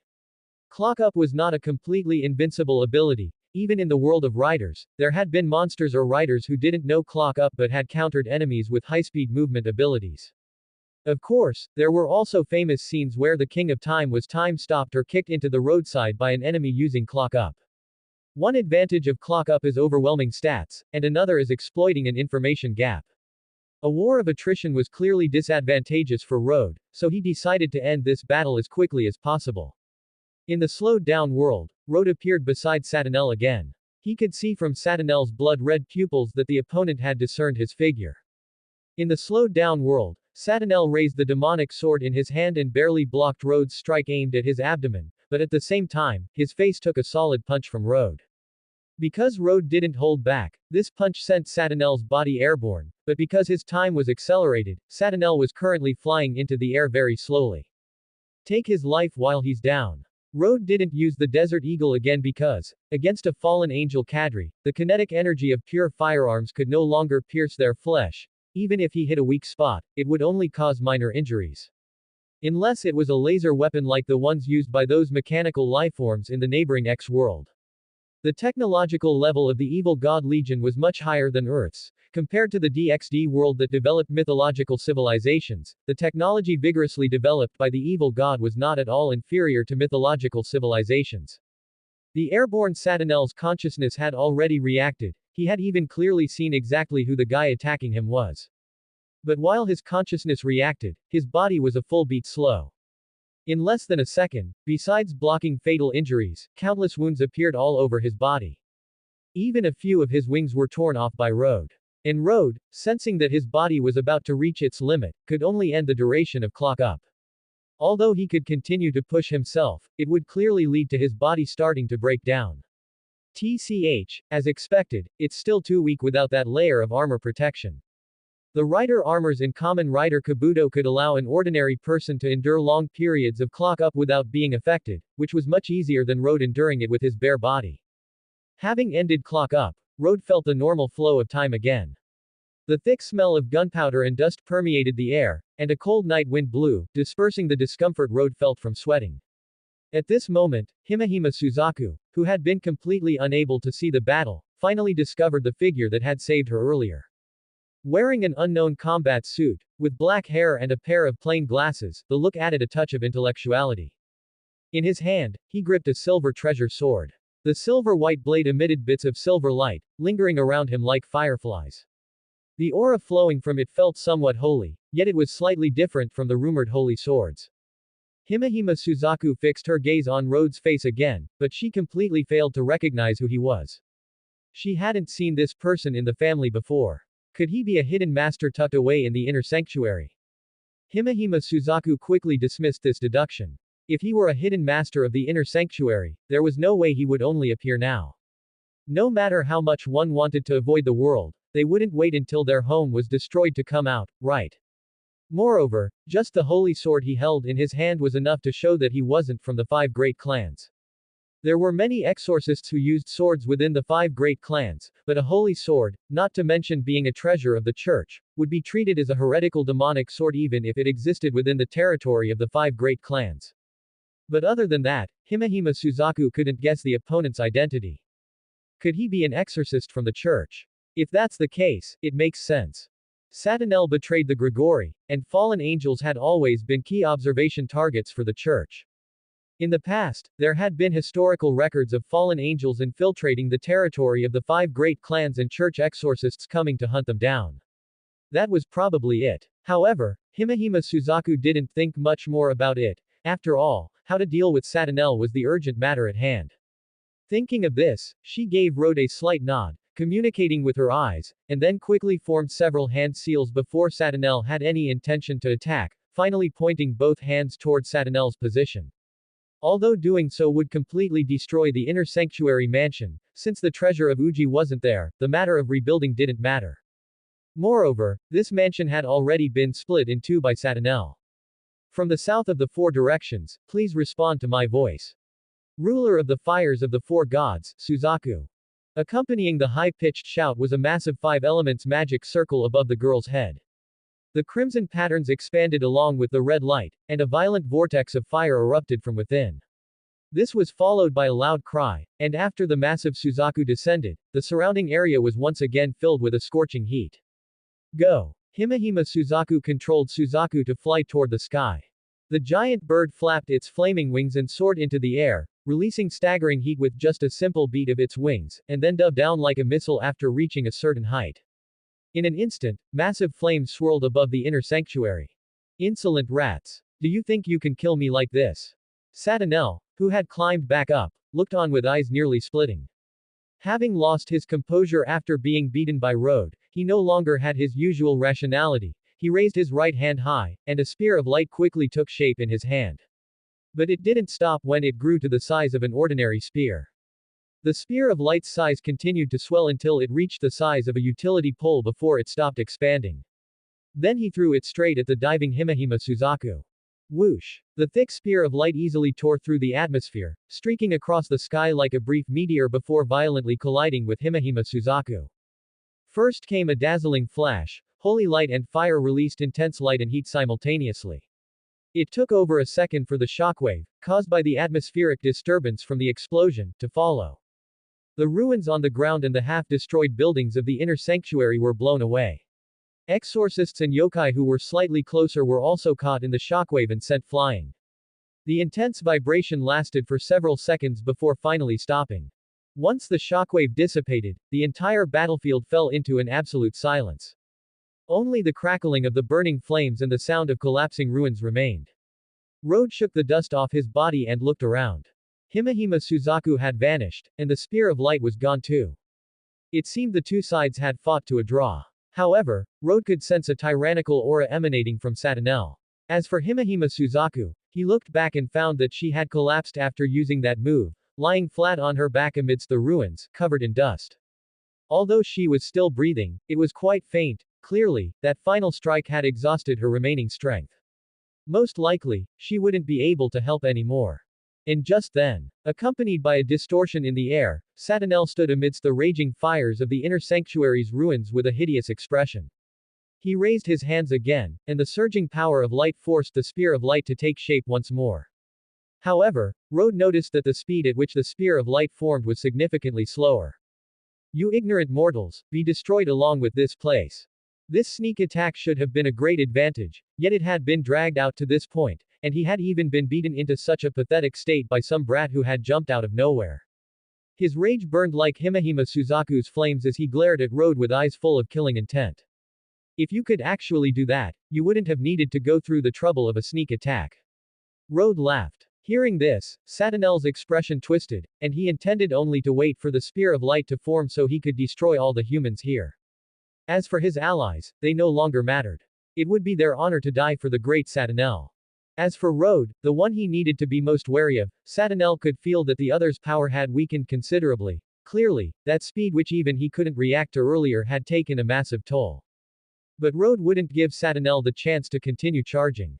He swallowed the senzu bean in his mouth, and his physical strength and energy instantly recovered to their peak without any logic. Clock up. Accompanied by an emotionless mechanical voice, Road once again entered the realm of Clock Up. Satanel was startled, a flash of astonishment crossing his eyes. This human can still use. Before he could finish his thought, Road's attack had already landed on him. Because most of Satanel's attention was focused on condensing the spear of light, and his rage had clouded his reason, he could no longer react to Road's attack.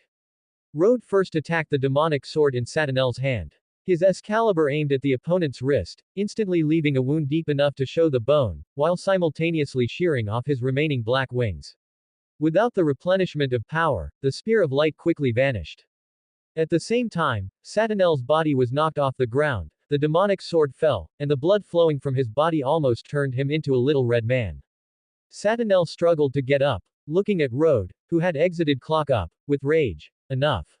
You fooled mortal, I am the great fallen angel. As soon as he finished speaking, Rode bowed slightly and placed the holy sword behind him in a drawing stance. Because of the previous battle, this place had become the focus of the battlefield. Whether it was the inner sanctuary, the mages, the yokai, or the members of the Shuchen organization, every pair of eyes was fixed on this spot.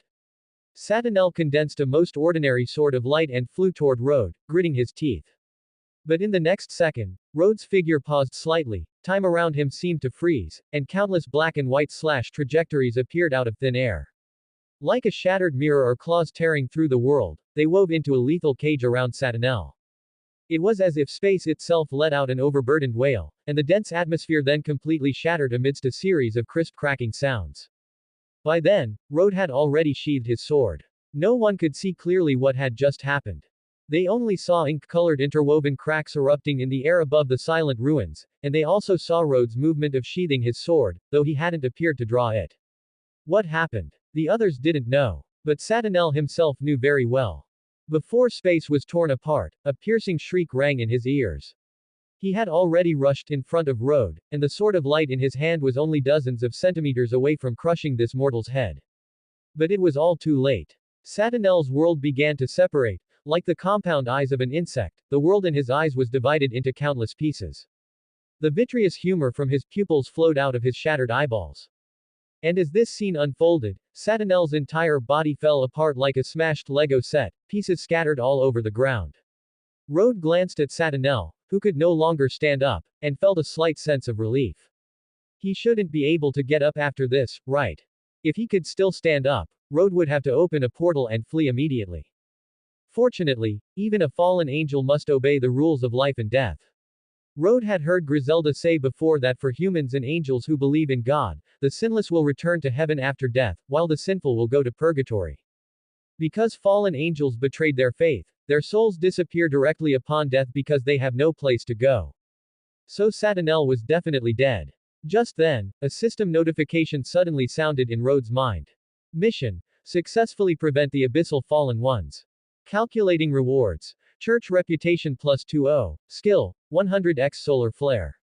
Skill: 100x solar flare converts internal energy into high-intensity light energy, creating an instantaneous flash to temporarily blind enemies. Note: even wearing sunglasses is useless. After a quick glance at the description, Rode stopped paying attention to it. After all, he still had a mission to do. Thinking of this, Rode looked at Himehime Suzaku, who seemed to have woken up due to the vibration of the previous attack.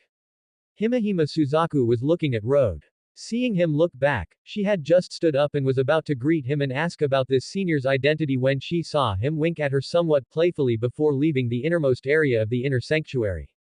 At this moment, Rode's figure had become the focus of everyone's attention. After all, he was the one who killed that powerful fallen angel Kadri. Even until the end, no one knew exactly what kind of move Rode had used for that final strike. At least, neither the 5 great clans nor the mages of Oz knew this move. Seeing Satanel die, the mages, the Shuchen organization, and the abyssal fallen ones that Satanel had brought also began to look panicked after coming to their senses. It was clearly a great situation. How could it be reversed so suddenly? What bad luck. It seems we have to retreat this time.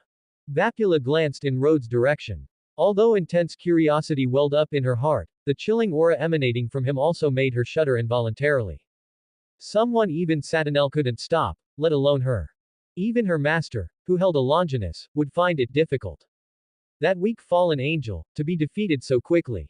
The great yokai Inagami Gyobu was disappointed. If he had just held on a little longer, why did he always mess up at the final moment? But there was no choice. Now that things had reached this point, it could only retreat. Otherwise, it would only die here in vain. Thinking of this, Inagami Gyobu looked at the spirit beast holders blocking its way. Its huge body immediately swelled, and it then spat out a large mass of condensed demonic energy. Boom. The compressed demonic energy exploded violently upon hitting the ground, sending many exorcists flying. Immediately after, Inagami Gyobu leapt high with a speed inconsistent with its massive body, preparing to leave the battlefield. Onryo, who was with it, also saw that things were going south and wanted to escape underground. But clearly, someone wouldn't give them the chance to escape. He couldn't lose the free mission rewards. Road, in Clock Up, quickly caught up with the two yokai. Without needing to use Dimensional Slash, he destroyed their bodies simply by using the Holy Sword. Their bodies are this weak. Road was somewhat surprised. Compared to Satanel, the physical quality of these two great yokai seemed much weaker, not at all on the same level. The heads of Inagami Gyobu and Onryo flew high and fell to the ground. The next moment, the system notification sounded in Road's mind. You have successfully defeated the great yokai Inagami Gyobu and Onryo. Calculating damage rewards. Rewards are as follows. Obtained items. Momotaro Rice Ball * 5. Item. Momotaro Rice Ball can tame wild beasts by feeding it to them. Ineffective on humans. Duration. 30 minutes. The reward was a bit hard to evaluate. But it was also within expectations. After all, Inagami Gyobu and Onryo had been fighting the people from the inner sanctuary until now. Road's damage to them probably wasn't that high. If he could have killed them from the start, the rewards might have been better. But Road didn't dwell on it. Something was better than nothing. Glancing at the empty mission log on the system interface, Road, standing by the yokai corpses, looked back at the people from the inner sanctuary. Although he didn't know if they were friends or foes, Road's actions of killing Satanel and the two great yokai were fresh in their minds.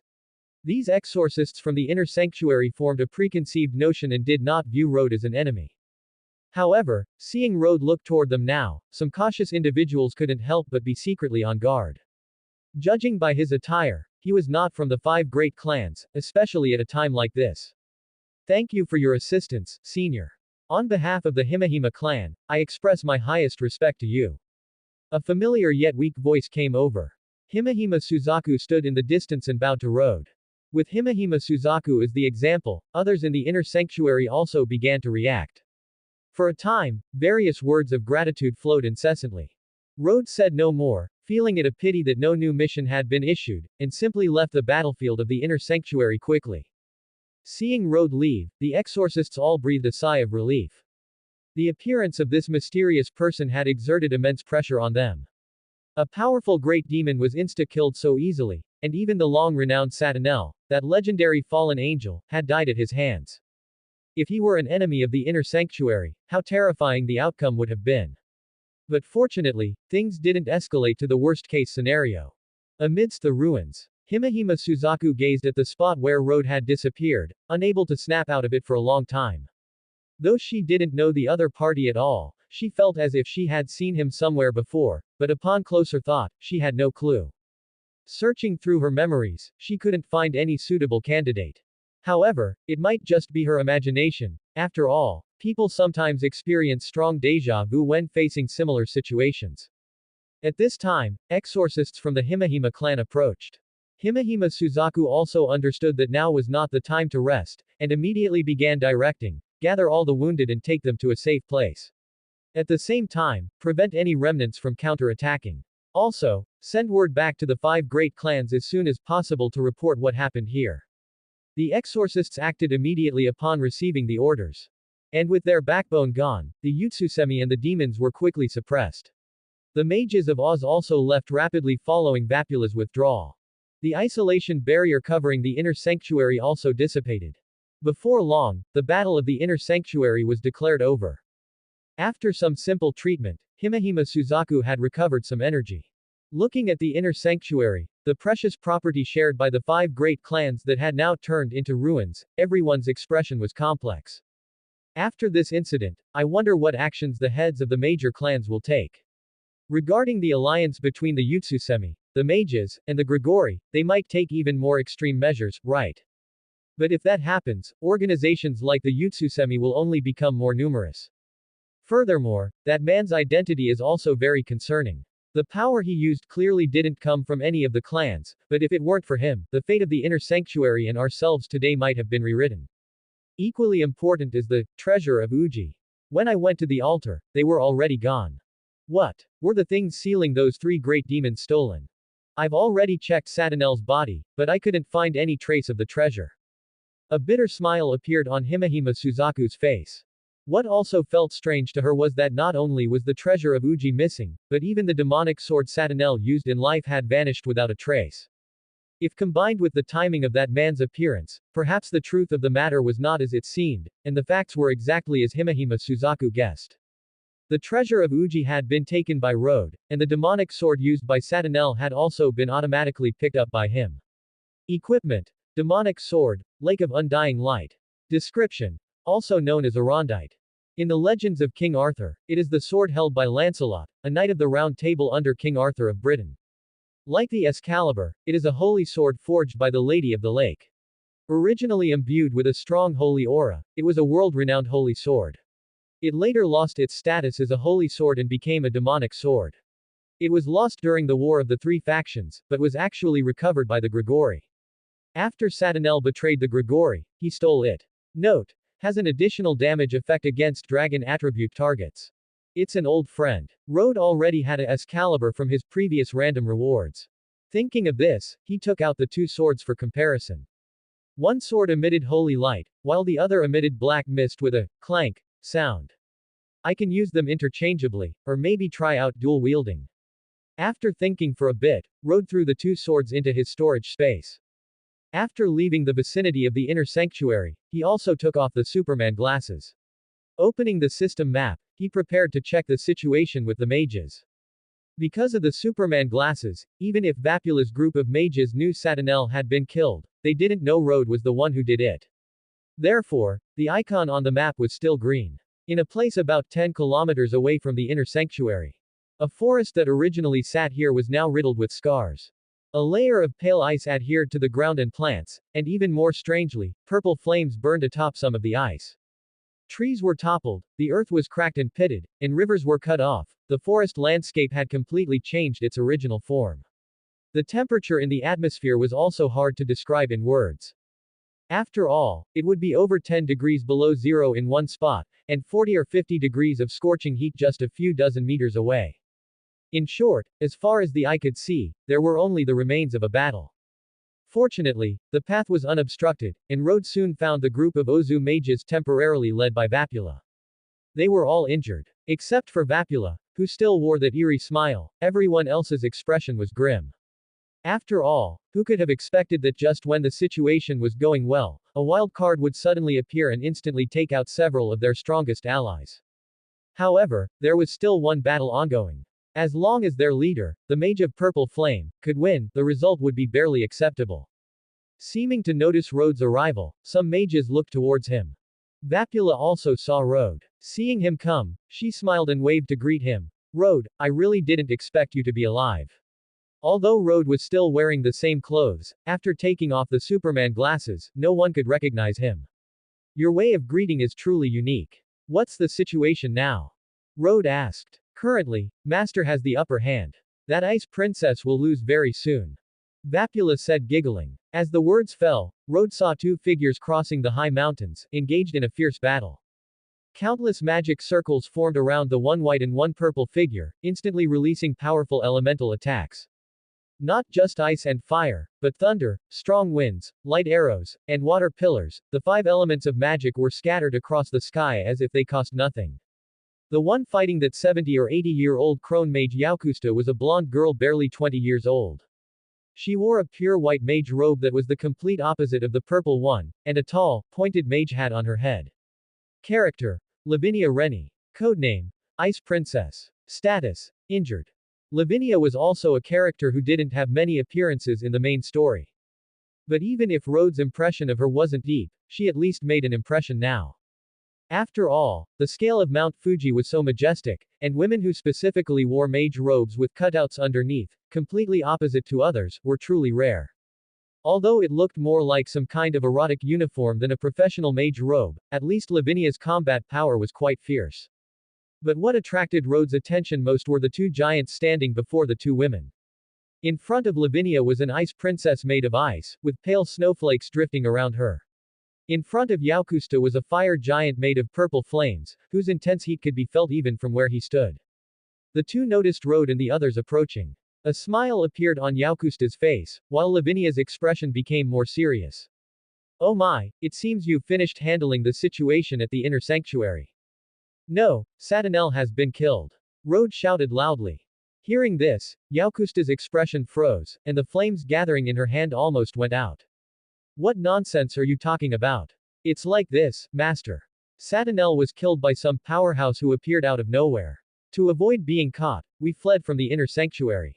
Vapula stepped forward and explained somewhat helplessly. Who knew that fallen angel Kadri was so weak that he couldn't even beat an opponent we'd never seen before? There's actually such a thing. Yaukusta suppressed the shock in her heart. She naturally knew Satanel was no weakling. In terms of strength, he was fully comparable to her, who held a Longinus. And someone capable of killing Satanel would at the very least have to be in existence at the level of a fallen angel Kadri. Could it be that Azazel or Barakil from the Grigori had arrived in person? Or perhaps a powerhouse sent by the church? After hearing this news, Yaukusta immediately regrouped her mindset. She and Satanel were merely in a cooperative relationship. She didn't feel sad about his death, just felt that he died too quickly, which was a bit unrealistic. However, she didn't think much more about it. Taking down the Ice Princess before her was the top priority. Hearing this news, the expression on Lavinia's face relaxed. But soon she looked at Yaukusta again with an unyielding expression. As things stand, we have already won.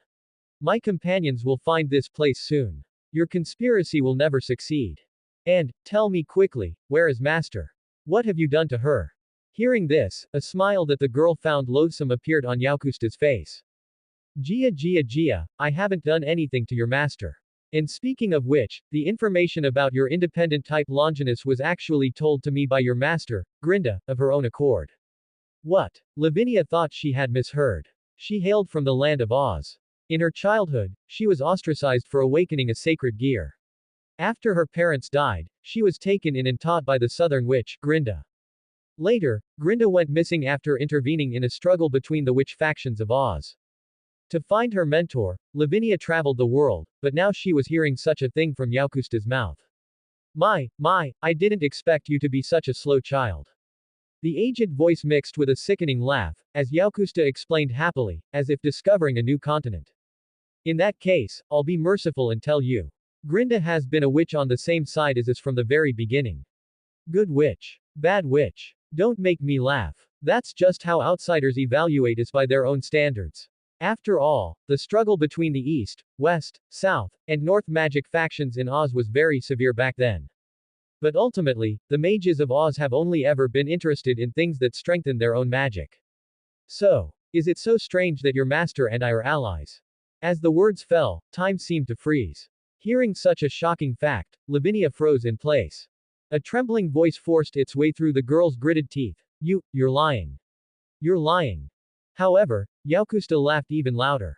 If you don't believe me, then I'll let you speak with the mentor you've always trusted. With that, she opened a small communication magic circle in her hand. Grinda, can you hear me? Next, the voice of an elderly woman, which sounded extremely familiar to Lavinia, slowly drifted out. Yaukusta, didn't you go to the Far East? Why are you contacting me all of a sudden? It's nothing much. I happen to be fighting your apprentice, the Ice Princess, right now. She seems to have been working very hard to find you, so I decided to be merciful and let her hear your voice.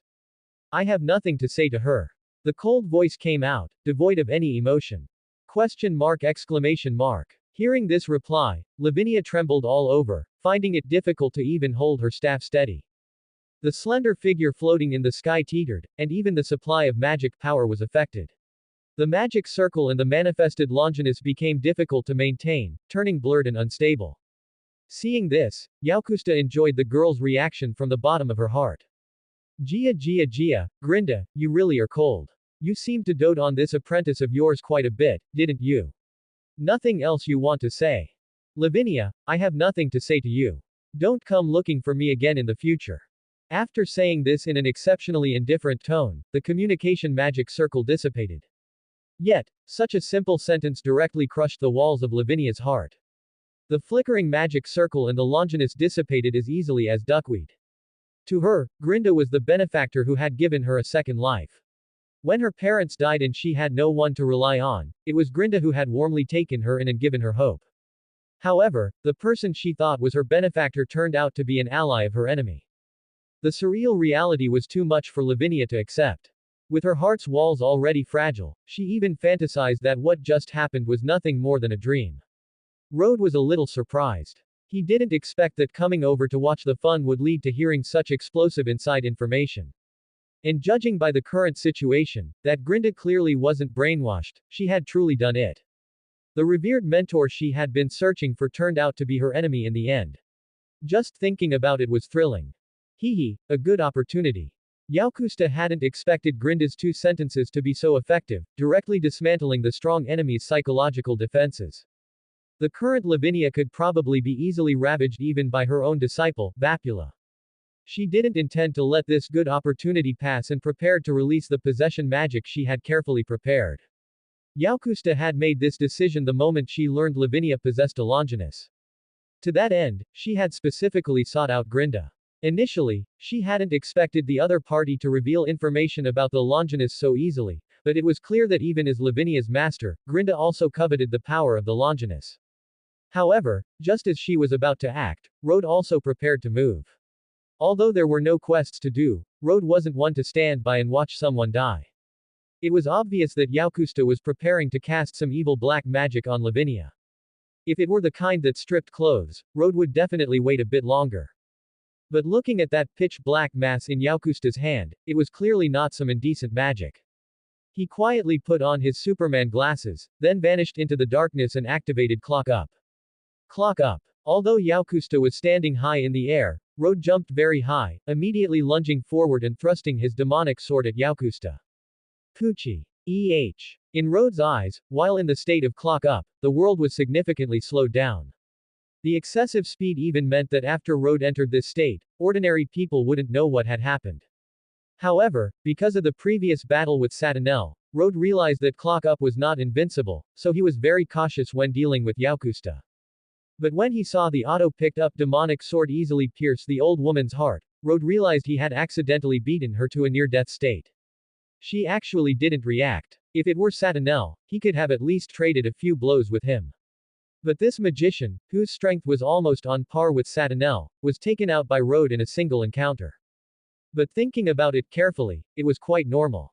The focus of a magician lies in the word, magic. Magicians in this world are not like Gandalf in Lord of the Rings, who smashes people's skulls with a staff. Magic is magic. Under normal circumstances, they would never engage in physical combat with a staff. Even though Yaukusta, as a top-level magician, had a defensive barrier around her body. On one hand, her magic power had been consumed during the fight with Lavinia, and on the other hand, the black magic she was currently using forcibly extracted most of the magic power from her body, causing her own defense to drop to an extremely low level. Combined with the fact that Rode was holding a demonic sword specifically modified by a fallen angel, it resulted in this outcome. Just as Rode was about to finish her off once and for all, he suddenly felt an alarming heat rushing towards him. The reason was that the fire giant created by Yaukusta with the Longinus had reacted and was attacking him at a neither fast nor slow pace. Although it was impossible to hurt Rode, the fire giant had already blocked Yaukusta's body. Rode did not linger in the fight. After dodging the attack, he looked at Lavinia, who was still in a daze. After quickly approaching Lavinia, Rode hoisted the girl, whose sanity had collapsed, onto his shoulder. Clock Up stopped. Since it wasn't a particularly intense battle, there was no need for Rode to keep pushing his physical limits. PFF'd. The fire giant's attack missed, but the scorching purple flame still fell from the sky. After tracing a deep purple streak in the pitch-black night sky, it struck towards the location of Vapula and the others like a meteorite. The magicians gathered there were instantly startled and hurriedly used various magics to flee. Finally, with a boom, the ground for dozens of meters around was turned into scorched earth, and it also ignited the nearby mountain forests, giving rise to a raging wildfire. But after this strike, the fire giant, having lost its target, could no longer continue its attack, and its form began to blur. The reason was that the holder, Yaukusta, had had her heart pierced, and her life force was rapidly draining away like a tide. It was only then that Yaukusta finally reacted. But more than the sharp pain, what made her brain freeze was the fact that she had been ambushed just as she was about to succeed. As the sharp pain in her chest continued to assault her pain nerves, Yakusta's body also teetered. But often at such times, a person at death's door will burst forth with extraordinary power. Adrenaline surged through Yakusta's entire body, and her originally pale body stopped its descent in midair, her magic power surging once again. Chosen Holy Cross, O Master of the Purple Flame. In that instant, purple flames erupted from Yakusta's entire body. These flames were originally capable of separating from the body to form an independent manifested purple flame giant, but at this moment, they enveloped her entire body, making Yakusta like a pilot as she expanded and took shape around her body, turning into a fire giant holding a massive cross. After taking form, Yakusta glared at the figure carrying Lavinia on his shoulder. Bright red blood was dripping from the pitch-black demonic sword. Yakusta understood that it was her own blood, and she also recognized that the demonic sword was the very one Satanel had used. That fallen angel had been boasting about how using a demonic sword suited him as a fallen angel, but she hadn't expected it to vanish so quickly after they parted at the start of the plan. In her fury, Yakusta swung her fist, and the fire giant moved accordingly. With what seemed like a light swing of its arm, it turned the surrounding forest into a sea of fire, its aura extremely terrifying. If an ordinary person were touched by even a bit of the flame, they would likely die instantly. The purple flame giant's speed might be fast compared to an ordinary person, but for Road, it was actually very slow. Moreover, its overly massive body made its attacking movements look both sluggish and clumsy. Even with a 36D beauty on his shoulder, Road could easily dodge the attacks without using clock up. Watching Yakusta's movements grow slower and slower, Road had originally intended to just slip away, but when he suddenly thought of a possibility, he turned and played hide-and-seek with her instead. In any case, Vapula's group had been caught in Yakusta's friendly fire, so they certainly wouldn't have time to worry about him. You fool! Bug! Ah! Facing Road, who was even more slippery than a loach, Yakusta, unable to hit him, could only let out a roar of helplessness. But the more she did so, the more it strained her wound. The hole in her heart had originally been plugged by magic power, but the dual consumption of magic and the Longinus made it difficult for her to sustain herself. Combined with Road avoiding direct combat and the fact that the Lavinia she had acquired was snatched away, her anger surged to her heart. The fire giant's movements grew slower and slower, until finally, that purple flame turned into a tiny flicker. Ah! After letting out one last scream, Yakusta finally fell towards the ground in unwilling defeat. She didn't even know where this guy wearing glasses had popped out from. If Yakusta knew that the person who killed her was the very Road she had intended to use as cannon fodder earlier, she would probably be so angry she'd come back to life. For Road, although he had killed Yakusta, overall, the benefits outweighed the disadvantages. After all, even with the Superman glasses, there was still a risk of exposure. Although exposure wouldn't really affect anything, Road always felt that in this world, having an extra identity was always better. And this time, there wasn't even a system quest. It was truly an act of mercy on his part. But just then, Road suddenly saw a special cluster of purple flames emerge from Yakusta's corpse. Its way of moving was like a mouse at home. After peeking out of its hole, it looked around and then quickly scurried off in one direction. But Road was faster. After activating Clock Up, he caught the cluster of flames in his palm without anyone noticing. Road didn't check the description of this thing immediately. Seeing that it could be put into his storage space, he threw it in and then directly left this place of trouble. It wasn't until he could no longer feel the presence of other magicians that Road finally had time to relax and check the spoils of war from just now. However, different from its state before being put into storage, the purple flame had gone out, replaced by a purple cross no larger than an adult's palm. Just by holding it in his hand, Road could feel a powerful force brewing within it. That old witch Yakusta was simply wasting a treasure. If she could have utilized 100% of this thing's ability, it would have been absolutely impossible for Road to take her down so easily.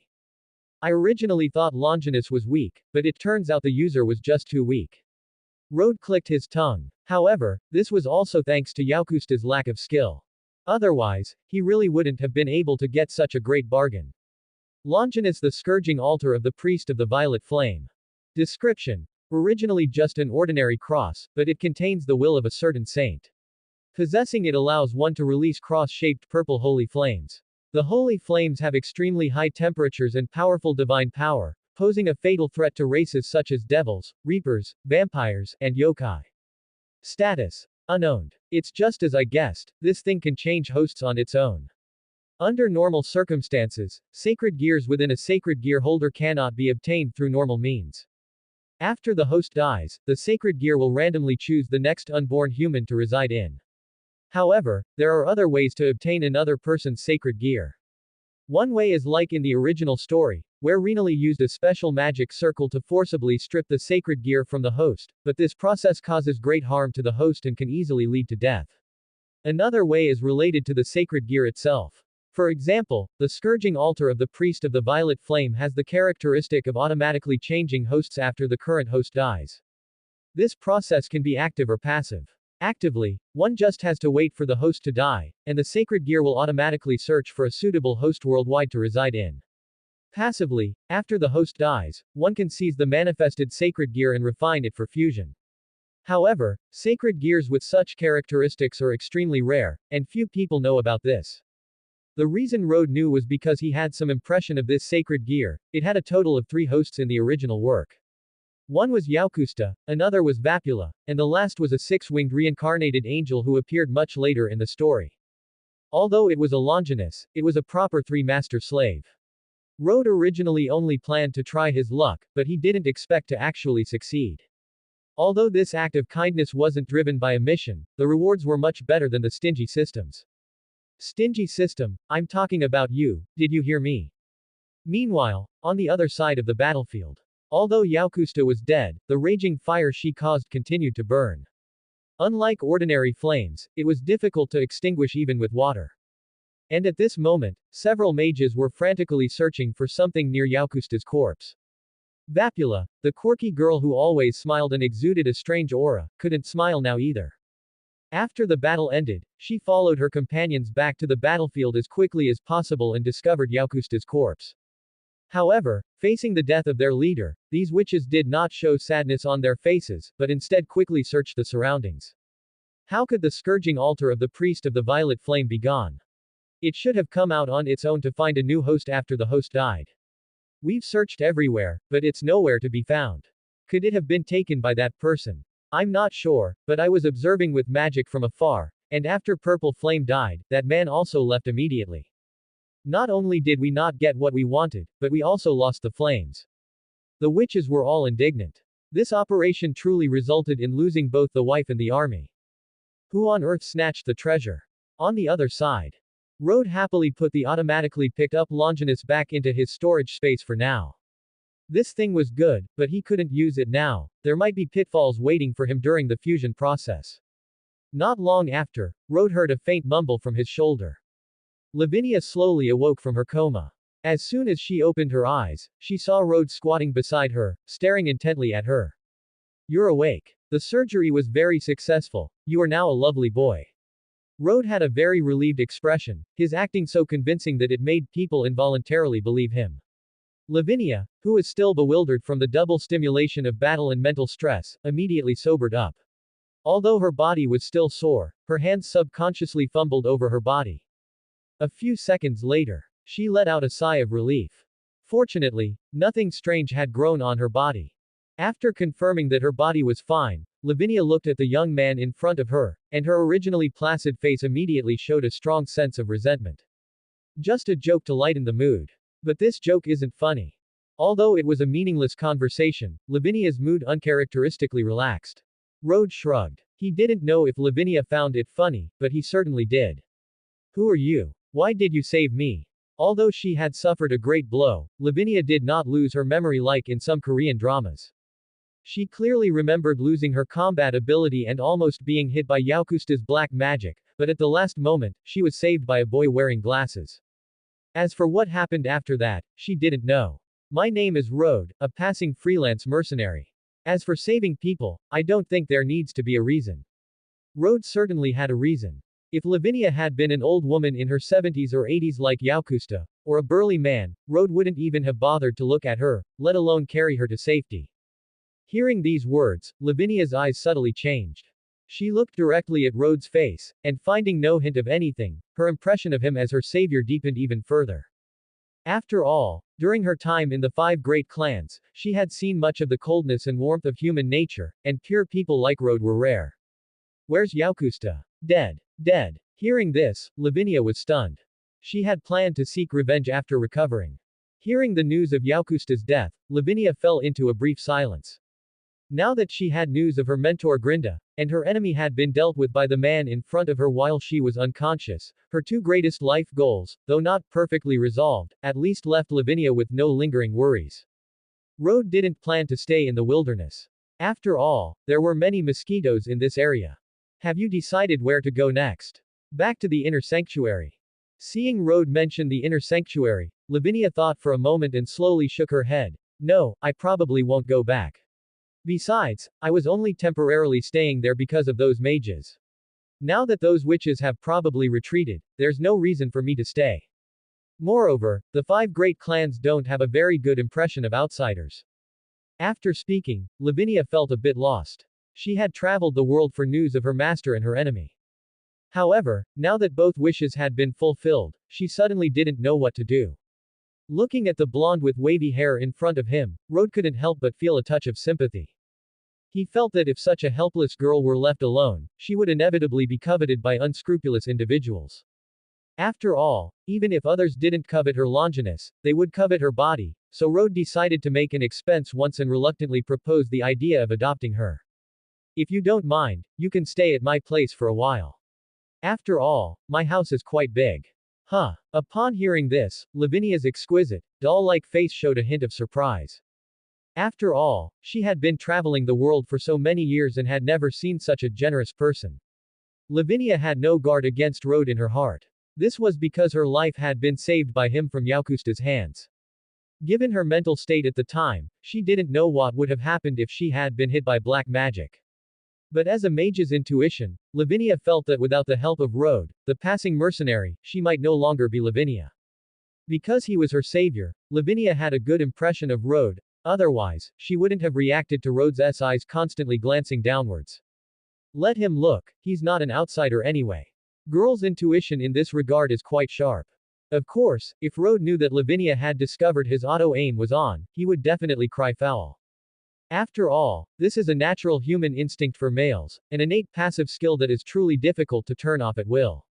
Moreover, Rode wasn't specifically targeting Lavinia alone. There were simply too many beautiful girls in this world, and Rode maintaining his composure and not actively flirting on the street could already be considered quite saintly.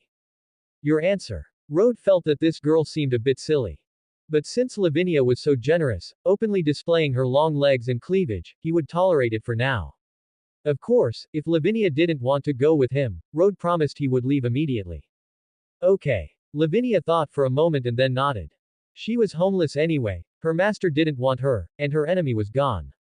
Until she figured out where to go next, going with Rode seemed like a good option. Seeing Lavinia make a decision, Rode was slightly surprised, but he quickly regained his composure.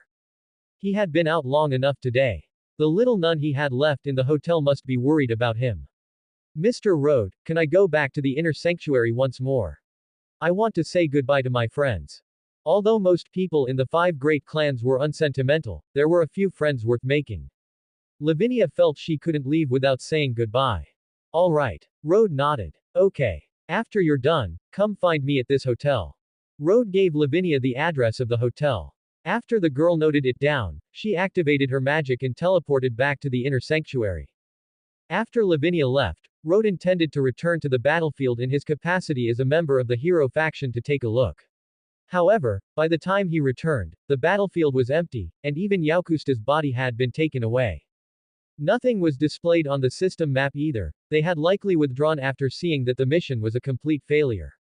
If he were in their shoes, he would have made the same choice. With no further developments, Rode returned to the original hotel at 2 o'clock in the morning. After opening the door with his key card, an object traced an arc through the air in the pitch-black room and flew toward him. Rode caught it and felt it. It turned out to be a pillow. Soon, a timid voice came from the direction of the living room sofa. Asia's fragile voice, tinged with a hint of unease and a slight sob, asked, Is that Lord Rode? It's me. As Rode turned on the lights, he saw the girl huddled on the sofa with slightly red-rimmed eyes. She was covered with a blanket and was pointing what appeared to be a TV remote at Rode. However, upon seeing it was Rode, Asia's expression changed instantly to one of overjoyed relief. She threw the blanket aside and quickly trotted from the sofa to Rhode's side, as if only this could provide her with a sense of security. I've been following your warning and didn't let anyone in. Good girl. Rhode didn't know what else to say, so he simply reached out and patted her small head. This young girl was likely terrified by the experiences of the past few days. Coupled with having personally witnessed him fighting those rogue exorcists, she, who had never traveled far from home, probably already saw Rhode as her sole reliance. The warmth transmitted from his palm caused Asia's body to relax, and a tiny curve formed at the corners of her mouth. Go to sleep. With the sense of security Rhode provided, Asia, who had been huddled on the sofa with her nerves taut, finally felt waves of drowsiness hit her. She squinted and let out a yawn, then slowly walked toward the bedroom. However, upon seeing the layout of the room inside, her small face suddenly turned red. But thinking of Rhode, she seemed to make some sort of decision and prepared to turn back. But Rhode had already entered the bathroom by then. After being busy for so long tonight and fighting several powerful opponents in succession, Rhode was now covered in sweat.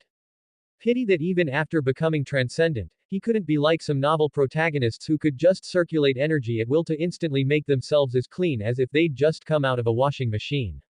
He still had to shower when he needed to, and he couldn't skip sleeping or eating either. Since it was a top-tier suite, the water in the bathtub was temperature controlled. Rhode stripped naked and soaked his whole body in. Instantly, all the pores across his body seemed to open up, feeling incredibly refreshing. After soaking for a while, Rhode took out his phone and dialed Griselda's number. If nothing else, Griselda was very quick to answer the phone. What's wrong, Rhode? The familiar mature female voice came through again. You're not asleep yet. Upon hearing this, there was a moment of silence on the other end of the line. Should I be sleeping at this time? Oh, I almost forgot it's just becoming night over there. Rhode had originally intended to play a prank, but he hadn't considered the time difference. Hearing this, Griselda was momentarily speechless. How old was he, and he still intended to use such a low-level prank? However, she immediately recalled that she seemed to have called him late at night before. Could it be that he was trying to get revenge? How petty. Then I'll call you back in 8 hours. Just kidding. I just got back from the inner sanctuary. Oh, let's hear it. Next, Rhode gave a brief description of what happened at the inner sanctuary tonight. After he finished, Griselda remained silent for a while. I didn't expect those fallen angels to still haven't given up on their research into sacred gears. Fortunately, you stopped Satanel's plot, otherwise, if he had truly succeeded, the consequences would be unimaginable. However, because of this, the 5 great clans might intensify their scrutiny of outsiders. Of course, you don't need to worry, they'll need some time to recuperate at least for the short term. But I'd advise you to leave Kyoto as soon as possible. After all, who knows what those extremely xenophobic exorcists might suddenly do in their madness. I have my own sense of propriety regarding this matter. Rhode replied. As long as you have a sense of propriety. Stay safe at all times, and take some time to rest next. Griselda sighed softly. Although she wasn't clear on exactly what happened tonight, judging just from the few condensed sentences from Rhode's mouth, the situation at the time must have been exceptionally dangerous. This made Griselda suddenly feel a sense of guilt. After all, she had actually let Rhode get involved in such a dangerous mission. One wrong step and he would have been beyond redemption. Fortunately, Rhode's strength was even greater than she had imagined, being able to handle even a fallen angel cadre like Satanel. This result greatly exceeded her expectations. However, Rhode sounded a bit displeased upon hearing this. Resting is one thing, but don't you know me? The world's situation is currently in peril, and there must be many urgent missions that need handling. How can you expect me to sleep? If there are very important missions, hurry up and issue them to me. Only people who are useless to world peace would rest. Griselda. She felt she was still too kind to Rhode. All along, she had treated Rhode like a younger brother rather than just a simple mercenary, but Rhode didn't appreciate it at all.